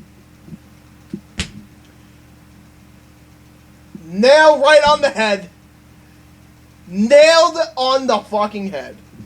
Right there. Right there. Fucking unreal. This guy, that was a fucking great take by Brian here. Cool, got it. See, to them there's some set of guidelines that define the right way and wrong way of doing comedy and wrestling. And if there's one thing that makes comedy great, it's when it follows all the rules. I'm sorry, but aren't we in the middle of a comedy culture war right now? Aren't there a bunch of little wannabe Andrew Dice Clays out there who believe they can say whatever they want in pursuit of a laugh? How come that's okay for some people in stand-up, but when wrestlers try doing something different, it's sacrilegious? I'll let you in on a little secret. If you don't like comedy in your wrestling, that's fine. If you don't like big hoss fights, that's fine. Or if you don't like flippy matches, that's fine. Or Japanese strong style, or indie-rific matches with 100 finisher kickouts, that's fine. Because see, the great thing about professional wrestling is there's something out there for everybody. There's so damn much of it out there to cater different needs and desires. The best wrestling shows are the ones that can cater to those specific interests a whole lot in one go. Kind of like, you guessed it, a circus. And if you want only one kind of wrestling, that's okay too. There's lots of federations out there that are doing just fine catering to one specific type of fan. Not to mention all the different playlists on YouTube that fulfill your specific need. You might call it niche, but that doesn't make it unpopular or unprofitable. There's something out there for everyone. And if it's not your cup of tea, move on. If you like the old manly man style of wrestling like the good old days, just pop on some old Mid-South in the network and have a good wank for all I care. But as long as people are being safe in the ring and it's all in good taste, who are you to bash what these wrestlers do and what the fans enjoy just because you don't like it? But then you might be saying, well, this kind of wrestling or this kind of mentality is keeping wrestling from drawing big houses every night. Well, history has shown us you don't really need 10,000 people gates to be successful. And you know what? I think you should let the promoters and the wrestlers worry about that. So where am I going with this rant? Yep. Well, it is unfortunate that someone that I used to look up to in wrestling has such thin skin that he felt the need to block me on Twitter, of what really boils down to a difference of opinion. If he was offended by the old man comment, then I apologize for that, but I refuse to change my stance on comedy wrestling. It's simply one aspect of an entire galaxy of content, and to criticize that one aspect, or its performers, or its fans, is incredibly hypocritical and short-sighted. Who are you to rain on others' parades? What happened to the guy who said this? But I learned there's something in Vince McMahon's favorite statement. Chocolate, vanilla. Which one is the best? Okay, can I be mad at you for liking chocolate? I don't want to see, I don't want that fucking chocolate near me. But if you like the fucking chocolate, eat the goddamn chocolate. As long as I can have my vanilla. In his place.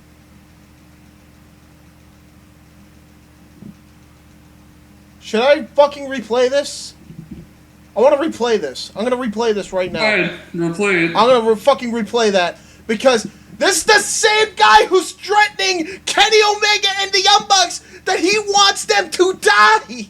This is the same guy. And short-sighted. Who are you to rain on others' parades? What happened to the guy who said this? But I learned there's something in Vince McMahon's favorite statement. Chocolate, vanilla. Which one is the best? Okay, can I be mad at you for liking chocolate? I don't want to see, I don't want that fucking chocolate near me. But if you like the fucking chocolate, eat the goddamn chocolate. As long as I can have my vanilla. What the fuck? What the fuck? Oh no, he's a hypocrite. The biggest hypocrite in the entire IWC. Not even just any hypocrite. The biggest one. I'm fucking taken aback by this, actually. Because I watched this, I'm not going to lie to you, like, I've watched this, like, when it first came out, but that was fucking years ago now. Like, We're already in 2021. This is... Oh, I'm about to have an backwards aneurysm right here. Holy shit. In his place is an industry veteran who's found a gimmick that resonates with a lot of different fans and has chosen to run with it to the detriment of the wrestling business. It is the nucleus of the rabid, obnoxious, us versus them tribal mentality that permeates so much of the wrestling culture today. As much as I appreciate Cornette's earlier work, his angry, hate-filled rhetoric has helped drive a wedge in the wrestling fandom. And to me, that hurts wrestling a whole lot more than a million dick flips ever will. So Jim, from the bottom of my heart, for one last time, thank you. Fuck you. Bye. I'm Brian Zane, and I'll see you next time.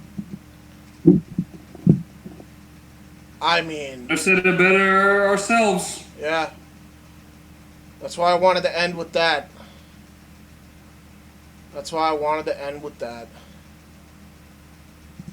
Just... Wow. I mean... Like, I can't believe we made him, or you guys... made Jim Cornette your general manager of WYW from the Gold Rush tournament to Immortal without even knowing what this bastard was doing. I mean, I knew he didn't like Kenny Omega. I knew that this guy said he didn't wish death, right? Like, or that he wished death upon these guys. I knew all this. But I also thought very similarly to what, like, Omega and the Young Bucks and a lot of these guys said, like, oh, this is all a fucking gimmick. I don't think it's a gimmick anymore. It's not a gimmick.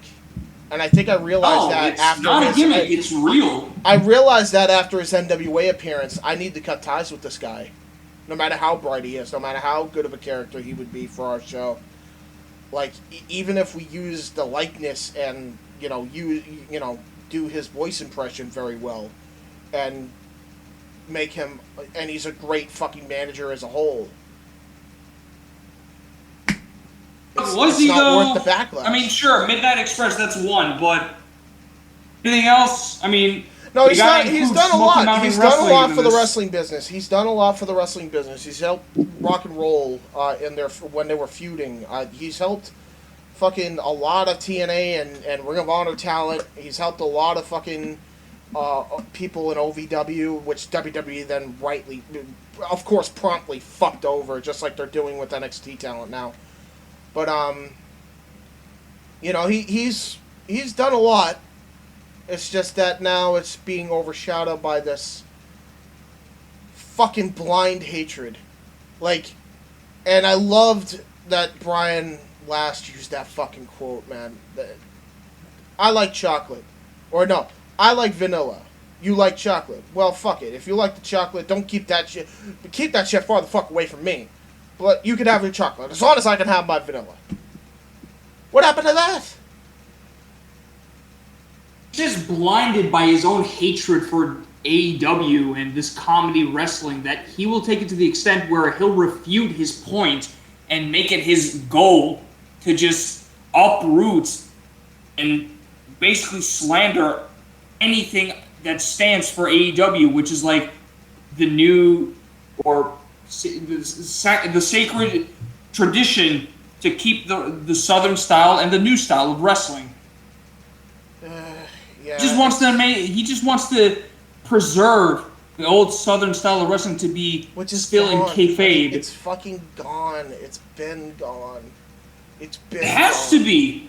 I mean, do you really want fans rioting, like storming the ring, trying to attack the wrestlers? You want an incident like what happened in 1997 when Shawn Michaels almost caused a riot in the arena? Which, by the way, is the real reason why Vince had to fucking go on live TV and fucking announce the Attitude Era. Like, no. Nobody wants that again. It's fucking wrestling. It's not real.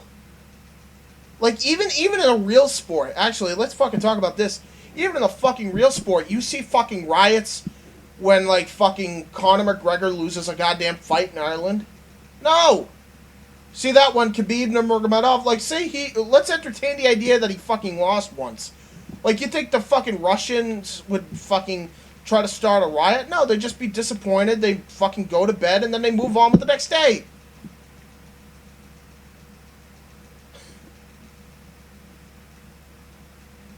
Like, you know what I mean? Like, maybe that's why people viewed wrestling so badly for all these years, even when kayfabe was maintained. You ever think of that?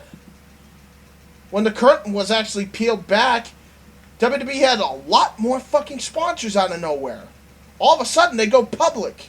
2 years later. They became the most profitable wrestling company in 2000. You know, it's unbelievable to me, man. It's just fucking unreal. He's wild. He's out of control. It's just childish at the end of the day, just reading into Cornette. And need I remind you, in specific moments of Dark Side of the Ring, you see a lot of his childish behavior. Like, it's like he wants to get the last laugh, saying that he is like, he knows more than anyone else needs to know. Yep. Or like how he constantly makes his threat known to Vince Russo towards the end. Like, if you remember, I think it was like the Brawl for All episode where the ending quote of the episode was, "I will say this, I will live long enough to go to Vince Russo's grave and piss on his grave." Yeah. Which, by the way, Like, I actually took inspiration for that for when I said I'd piss off Vince McMahon's grave if given a chance when he passes. And then I thought better of it, I think, like, fucking, what, a year later, and I'm like, why did I do that? It's fucking stupid. You know, like, who gives a shit? Like, I fucking hate the guy as a person still, don't get me wrong, but, like, I'm gonna fucking put myself at risk to piss on someone's grave. You know? Oh, what the fuck? The thing about it is, Cornette's so mentally unstable that he would actually do that to Vince's grave. He would desecrate on Russo's grave. You know? He wouldn't have the mental fucking capacity to fucking go and be like, you know what? This is a bad idea. Like I did, you know? I went and was like, I probably should take that back. Because that's not a good idea. Right. Well, you know. It's more of the fact that this man does not have the common decency to respect other people's opinion and try to remain friends with those people because he constantly thinks that his opinions of wrestling should be... It's almost like that he's the one that invented wrestling. And by the way, he acts like some tough guy, like he could be able to beat fucking people too. Because of his fucking opinion. Which he can't. He physically can't. By the way, if he had a fucking altercation, and I've been waiting all fucking episode to fucking say this shit. He tried to have an altercation with Santino after the initial incident in OVW's camp, where he promptly got fired for, by the way, slapping Santino in the face. And after he got fucking let go, and this is years after the fact, they're in the same wrestling conference, basically. And Cornette was approached by Santino, and Santino was civil. And he's just like, "Hey, Corny, how you doing?" And then Corny said, "Look, I already told you how I felt about you. You go about your business, I'll go about my business. Good day." It's like, no, you fucking slapped me, and I never fucking retaliated, motherfucker. Why don't you try that again? See what happens. And Cornette got all flustered. Remember that, Jim? Remember that one? I sure do. And by the way, if you think that this is some tough guy fucking persona online, I want to make this very fucking clear to you. You think that I wouldn't say this shit to your fucking face? I'd say this shit to your face and then some. You southern fucking prick. I'd say everything, if not worse, to your fucking face. You misogynistic, racist, fucking bigot. Because that's exactly how you act, which is ironic that you have a democratic viewpoint. It's fucking hilarious. I'm glad the North won. Fucking unbelievable. Unbelievable. You're like, fucking, fucking You know, wrestling. Stop I'm not acting racist. like a child and stop acting like you coined the wrestling industry for yourself. And by the way, yeah, exactly. And you have a problem with us, motherfucker? Go ahead. Fucking, if we're ever in the same fucking place and you actually recognize me, I dare you, in fact. Go ahead, Cornett. Play this fucking podcast on your fucking show and try to fucking roast me. Because everything that I said on this goddamn podcast is exactly what people are gonna fucking see if you play all this through. You have my full fucking permission. Go for it. But if you fucking think that if you're this pissed off and it gets under your skin that bad, if you get a little fucking angry, right, and you fucking try to slap me like you did Santino, if we're ever in the same place at the same time, I will drop you so fucking hard that you won't even fucking know who your own mother's name is. I will make sure you have the biggest fucking concussion you will ever have in your fucking life if you even try to take a fucking swing at me. Because unlike you, I ain't some internet fucking tough guy. And I've actually been in my fucking fair share of fights. Unlike you, you privileged fuck.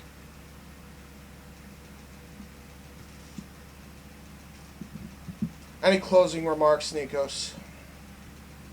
All I'll say is this. If you have an opinion, and if anyone else has an opinion that refutes yours or disagrees with you, please respect that other's opinion, and that person will respect yours. You can still be friends with them at the end of the day, but you don't need to go out of your way to wish death upon them because they have a different opinion. That's one closing remark. My second one. Don't always discourage people based on one thing that you've seen and think, oh, that's what they are in real life. That's what they are for life. Like, I'm talking about how Cornette found out about Kenny Omega when he wrestled the 9-year-old. Yeah, PWG. That one video, that's how Jim Cornette has marked Kenny Omega. Yep. He calls him Twinkle Toes Olivier, all because of that one video. It's one video. It's not going to ruin their whole reputation. And also, I bet you people didn't even know about that. Because it was meant for like a comedy They know about thing. it fucking, they know about it now because you won't stop shutting up about it. But otherwise, nobody would have fucking batted an eye. Who gives a shit even if he did do it? That's what a reasonable fucking adult would just fucking say. Mainly, a wrestler can have one bad match. Yep. That shouldn't tarnish their entire legacy. You can have a couple bad matches that still will mean that you'll have the opportunity to improve upon yourself. And you can improve upon yourself. Cornette, when he sees you make one mistake, he will slander and trash you and threaten you until the end of time. Yep. And that's not what being a normal human being is about. Not at all. Take a page from our book and see that we can disagree with you, you can disagree with us, and that's okay. We're not going to hate you for it. Yep. But if you're someone like Jim Cornette that will constantly slander you because we disagree with you, you have problems and you need some help. Damn right. Amen, brother. In return, we won't threaten you like how you would threaten us. We will just look at you and say, sir or ma'am, have a nice day. And by the we will not travel down this road of fucking a threatening flame war just so you can get a point across. Yeah, exactly. You want to threaten us with death? Well, guess what? You lost your point, you lost your point, you lost the focus. In fact, you lost in general. You're keeping on to fuel the fire that has no spark. And that people just choose to ignore you at the end of it.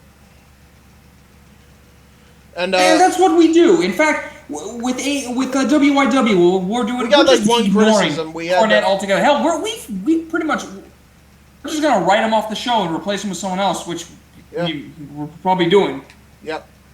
And not to mention, we also had a comment too where we actually got criticism, and most of it was hate fueled, and that our thing was a terrible idea and whatnot. And we kind of filtered out that, and we actually took a bit of criticism that was actually genuine and that we could improve upon, and we know we can improve upon. So I took that. And that's the thing about criticism. We can improve upon it if it makes sense. Yep. And we have.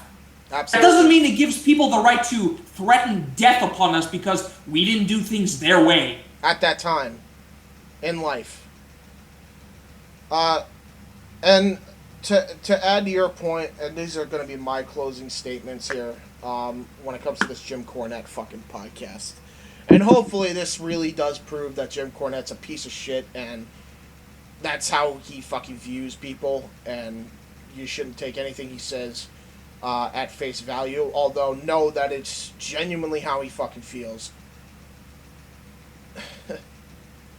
If people think I'm gonna be fucking afraid that Jim Cornette's gonna come after us, I'm gonna tell you something right now. I had a fucking Canadian fuckwad who took a video of mine when I was mentally not okay and was going through a lot at that time back in, I want to say 2017, 2018. And he took everything I said out of context, and fuck him for that, by the way, and I don't want anything to do with him, and that's a guy who's a fucking backstabbing prick, because I actually invited him on the show. That said, I give him fucking credit. He's way more fucking scathing and way more conniving than Jim Cornette ever could hope to be. So I ain't fucking scared of Cornette. Not in the fucking slightest. In fact, if Cornette actually fucking reviews this goddamn podcast by some miracle, hey, more views for us. Come on in. Come on in. Open your eyes, and if you don't, tough shit. We don't want you anyway. Seriously, we got cookies and milk if you actually see our, I don't know, this thing called reason and logic. We'll give it to you. We'll be waiting. Not going anywhere. Yeah, exactly. So with that said, Nikos, where can they find you before I end this podcast? You can find me on Twitter at LionheartNikos, or if you like, you can also follow me on Facebook. I regularly post there pretty much every day, and don't look for my YouTube channel because that is dry as hell. If you wanted to see more of me, keep a lookout for some open mic nights, because me and Michael X has something in the works that is something to talk about for this platform. And you can also find me more on Indie Force with the boys. Yeah, and James. And Weymouth Youth Wrestling as well. Yeah. There you go. I will stop now on my screen recording. I'll just close out my end here. You guys can follow me on Twitter at JHebert Side 95. You guys can, check out my Instagram at JHebert95. We're going to be posting a lot there. Definitely Twitter is the place you want to mainly follow, because that's where you will get notified when we go live with any podcast, with any button mashers, let's plays, with any live streams, whatever, what have you, basically. We will have it there, so definitely give it a shout and watch it. Give it a shout. And, yeah, JHebert Side's back. All the FTW Productions is back. So much content, I can't even fucking run it down. So just here, check this out. New FTW Productions 2021. We'll just, all the premiere shit, we'll put it in one playlist. There! Get prepared, get ready. Yahoo! And until next time, we'll see you on the JHebert Side. Peace out, everyone.